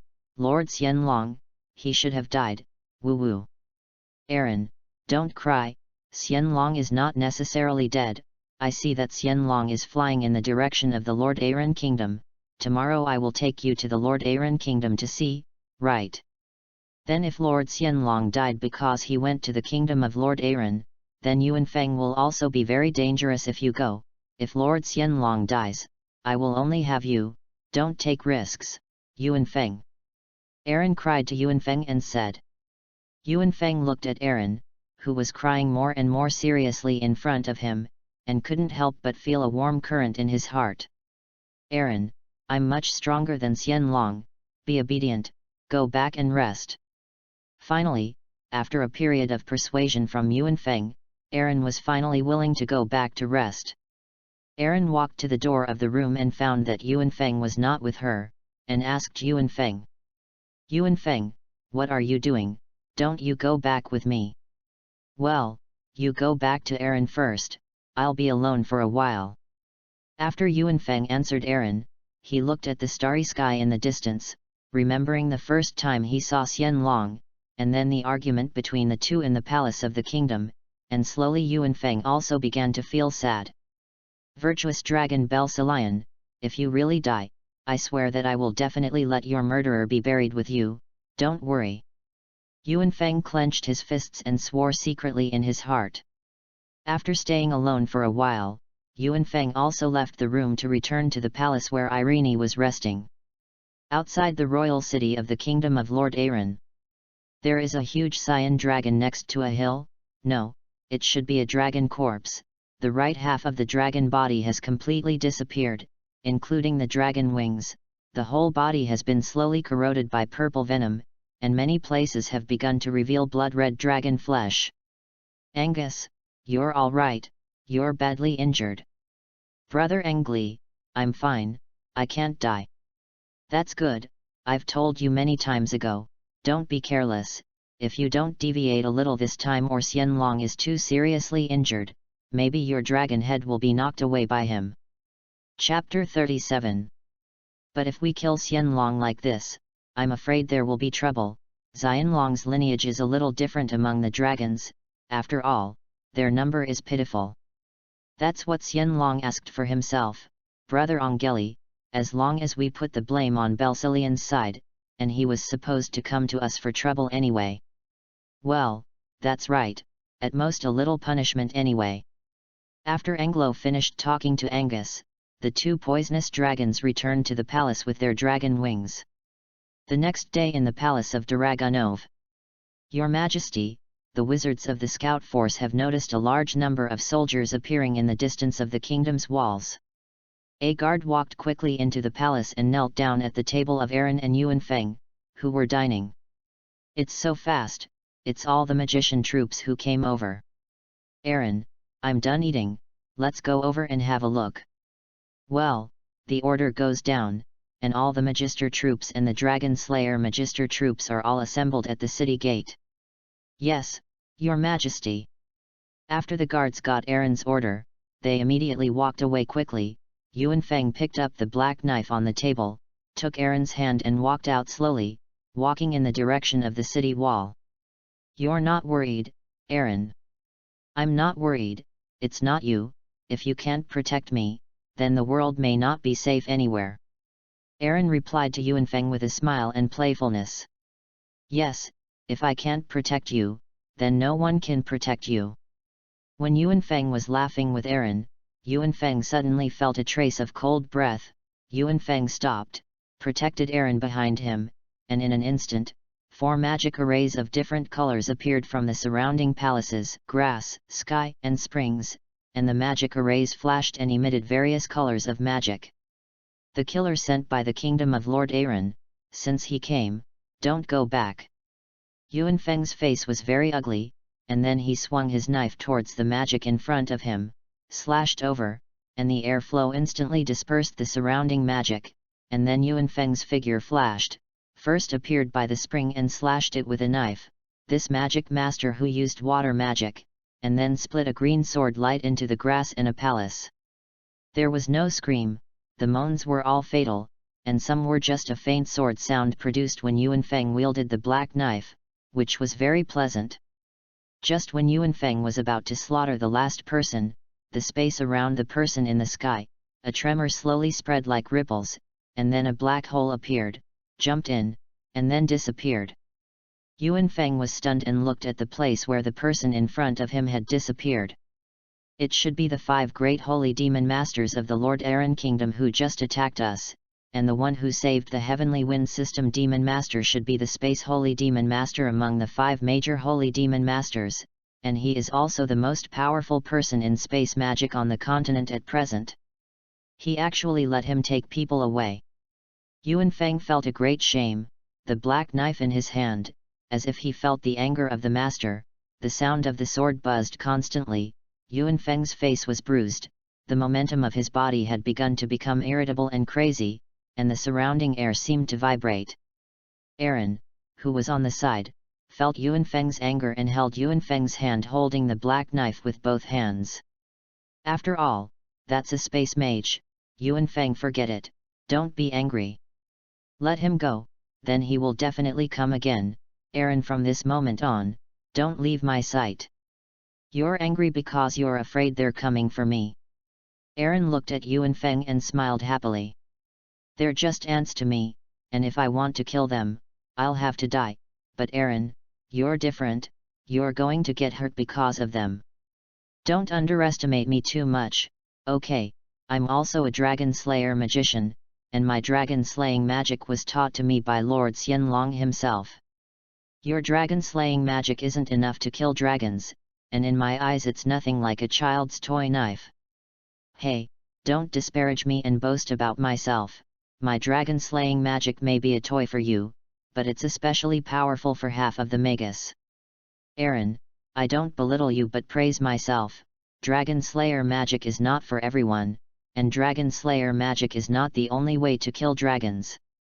I know this, but the dragon slaying magic is also the only one that can break the dragon's magic defense, and the dragon slayer also thought about it and tried for a long time before deciding to start teaching me the dragon slaying magic, and after I learned it, I also felt that my strength became stronger than before. If I'm not mistaken, the XI boy named Akuno Lokia last time should have practiced dragon slaying magic in a shorter time than you, but he can be more suitable for dragon slaying magic than you, and his determination is stronger than yours. I can feel the strength of his heart. Akuno Lokia, that child is the only child who survived a dragon-burned village when I returned from my last mission to the kingdom of Azer, and his talent for magic is indeed very strong, but you say that he is stronger than me. I don't believe it. If you don't believe it, forget it, let's go. Chapter 38. Hey, Yuanfeng, no, you have to make it clear what is more suitable for dragon slaying magic, and why do you say that my determination is not as strong as Akuno Lokia? I really can't take you. Are you a queen or a scoundrel? First of all, everyone has their own suitable and exclusive magic attributes and styles, and Aaron, you are obviously not the kind that can xi dragon slaying magic to the top, and then you are determined. Your determination to become stronger is not enough. I saw in the eyes of the teenager in Akuno Lokia his desire for power. Then what kind of magic should I xi? How do I know I haven't xi magic again? Then you still tell me so many big truths. Aaron chased Yuanfeng and began to fight by the city wall. Looking at Her Majesty the Queen and Lord Yuanfeng, it doesn't look like there is anything to worry about in this war. The soldiers on the city wall looked at the two people at the top of power in the Dragunov kingdom who were still playing under the city wall. Alright Irene, a lot of people on the walls are watching. After Aaron heard Yuanfeng's words, she looked at the city wall, and the soldiers on the city wall immediately all looked away, and no one dared Aaron to look at each other. Do you want to slaughter them all? After all, they have seen you so vexatiously and broken your image as a queen. After Yuanfeng finished speaking, he gestured and touched the black knife behind his back, which instantly startled Aaron and everyone on the city wall. Don't, you're insane, how can you open and close your mouth to kill someone? I'm kidding you, let's go and see what is going on the walls. The soldiers on the city wall who had just seen this scene instantly fell a stone in their hearts after hearing Yuanfeng's words. This person who can kill even a giant dragon casually, if he really wants to kill them, it is as simple as pinching an ant to death. After Yuanfeng pulled Aaron up to the city wall, he vaguely saw some magicians in the distance wearing the robes of the magic masters of the Lord Aaron kingdom, and then closed his eyes and turned on the domineering of seeing and hearing. Since he had seen and heard the domineering of the Third Order, Yuanfeng had not used it much. When he opened his eyes again, the scene in front of Yuanfeng's eyes began to emerge in the woods a few kilometers outside the city wall, the army of the Lord Aaron kingdom, as well as the holy magister who was rescued from Yuanfeng's hands, and a magister wearing a silver magic robe beside him, that is, the space magister who rescued another magister in front of Yuanfeng's eyes. Looks like it's him, the space magister. Where and why I can't see it? Of course you can't see it, it's something that only I can see. Show off in front of me again. How about how many Magus armies there are in the kingdom of Lord Aaron? Many, many, many, about 80,000 people. What? 80,000 people? I'm afraid there are only so many people in the entire Lord Aaron Kingdom's Magister army. It seems that my guess with Bel's Elion was correct. That means that Lord Xianlong died in the kingdom of Lord Aaron, right? 8 or 9 are not far from 10, when the war is over, let's go to the kingdom of Lord Aaron together. If there is really a dragon in the kingdom of Lord Aaron, then it will also confirm the cause of death of Bel's Elion, and then I will help you kill the dragon behind it to avenge Bel's Elion. Well, but now we're waiting for them to attack. Don't worry, they'll be under the walls in no time. On the other side is in a military tent deep in the woods. What? All but the 2 of you are dead, or are they all killed in one blow? General Belthas, not long ago, it was rumored in the Dragonov kingdom that a young man who used a black sword killed a thunder dragon, and I think that the boy who killed the dragon and the person who killed the other 3 holy magisters seem to be the same person. Dies, I've heard the news too, that person's strength is indeed very extraordinary, but I think it's a little worse than the dragon. Dis Magister, Gendi Magister, the other party is just one person, even if it is really as strong as you, it can't stop our army at all. The strength of the Dragonov kingdom is too far away from us, it is not a great at all. This war will not change the tide of the war because of the strength of one person, the 2 of them will rest in the temporary tent. General Berthas, what if the news that the other party killed the dragon is true? The Space Magister Dis asked Belthas. Dies, I don't think this news is likely. Another holy magister who had survived under Yuanfeng, Hendi, said to the Demon Master Dis with a smile. Hendi, you've confronted that man personally, and you think I'm joking. His strength is as terrifying and trembling as the power of a dragon, and even more stressful than the 2 poisonous dragons in the palace. Hendi's face changed instantly when he heard the words of the holy demon master of Dis, and he thought of the time when he was in the Dragonov palace, when he killed the other 3 of them. It was only a moment, and before the 2 of them could react, the remaining 3 were killed, without even wailing. That man must have wanted to spare my life after killing the other 3, or I might have died. Hendi said in a deep voice. If we follow the 2 of you, we may be certain to die in this war. Belzaz looked in the direction of the Dragonov kingdom and said in a deep voice. Chapter 39. Your Excellency the 2 holy magisters, I'm afraid it's impossible to withdraw from the army, please help me with all your might.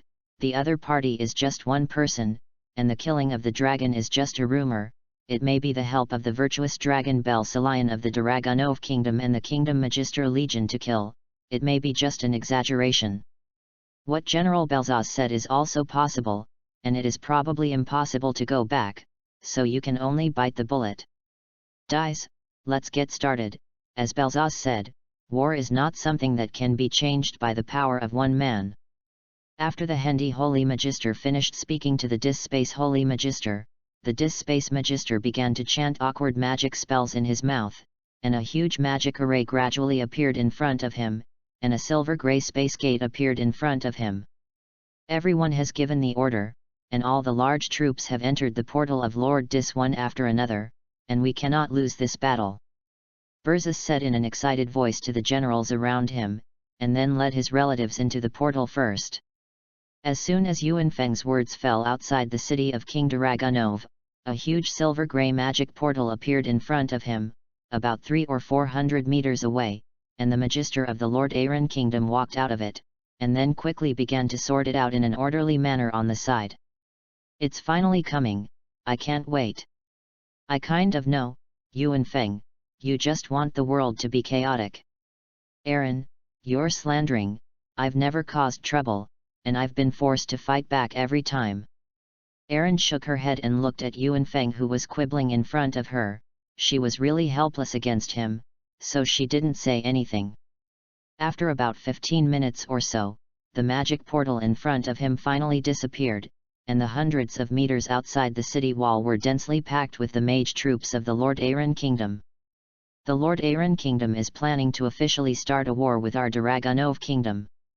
Aaron did not immediately let the city defenders on the city wall start attacking, but first used the magic props given by the guards around her, a prop similar to a megaphone, and said to the army of the Lord Aaron Kingdom, in Aaron's heart, I still want to see if there is room for negotiation. After all, it is best to solve it without starting a war. Hello, Your Majesty, I am Belphaz, the current Grand General of the Kingdom of Lord Aaron, and I have come on behalf of Her Majesty the King to ask Her Majesty the Queen and the Kingdom of Dragunov for an explanation. I don't know what your country needs. The first is that General Lul, the former general of my Lord Aaron Kingdom, came to the Dragunov Kingdom to marry and was killed, and the second is that not long ago, the 5 holy demon masters of our Lord Aaron Kingdom went to the palace to negotiate with Her Majesty, and as a result, 3 people died tragically in the Dragunov Palace. May I ask Her Majesty what explanation does Her Majesty have for these 2 things? It's completely nonsense. Your Excellency yourself doesn't understand in your heart that the 5 holy demon masters are probably not here to negotiate with me when they come to my palace. The correct one should be the assassination, and I don't have anything to say about General Luor, so I can only say sorry. It seems that Her Majesty has no sincerity in trying to solve the matter, so in that case we can only go to war. Wait a minute, then according to Your Excellency, we have other solutions to these 2 things besides war. Yes, the first murderer who killed General Lor and the other 3 holy magisters will be handed over, and then Her Majesty Queen Aaron will marry Her Majesty the King and bring the Kingdom of Dragunov to our Kingdom of Lord Aaron as a dowry, then we cannot start this war.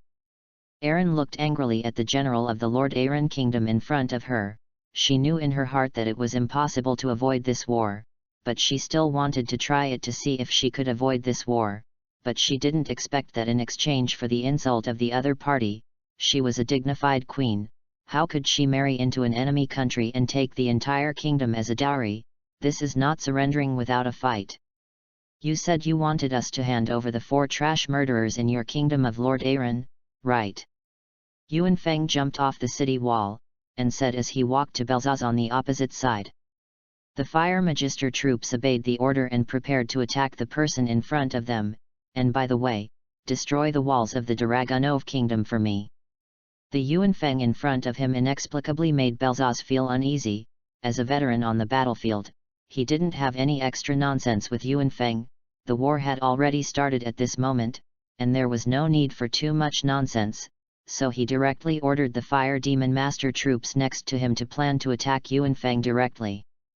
A crimson super-large magic array appeared in the sky above the Fire Magister Legion composed of tens of thousands of people in front of him, and from the magic array in the sky, there were huge fireballs the size of a house, a fire snake 10 meters long and 2 meters wide, and a magic composed of flaming lions, and all kinds of fire magic rushed towards Yuan Feng and the city wall behind him.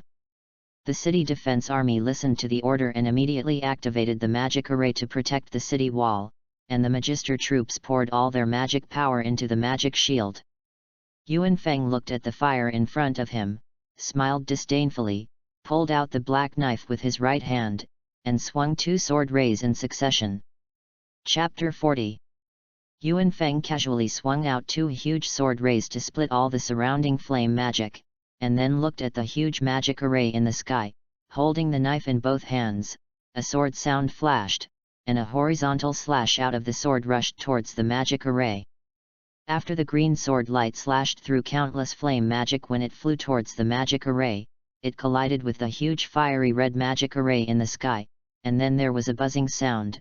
The magic array was split apart in an instant, and the fiery red flying flocculent slowly dissipated in the air, and the sword light that Yuan Feng slashed out with all his strength did not dissipate and flew straight into the sky and clouds. The sword flew into the sky as if cutting the sky in an instant, as if a big hole had been broken in the middle of the clouds, and the surrounding clouds continued to have white clouds drifting into it, and the magisters of the Lord Aaron Kingdom in the sky below were already sluggish at this time, including their leader, General Belzaz, at this moment recalled the words of the 2 living holy magisters. Could it be that this man really killed the dragon? Just when Berzus looked at the sky and said to himself, while the defenders on the wall of the Dragunov kingdom on the other side looked at the crack in the sky and instantly cheered, Aaron seemed to be xi to the man who surprised him in front of him, and he was not too surprised at the moment. Lord Yuanfeng is so strong, he deserves to be the existence of a dragon who has slain. The soldiers on the city walls and the magus sighed in unison. The people of the Lord Aaron kingdom are so rude, your quality is far inferior to that of the Dragunov kingdom. Yuanfeng said to the magic props, and the voice spread all around, and when everyone in the Dragunov kingdom heard it, they all began to laugh, as if they were mocking the army of the Lord Aaron kingdom, and the army of the Lord Aaron kingdom was very angry, but they dared to be angry and did not dare to speak, as if they were afraid of the power of the person in front of them. What kind of person is your excellency? I have never heard that there is a person like you in the Dragunov kingdom. With your excellency's strength, why should you help the Dragunov kingdom? Oh, you'll finally get back to me. I'm Yuanfeng, you can call me a dragon slayer, and I'm also the husband of Her Majesty the current queen of the Dragunov kingdom.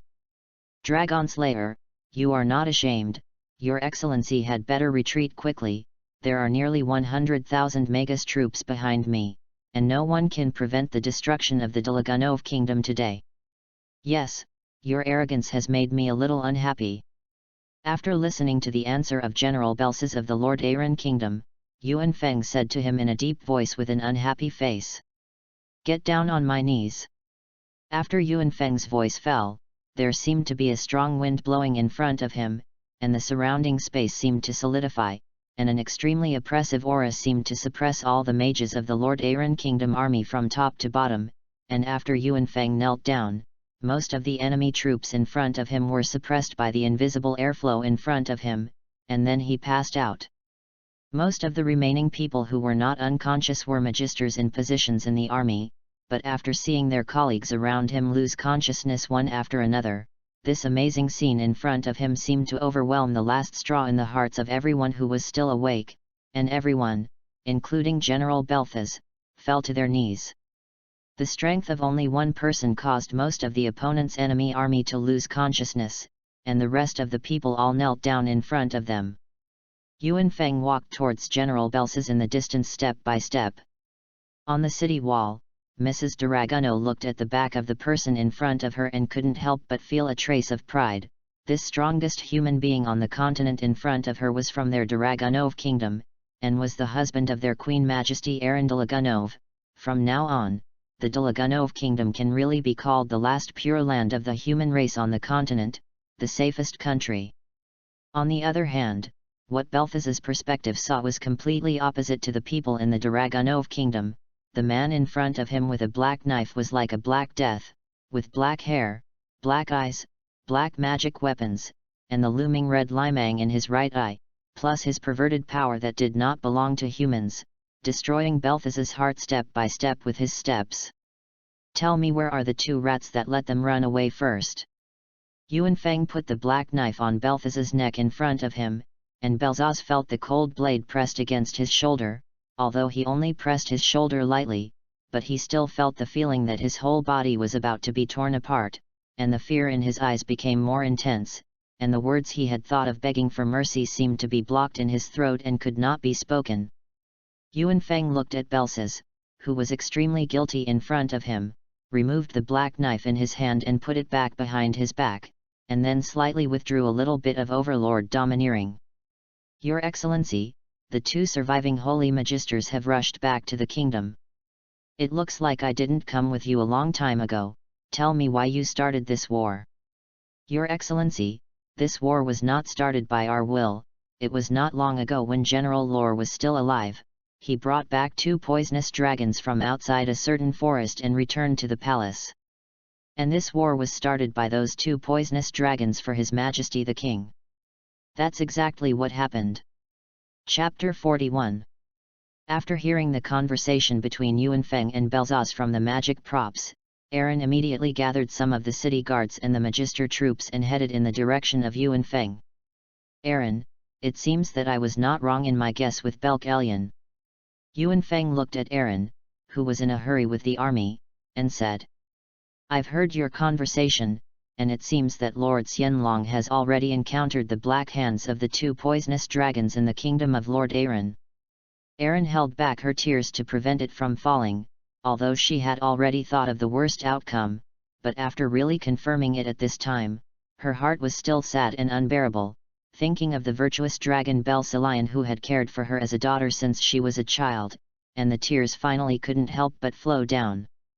Don't cry, after knowing the truth of the matter, you can't shed tears anymore, I will help you avenge Belsalion. But they have two dragons, Yuan Feng, let's think about it in the long run.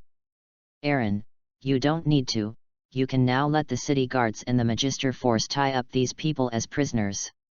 Aaron knew that she couldn't dissuade Yuan Feng, so she gave an order to the guards around her to follow Yuan Feng's instructions.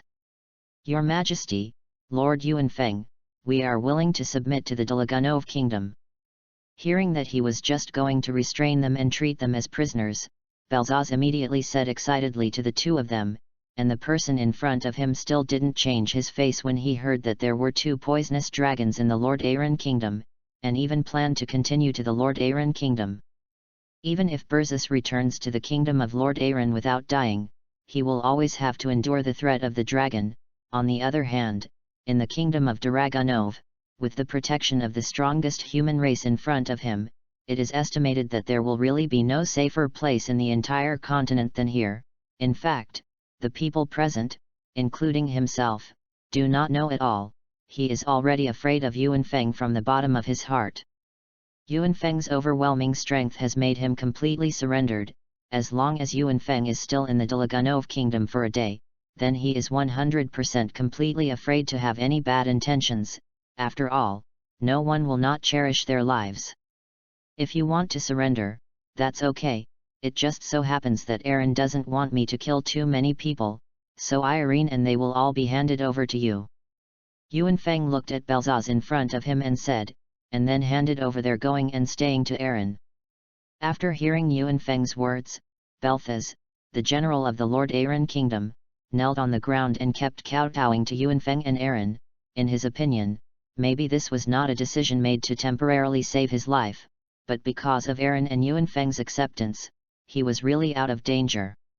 After a few moments, Aaron had already arranged all the captives, and some of the disobedient and unwilling to submit were also disposed of by Yuan Feng and the magisters of the Daragunov kingdom. Yuan Feng, let's go to the royal city of Lord Aaron. It's all taken care of, Irene. Well, most of them have been taken care of, and the ministers of the city will take care of some other small things. Let's go. I've got a carriage arranged, and it should be coming over soon. After Aaron finished ordering everything, she said to Yuan Feng beside her, and the two slowly waited for the arrival of the carriage after a brief conversation. Moments later, a troop of magisters followed a luxurious carriage to Aaron and Yuan Feng. We don't need anyone to go with us, just stay in the royal city. When Yuan Feng saw the team of magisters who came with him, he guessed that he wanted to follow them to the Lord Aaron kingdom, and immediately refused. After Yuan Feng finished speaking, he immediately pulled Aaron into the carriage and asked the coachman to start driving. The two of them gradually disappeared from the sight of the army in a carriage. On the way, I passed through a forest, located near the border between the two countries, and suddenly, above the entire forest, at the same time, the monstrous dragon moans of many dragons sounded, and suddenly the carriage shook, and the two horses that pulled the carriage heard the dragon's dragon moans and were already panicked, and instantly fell to the ground foaming at the mouth. Suddenly, a violent clicking sound resounded in the sky, and countless air currents in the sky hit the earth. The sky was red and yellow. Yuan Feng pulled Aaron to another clearing. Looking at the sky, the infinite dragon breath turned into a huge fireball, falling from the sky and smashing on the ground. The surrounding forests were destroyed by the fireball, turned into ashes, and a good forest became a fire burial ground after a while. Yuan Feng, what's wrong? It's the first time I've seen so many dragons gathered, there must be more than 10 of them. They're attacking someone else, they're attacking a white dragon, a black dragon, and Astral Wizard. Astral Wizard, Anahatphilia. Aaron, you know Anahatphilia. Well, the Star Spirit Wizard clan is very special in the status of the mainland human race, and it is a race that is friendly with every country. Just as Yuan Feng was about to take Aaron to Anahatphilia's place to help, the dragon in the sky began to speak. Shadow Dragon Skiadram, White Dragon Boss Slokia, this is the Great Dragon's ultimatum to you: don't interfere with our actions again, or we won't remember our friendship and we won't show mercy to our subordinates. Read books on Friday and have fun, charge 100 and get 500 VIP coupons. To rush immediately, event period, April 29 to May 3. Chapter 42. The Star Spirit Wizard clan must not perish. Tiberius, don't talk any more nonsense, the Shadow Dragon will do it, otherwise we will be the ones who will be defeated in the end.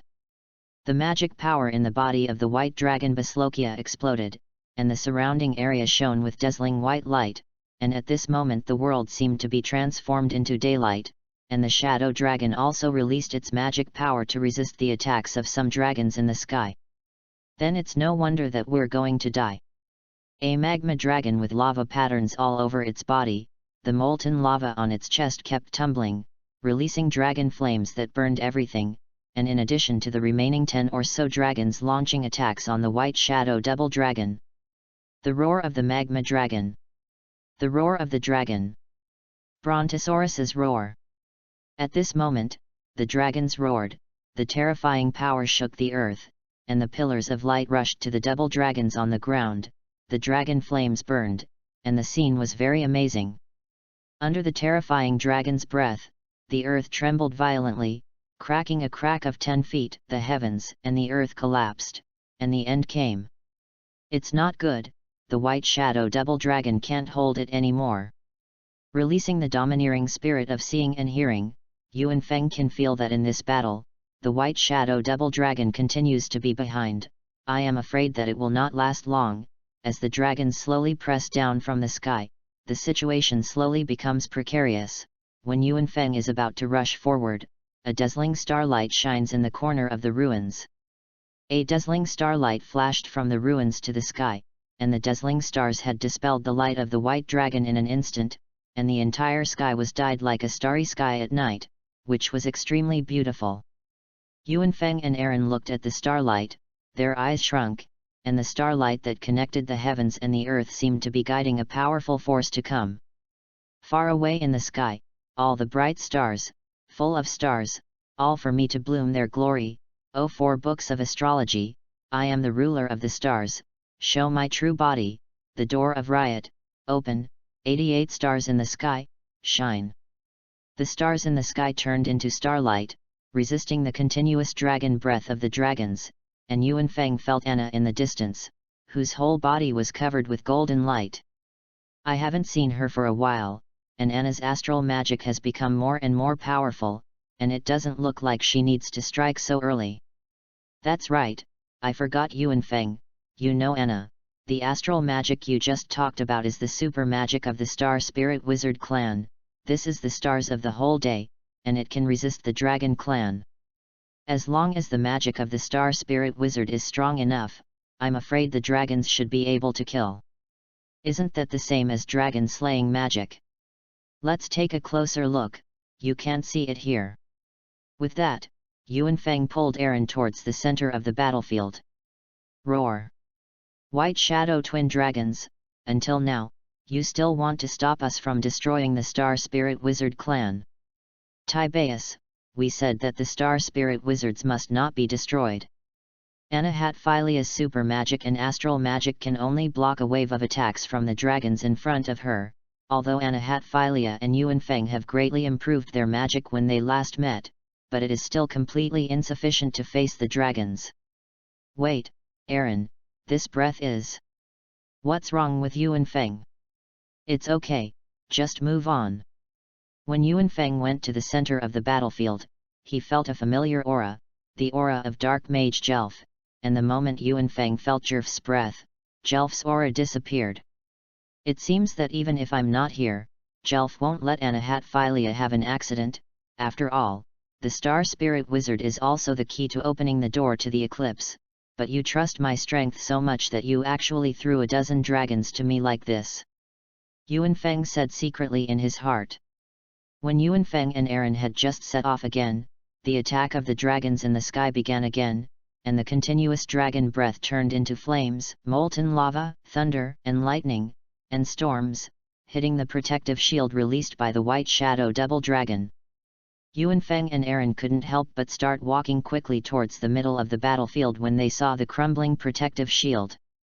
Just as the two of them were approaching the center of the war, they heard the sound of crying, mixed with the sound of Infinity's back, crying and shouting. "Star King, please help Bethlokia and Skidram, I am willing to give all my magic and even my life. Open it, Star Spirit King." After Yuanfeng and Aaron felt it, they saw Anahatphilia, who was kneeling on the ground and crying, holding a broken key in her hand, and a huge starry sky magic array appeared around her, but when this starry sky power descended, Yuanfeng heard a cry that became louder and louder. Suddenly, at this time, the sky covered by the starry sky was churning like sea water. Yuanfeng looked at the starry sky, and a starlight suddenly descended, carrying the power of the starry sky and rushing towards the many dragons in the sky. Boom boom! The brilliant starlight turned into an incomparably dazzling giant blade, cutting off the dragon's attacks, and the explosions of various dragon magic and the flames scattered after the explosion were scattered throughout the forest and turned into a sea of fire. This is the Star Spirit King. When the smoke gradually cleared, Yuanfeng looked in front of him, holding a giant sword, wearing a white cloak and a light green armor, and appeared in front of the white shadow double dragon and Yuanfeng like an emperor. Chapter 43. The figure that was equivalent to a giant dragon, the body was surrounded by starlight, the white cloak blew with the airflow generated by the explosion, the pale green armor was covered with light, and a humanoid giant star spirit holding a knight's sword appeared in front of the three of them and the white shadow double dragon. When such a powerful aura appeared in front of the dragons couldn't help but stop attacking, and a voice rushed out from behind the dragons, staying in front of the Star Spirit King. The dragon god, which is larger than the average dragon, has 2 horns on its head, and its body is shining with cyan magical light, and the dragon scale pattern is majestic. It opens its mouth and roars that shakes the heavens and the earth, and the powerful aura spreads to the ground with a strong wind. This is the Dragon King. Yuanfeng's eyes froze instantly, and the terrifying aura emanating from the huge dragon clan was undoubtedly a dragon at the level of the Dragon King, but he didn't expect that in order to destroy the Star Spirit Wizard, he would let the Dragon King come. But while Yuanfeng was curious about the appearance of the Dragon King, he was also curious about the appearance of the Star Spirit King. Star Spirit King, the strongest star spirit in the Star Spirit realm, and also the king of the Star Spirit realm, undoubtedly has a very strong strength. In the world of the Tale of the Demon Tale, there is no Star Spirit King key this item, only the powerful Star Spirit Wizard who can triple open the door can use the price summoning technique to destroy a key of the Zodiac to summon the Star Spirit King. I knew you were going to show up, Star Spirit King. The Cyan Giant Dragon King said fiercely to the Star Spirit King. I also feel the same and sad for my old friend's wishes, and now is not the time to cry. The Star Spirit King ignored the Dragon King in front of him, but comforted Anahatphilia, who was kneeling on the ground. But I destroyed the key to Arias. Old friend, the Star Spirit will not die. Arias has only returned to the Star Spirit realm, and the destroyed key will reappear somewhere on this continent. Stand up, I have already transferred the magic of Arias who returned to the Star Spirit realm to you. There is no time to continue crying, old friend. Yes, it's good that the destroyed key is being found. There's no time to cry any longer. Your Excellency Yuanfeng, Your Majesty Queen Irene, can you please give us a hand? Yuanfeng looked at the faint golden light in front of him, an Aries pattern appeared on his forehead, and the magic power on his body instantly began to become as if it was about to overflow. Don't worry, it's impossible for these reptiles to leave today. After Yuanfeng finished speaking, he pulled out the black knife, and the blade of the knife made a soft groan, which was very pleasant. Damn Star Spirit King, I'm talking to you. The roar of the Storm Dragon King. A huge storm erupted from the Storm Dragon King's mouth and struck the Star Spirit King. The Star Spirit King waved the two-handed great sword in his hand, and countless starlight gathered on the great sword and turned into countless starlight like a curtain, blocking the roar of the Storm Dragon King, and at the same time waving the great sword in his hand and rushing into the dragons. Star Blade. Boom! As the big sword fell, bright small stars appeared from the big sword and flew towards the dragons, and small stars like meteors scattered among the dragons. Bursts of explosions burst out, and each meteor would explode into bursts of explosions after colliding with the dragons. Storm Dragon King, I am here today and I will not let you hurt my old friend. Yes, then let's try it, Star Spirit King. The Dragon Claw of the Storm Dragon King. Streamer Blade. The dragon's claws collided with the giant greatsword, and the surrounding sea of fire caused by the attack of the leading dragons was instantly extinguished by the air waves that collided with each other. After the collision of the Storm Dragon King and the Star Spirit King in the sky again and again, Yuan Feng felt that the power of the Star Spirit King in front of him had weakened slightly. On the other hand, on Anahatphilia's side, the magic power that seemed to be overflowing just now seemed to have been exhausted. His face was pale, and the Aries lines on his forehead were already looming. Star Spirit King, even if you have the strength comparable to the Dragon Clan, but this is the human realm, not your Star Spirit realm, your magic power is just relying on the human below. I think this time you are afraid that you will be beaten back to the Star Spirit realm by me again. Humph, don't be too complacent. If I want to kill you in the Star Spirit realm, it will only be a matter of time. After all, the advent of the Star Spirit King relied on Anna's price summoning technique, and it could be easily achieved if it was just to kill an ordinary dragon, but now there is indeed a Dragon King, and the strength of the Storm Dragon King among the Dragon Kings is also quite remarkable. After the Storm Dragon King collided and separated from the Star Spirit King, the Storm Dragon King's dragon claws were wrapped with storm-like magic power, and they attacked the Star Spirit King at a very fast speed. Star Spirit King, be careful. The reminder of Anna has just fallen. The dragon claw slashed through the chest of the Star Spirit King, although the Star Spirit King was protected by armor, but the chest that was cut also suffered a heavy blow, and he spit out a mouthful of blood, but suddenly the magic power exploded, and he waved the giant sword with both hands and 1,000 Zhang sword chi, as if cutting through the space, and slashed the back of the Storm Dragon King, only to hear a muffled snort. The Star Spirit King's great sword pinned the Storm Dragon King's dragon body to the ground. Chapter 44.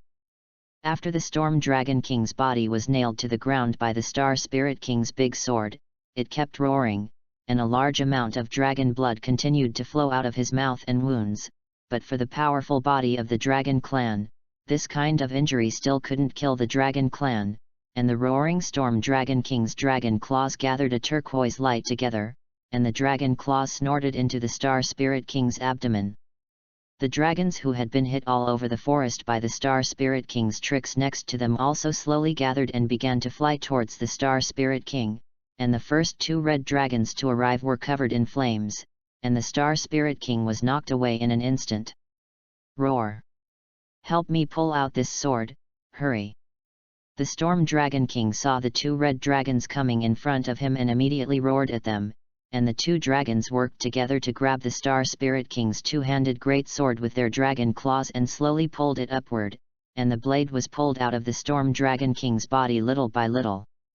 The Storm Dragon King, who had been nailed to the ground, roared in pain and turned to anger after he was no longer threatened by his sword. Die for me, Star Spirit King! The roar of the Storm Dragon King. The furious Storm Dragon King spewed out a terrifying storm dragon breath at the Star Spirit King, who was knocked away, and the Star Spirit King was instantly knocked into the air, and the Storm Dragon King followed the cyan light where the tail was gathered, and the long tail swept fiercely, like a mountain, and swept the Star Spirit King back to the ground. The roar of the Storm Dragon King. There was a buzz in the air, and all the magic elements around it slowly converged towards the mouth of the Storm Dragon King, and the oppressive storm made people completely unable to kick it, and the dragons saw this scene and knew that the Storm Dragon King was doing his best, and then they all flew away. At this time, the armor of the Star Spirit King's body had been shattered and lay on the ground, and even the weapon was no longer in his hand, and there was no power to fight back. Anahatphilia tried to close the portal, but it was too late at this time, and the terrifying power was about to descend in front of the Star Spirit King. Star Spirit King! Anna shouted in despair, and collapsed to the ground weakly. At this time, the magic power in her whole body was as if it had been drained, and there was not much left, and she could only watch the Star Spirit King suffer. "Miss Anna, leave it to me, the Star Spirit King will be fine." After Yuanfeng finished speaking, his figure flashed, turning into a phantom and flickering, and he came to the front of the Star Spirit King in an instant. "Humans, get out of here, that's not a force you can fight. Don't underestimate humans, Star Spirit King." Yuanfeng pulled out the black knife and said between Hengli and the Star Spirit King. On the other side, the Storm Dragon King also discovered Yuanfeng's figure, but with his Dragon King's keen senses, he finally spewed out his long brewing breath and sneered. "Ants who don't know whether they are alive or dead." But just when all the creatures present thought that the figure would be annihilated along with the Star Spirit King, Yuanfeng closed his eyes and held the black knife knight with both hands. This moment seemed to him as if time had stopped. Yuanfeng's senses instantly felt that the time around him seemed to become extremely slow, and a slash he swung from top to bottom also became extremely slow, but finally before the attack arrived, a slash was split. A light green slash flew towards the Storm Dragon King's powerful dragon breath, and when the dragon breath collided with the sword, a huge boom erupted in the sky, and a huge explosion erupted, and the surrounding space of the explosion seemed to be shattered. The earth cracked and roared like an earthquake, and the smoke of the slow explosion in the sky dispersed. The Storm Dragon King in the sky, who was speechless in surprise at the moment, looked down at his body, and a huge scar that seemed to have been cut by a sharp weapon appeared on his body, and the dragon blood flowed out as if he didn't want money, looking at the human beings in front of him, recalling what he talked about in the last Dragon Clan Dragon King meeting, the human powerhouse who had killed the dragon of the Thunder Dragon Clan. "Could it be that you are the Terran powerhouse who killed the Thunder Dragon before?" The Storm Dragon King looked at the human in front of him with a heavy expression, who could still seriously injure him after slashing through his attacks. "You're talking about the Thunder Dragon?" "Yes, I killed it." Yuanfeng's hand couldn't stop trembling at the moment. The mysterious blow just now did not belong to his strength for the time being. If it was played normally, Yuanfeng could only offset the dragon breath of the Storm Dragon King at most, because the mysterious blow just now also drained most of the energy in Yuanfeng's body, and now the hand holding the knife was a little trembling, but he couldn't let the Storm Dragon King in front of him find out. The Storm Dragon King felt the injuries on his body, and knew that if he dragged on like this, he would definitely die, and when he was about to retreat, all the dragons that had flown into the distance first also flew back and gathered around the Storm Dragon King. "How can there be a human here? Human, get out of the way, don't stand in front of our great Storm Dragon King, Lord Beckmus, be careful that I swallow you in one bite." A fiery red dragon flying in the distance opened his mouth to look at Yuanfeng in front of him and said, "Brainless fools! Humans who dare not be afraid of dragons can be ordinary humans." The Storm Dragon King looked at the fool in front of him and wanted to kill him immediately. Chapter 45. "Human, you are very strong, your strength is already comparable to that of the Dragon King. The Dragon Clan is a race that respects the strong, forget it this time, the human race is in your face. Today the Star Spirit King and the Star Spirit Wizard Clan will let them go for the time being, and they will all follow me and go back to Dragon Valley." "Lord Beckmus, it's just a human ant, why don't we destroy them all today?" "Shut up, you idiot, I'll kill you if you talk nonsense, you didn't hear what I said, follow me." The Storm Dragon looked at the mentally retarded fire dragon in front of him, and finally couldn't help but say angrily, didn't he know whether it was an ant or a strong man comparable to the Dragon King in front of him, He had already suffered a certain amount of trauma in the battle with the Star Spirit King. If this human was sending out an attack that was just the same, let alone him, even the other dragons present might not be able to run away. This is the Dragon King of the Dragon Clan. It's too small, but it's a good thing that he ran away with the rest of the dragons, otherwise I wouldn't have had a good time if I could kill them all if so many dragons came together. Yuan Feng looked at the Storm Dragon King who was scared away by him in front of him and breathed a sigh of relief. Human, your power doesn't seem to belong to this world like I do. Yuan Feng turned his head and looked at the Star Spirit King in surprise. Hehe, don't be too surprised, the essence of my strength is similar to yours and it doesn't belong to this world, but your strength seems to be more unique, and it's very different from me. But your sword is made of materials from the Star Spirit realm, which is very rare. Star Spirit King, Your Excellency Yuan Feng, are you all right? Why did the Storm Dragon King and those dragons fly away like this? Old friend, I'm back in the Star Spirit realm, remember what I said? The Star Spirit King, who had already been hit hard by the Storm Dragon, saw the arrival of Anahatphilia and the others, and slowly dissipated into the starry sky and returned to the Star Spirit realm. Boss Lokia, this is really the power that humans should have. I think so, Skiadram. Do you remember what Ignatius told us last time about the humans who killed the Thunder Dragon Cynthius? I thought the Fire Dragon King was just joking with us again. It turns out that there really are humans who can kill dragons. Don't underestimate any race. Every race will give birth to all kinds of strong people, such as the one before this human race. What you said is also something that we can't see.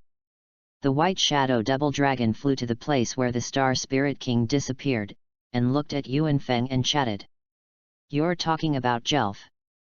Hey, you know Jelf, you know.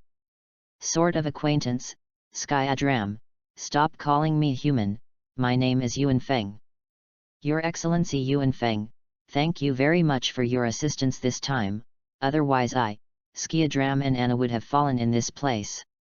Don't worry, Boss Lokia, even if I don't show up, someone will still save you, I only did it because I owe Anahatphilia a favor. Yuan Feng said to the white shadow Shuanglong unconcernedly. In his opinion, this aid was just to repay Anahatphilia's favor. Your Excellency Yuan Feng is very grateful anyway. Anahatphilia held the broken key in her hand and thanked Yuan Feng once again ceremoniously. Aaron, let's go, we have other things to do.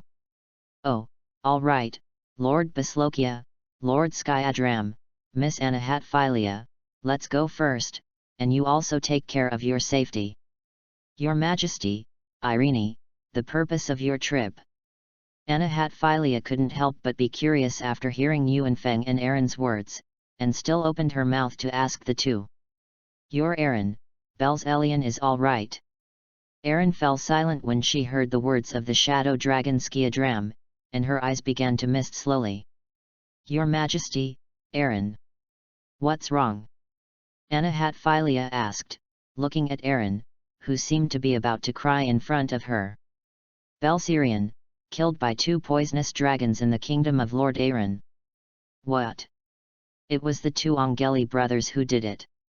After hearing what Yuan Feng said, Skiadram looked at the white dragon Baslokia in surprise and asked. Skiadram, I think it should be, these 2 brothers rely on their poisonous dragon vein to have a small number of dragons, and they are becoming more and more lawless, and even the Xianlong vein dares to kill. Paslokia looked at the sky and said in deep thought. Paslokia, the dragon line is very special in the dragon clan. Your Excellency Yuan Feng, about 2,000 years ago, the Xianlong clan was the dragon emperor clan of the dragon clan, not only because the strength was a little higher than that of the ordinary dragon clan, but also because the dragons of the Xianlong clan were very wise, and there were all kinds of powerful demonic beasts on the continent 1,000 years ago, and there were not a few who could threaten the lives of the dragon clan. And since the Xianlong Yume became the dragon emperor, the dragon clan has avoided countless disasters, and their wisdom can always resolve the disasters of the dragon clan again and again, but the rebellion of the Dark Dragon Yume thousands of years ago has dealt a heavy blow to the Xianlong Yume. Chapter 46. Anyway, don't say half of it, you two. I'm sorry Your Excellency Yuan Feng, but we suddenly thought of Belsilian. Pa Slokia said to Yuan Feng, who was complaining in front of him. After the rebellion of the Dark Dragon clan thousands of years ago, he attacked the place where the original Xianlong clan lived, and after brutally killing the young dragons of the Xianlong clan, he attacked the Dragon Emperor at that time. The virtuous dragons who gradually returned to their residences were surrounded and suppressed by the Dark Dragon lineage, and after this incident, the number of virtuous dragons in the Dragon clan was even worse, and finally proposed to abolish the Dragon Emperor system in a certain Dragon King meeting. And the Xianlong vein is also in a very embarrassing position in the Dragon clan because of the absence of the Dragon King. Fortunately, there are many Dragon Kings in the four veins of the Yanlong, the Fire Dragon, the White Shadow and the Double Dragon at that time, and the original Xianlong Emperor has a deep friendship, so as to keep the Xianlong vein and not extinguish the clan. I heard a lot of doubts in the words of the two of you. The strength of the Dark Dragon vein is very strong. Obviously the Dragon Emperor vein will not be so embarrassed even if it is attacked by a sneak attack. Even the Dragon King has been slaughtered, and what happened to the Dark Dragon vein behind? The Dark Dragon vein has attacked the Dragon Queen, causing the anger of all the Dragon Kings, although the virtuous Dragon Emperor will have had unpleasant times with many factions when he is in charge of the Dragon clan, but it is undeniable that his contribution to the Dragon clan is incomparable to any dragon. So the Dragon Kings in the Dark Dragon vein secretly attacked and killed the Dragon Queen, and all the Dragon Kings immediately started the Dragon King meeting. While abolishing the Dragon Emperor system, all the Dragon Kings also agreed to kill the Dark Dragon vein, although the Dragon Emperor offended many factions at the time, but the Dark Dragon vein is indeed very disgusted by everyone, not only cruel and good at fighting but even devouring the same kind. Then according to what you say, the Dark Dragon vein was also defeated and wiped out by all the dragons, right? Yes, that's right. Pa Slokia replied to Yuan Feng after telling the story of the Xianlong line. Then you heard the two poisonous dragons say that they are not afraid of what punishment is. Yuan Feng probably guessed why the poisonous dragon was not afraid of punishment, probably because the number of poisonous dragons was the same as that of the Xianlong line, and it also belonged to a particularly rare lineage. The poisonous dragon line also had a major event hundreds of years ago, so the number is also as rare as the Xianlong line, and because of the contribution of the dragon family to the dragon clan thousands of years ago, a clan rule has also been added to the Dragon King meeting. No matter what reason is not allowed to kill the dragon of the dragon lineage. So that's the case, no wonder with Belsilian's strength, he can protect the Dragunov kingdom for so long. Then everything makes sense. After hearing what Boslokia in front of him said, Yuan Feng said to himself. Your Excellency Yuan Feng, Your Majesty Aaron, you are not going to the kingdom of Lord Aaron to avenge Belsilian. Pa Slokia suddenly thought of the purpose of Yuan Feng and Aaron's trip, and asked the two. Yes, Aaron and I are indeed going to the kingdom of Lord Aaron to avenge Belsilian. Yuan Feng calmly replied to Ba Slokia that in his opinion there was no reason to hide. Your Excellency Yuan Feng, please listen to me, although your strength may really be comparable to the Dragon King, but now the Dragon clan doesn't care about your existence, not because of your strength, but because you didn't cause too much damage to the Dragon clan.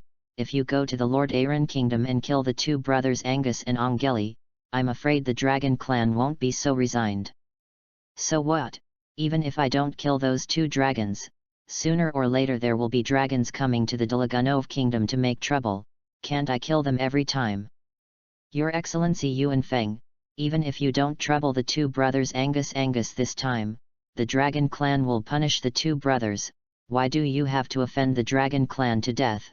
I think even Belsilian doesn't want to see this scene.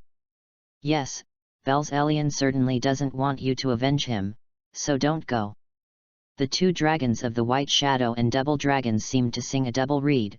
One dragon persuaded Aaron and Yuan Feng in front of them, but Yuan Feng was still unmoved. In his opinion, it was a matter of time before he offended the Dragon Clan, and besides, even if the Dragon Clan sent the Dragon King to take revenge, he would not necessarily be afraid, nor would he necessarily not be able to fight. Needless to say, I have already made a decision on this matter, so I appreciate the kindness of the two. Yuan Feng knew that the White Shadow Double Dragon was also for his own good, and he didn't want to be included in the list of exterminations by the Dragon Clan. After all, as a member of the Dragon Clan, they understood the strength of the Dragon Clan better than others, even if one Dragon King Yuan Feng could block it, but 2, 3, or even 10 Dragon Kings, not to mention tens of thousands of ordinary dragons. If you come out casually, you can destroy the Dragunov kingdom. How can Yuan Feng resist it? Yuan Feng, why don't we go back to the Dragunov kingdom? I think Lord Baslokia is right, you don't need to offend the Death Dragon clan for me. After Aaron heard the conversation of the White Shadow Double Dragon, his heart couldn't help but sink. In his heart, the only family member now is Yuan Feng, and he doesn't want Yuan Feng to take any risks. Chapter 47. Aaron is not going to influence what I've decided anymore. Many times. Yuan Feng looked at Aaron with a serious face and said, Your Excellency Yuan Feng, I can go with you. Why? Yuan Feng looked at Anna, who was looking at him with a look of hope, as if wondering why Anna was going to the kingdom of Lord Aaron with him.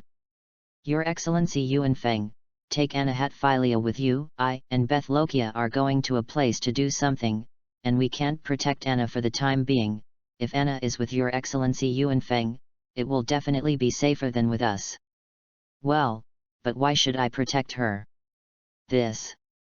Baslokia didn't expect Yuan Feng to ask like this, and he didn't know how to answer for a while. I protect Aaron and the kingdom of Dragunov because she is my woman. That means that after I become the woman of His Excellency Yuan Feng, His Excellency Yuan Feng is willing to protect me. Theoretically, but I haven't said I want you to be my woman. I'm worse than you think I'm with Your Majesty Aaron. Looking at Anna Hatphilia in front of him wearing a white magic guide robe, the white short robe outlines the extremely hot curves to the fullest, and what makes Yuan Feng unable to take his eyes off the most is the two exposed white reflective legs, and under the long straight golden hair is a perfect face. If you talk about appearance alone, Anna may be better than Aaron. Looking at Anna in front of her, who was pale because of the evacuation of her magic power, her pale face added a sense of pity to her, especially the clothes on her chest that were slightly torn because of the aftermath of the battle, and a touch of tender white appeared on her chest, as if it was about to be broken at any time. If you don't eat it, it's not as good as a beast. Yuan Feng had already made up his mind in his heart, and took a closer look at Anna, but he was more tempting than when he met for the first time before. How could he endure the temptation of beauty in his previous life and in this life, who had only lived for more than 20 years? Your Excellency Yuan Feng. Since you've said so, Anna, come with me. Then the White Shadow Double Dragon saw that Yuan Feng agreed, and after explaining to Anna for a while, he began to wave his wings and fly into the distance. The Star Spirit Wizard clan has always been a thorn in the side of the Dragon clan, and the strength that has not grown up can be comparable to that of the Dragon clan, and the general Dragon clan will not allow any existence that can threaten their status, and will be wiped out in advance, and they will not destroy the human race because they really feel that human beings are like ants, and they can't break their magical defenses. And the appearance of Yuan Feng made them have to face it squarely. After all, this human being is no longer growing and may threaten the Dragon clan. He may already have the strength to kill the Dragon King, although it may be an exaggeration, but he did split the attack of the Storm Dragon King and then slashed him, although everything may be a coincidence, but the Storm Dragon King does not know. At this moment, the Storm Dragon King has arrived at the nearest place where the Sky Dragon lives, and after receiving a simple magic treatment from the Sky Dragon, he flew back to the Dragon Valley with the dragons at a faster speed, and the Storm Dragon King felt that he had to tell the other Dragon Kings the news. Yuan Feng, a human being, was already a great threat to the Dragon clan. If it was only rumored that Yuan Feng was only able to kill ordinary thunder dragons before, the Storm Dragon King would not look at him either, but now that he personally felt Yuanfeng's power, then he could not tolerate his disdain, but must be valued by all the Dragon Kings of the Dragon Clan. Leolise, hurry up and gather all the Dragon Kings to convene a Dragon King meeting. Beckmus, you're hurt. The Storm Dragon King finally arrived at the residence of the current leader of the Dragon Clan, the Holy Dragon King Leolise, after being tired for most of the day, but the Holy Dragon King's 3 consecutive questions made the Storm Dragon King, who was enduring the pain, almost open his mouth to curse. Since you see that I'm hurt, why don't you help me? The mercy light of the Holy Dragon King. The Holy Dragon King Leolise didn't ask too much, but instead released his recovery magic on the huge wound that had just been stopped by the sky but was still reddened. What's going on, Beckmus? I heard that someone from my subordinates had found the White Shadow Twin Dragons and the Star Spirit Wizard, so I wanted to see if I could meet the Star Spirit King, so I went, but just as I was injured in the fight with the Star Spirit King, a human came out, and he should be the human who killed the Thunder Dragon in the last meeting. You mean, this human hurt you? Leolise heard the words of the Storm Dragon King, his pupils couldn't help but shrink, and he seemed to be sighing, how could a human be able to hurt the Dragon King?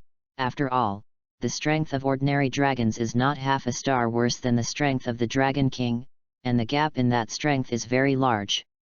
That's right, it's that human, using a black magic weapon, similar to a human's great sword, can instantly split a huge pale green light, which can instantly split the dragon breath that I have gathered with strength, and it can also slash at my body without diminishing its might. Feeling that his wounds were healing, Storm Dragon King Beckmus opened his mouth to Leolise. Roar! Told all the clansmen to go to various places to find the Dragon Kings, come to me, and tell them that there is something important to do and hold a meeting of the Dragon Kings. Chapter 48. The 3 of them didn't know about the Dragon Clan at the moment, because of Yuanfeng's special Dragon Clan meeting. The 3 of them walked in the direction of the original carriage, and finally after walking for a while, they found the carriage parked at the edge of the forest, but the horses at this time had already been scared away by the roar of the dragons of the original Dragon Clan, and the carriage was already in tatters, leaving only the groom alone by the carriage. Looks like the only way to get to Lord Aaron is on foot.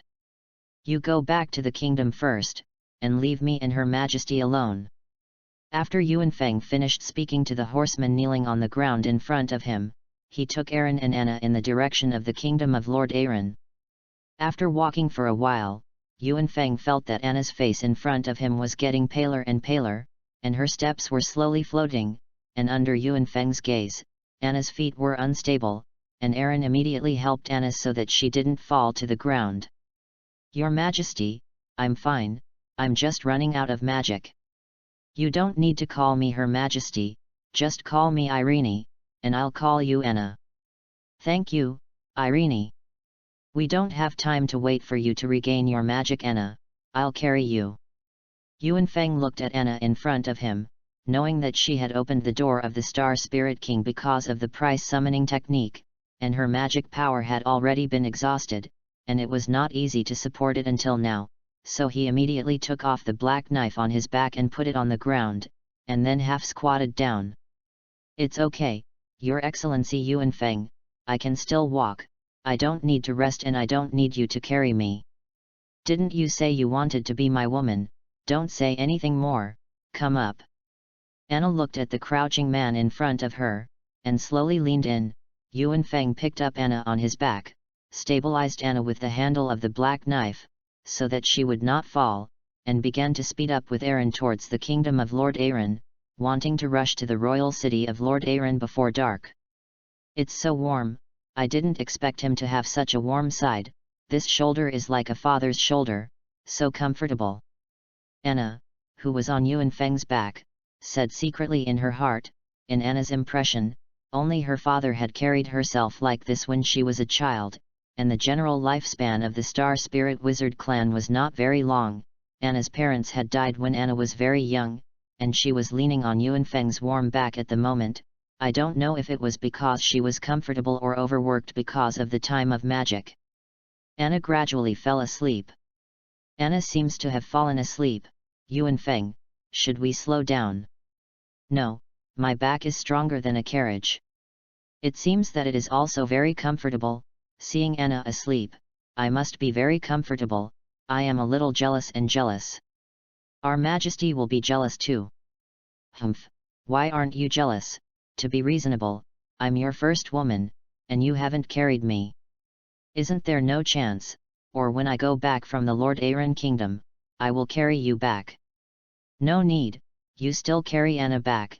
After all, the Star Spirit Wizard is weak, but I have Xi Dragon slaying magic, and my physical fitness is much stronger than that of ordinary humans.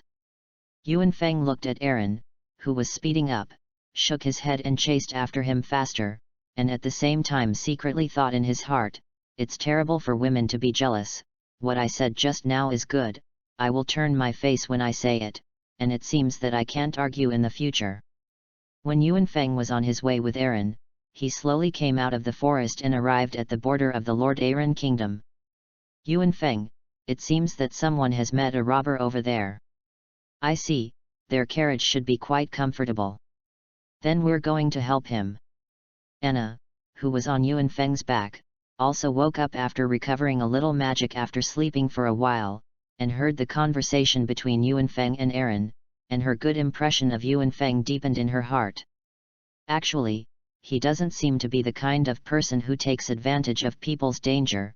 After all, he has already saved Xianlong Belsilian when we first met, and he has helped us today, and it seems that his request is not to make me his woman, but he is afraid of trouble and deliberately put it forward.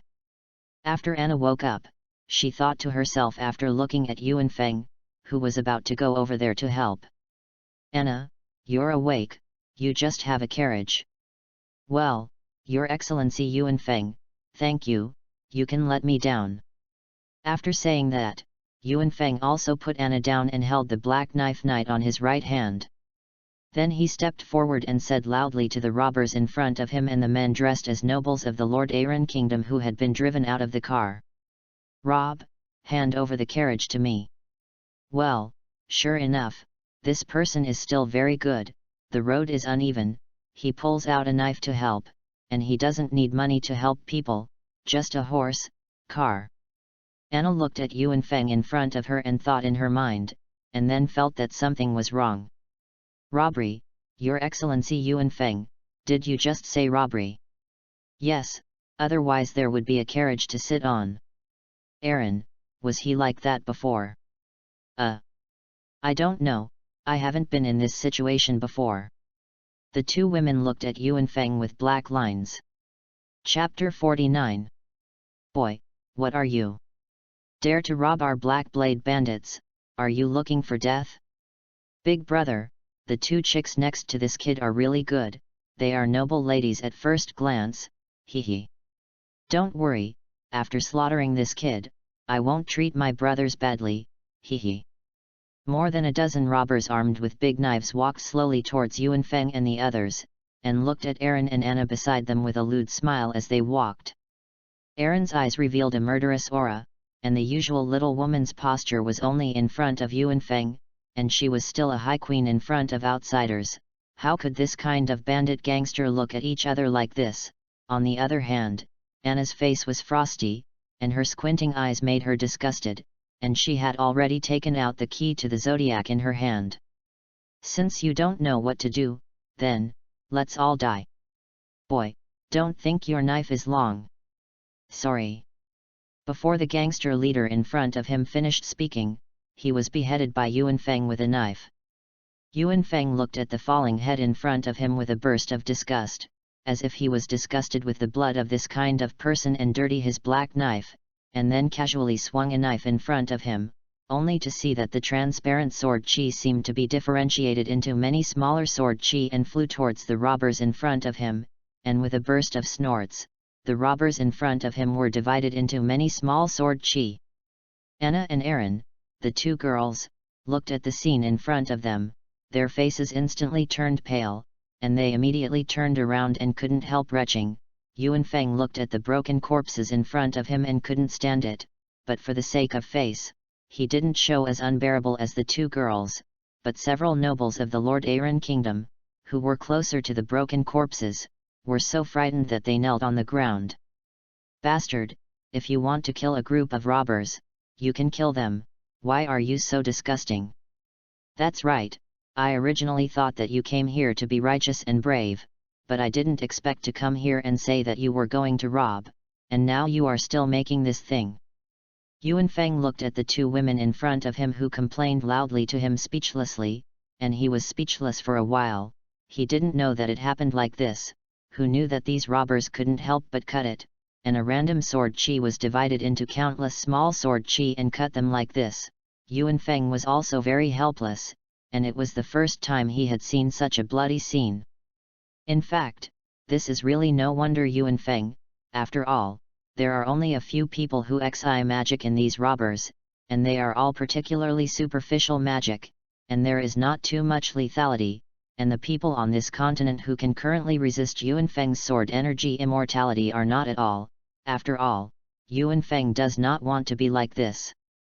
I'm sorry, I didn't control my power all of a sudden."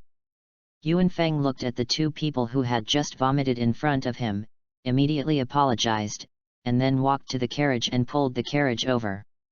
"Let's get into the carriage and go, and get to the kingdom of Lord Aaron before dark."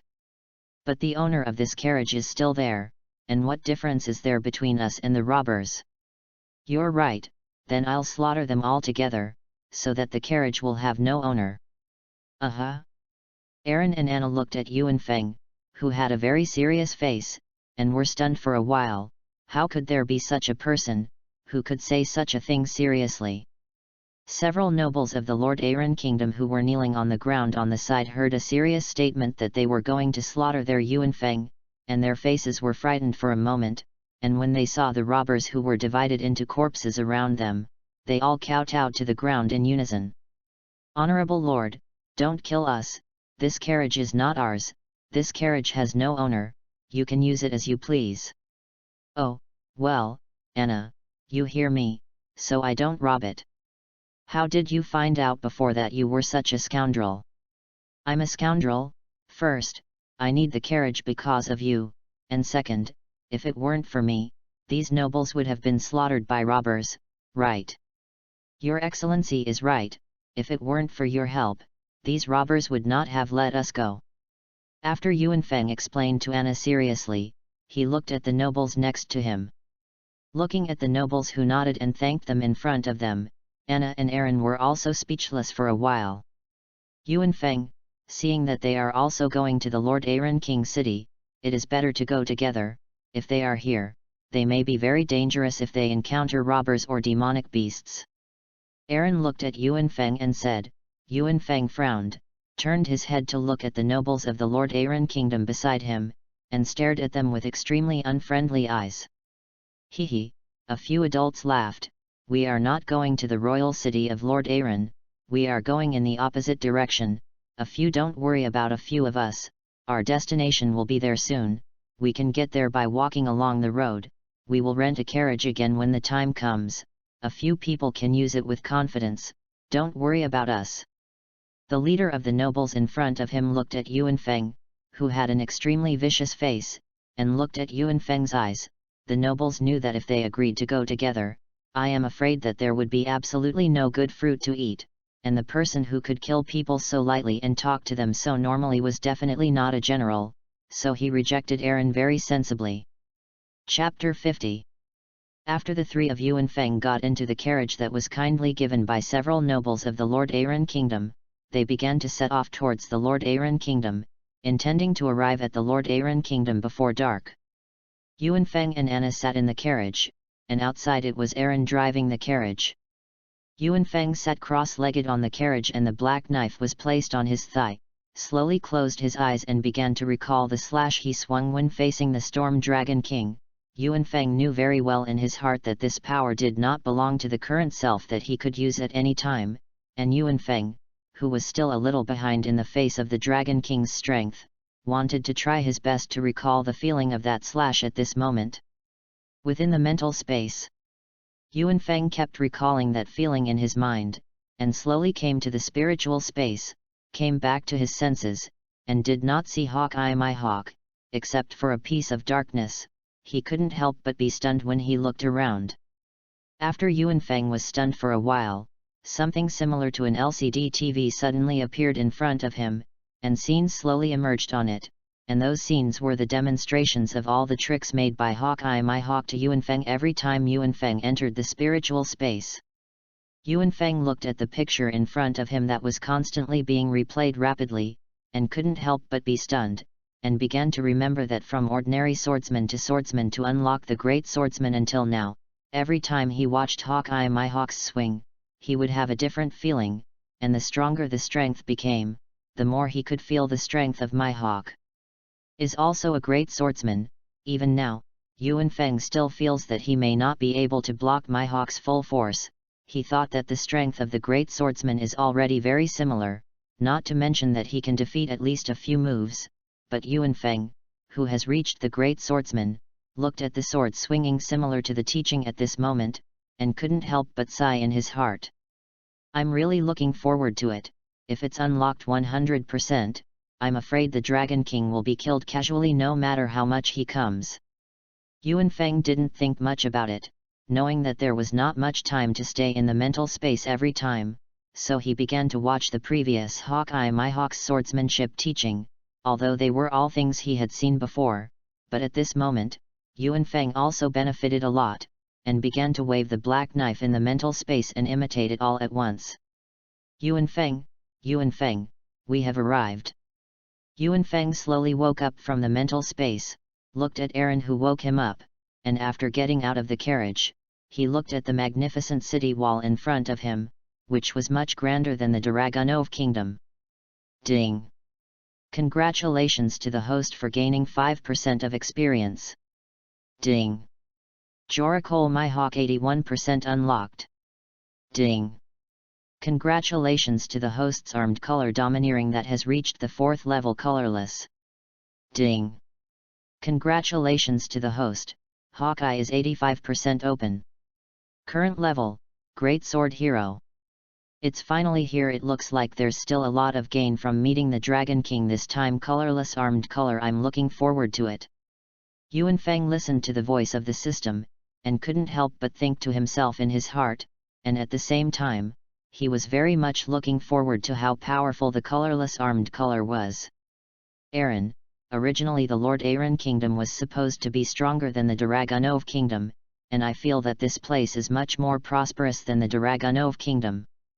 At this time, the sun had begun to set when the three of them entered the city, and the streets were all red with a ray of sunset, and the merchants and vendors on the roadside were still selling, which was indeed much more prosperous than the Dragunov Kingdom.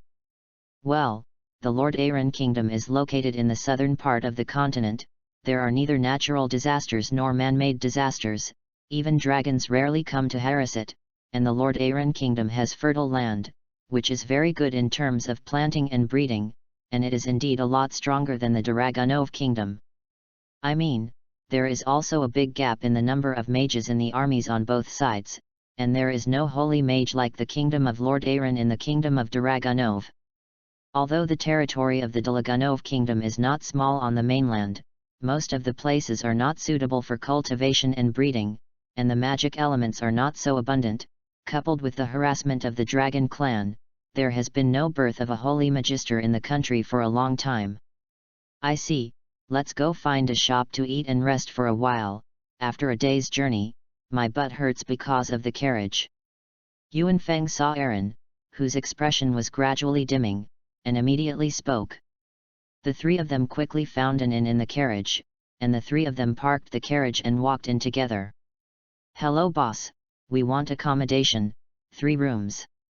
The Hatfilia family is just different, so wasteful. The boss can have 2 rooms, not 3. When Yuanfeng saw Anna in front of him, he couldn't help but want to tease her, so he immediately said to the boss. Is there a room for 2 people? Does Lord Yuanfeng want to live with Aaron? No, Anna, I'm not sharing a room with Aaron tonight. Is that me sharing a room with Irene? Anna looked at Yuanfeng who was smiling evilly in front of her and hadn't reacted yet, but Aaron next to her had already reacted, knowing that Yuan Feng was deliberately going to say this, so she didn't pay too much attention to it, but stood next to her with a smile and prepared to watch the play. "No, you don't share a room with Aaron tonight, you share a room with me, Anna."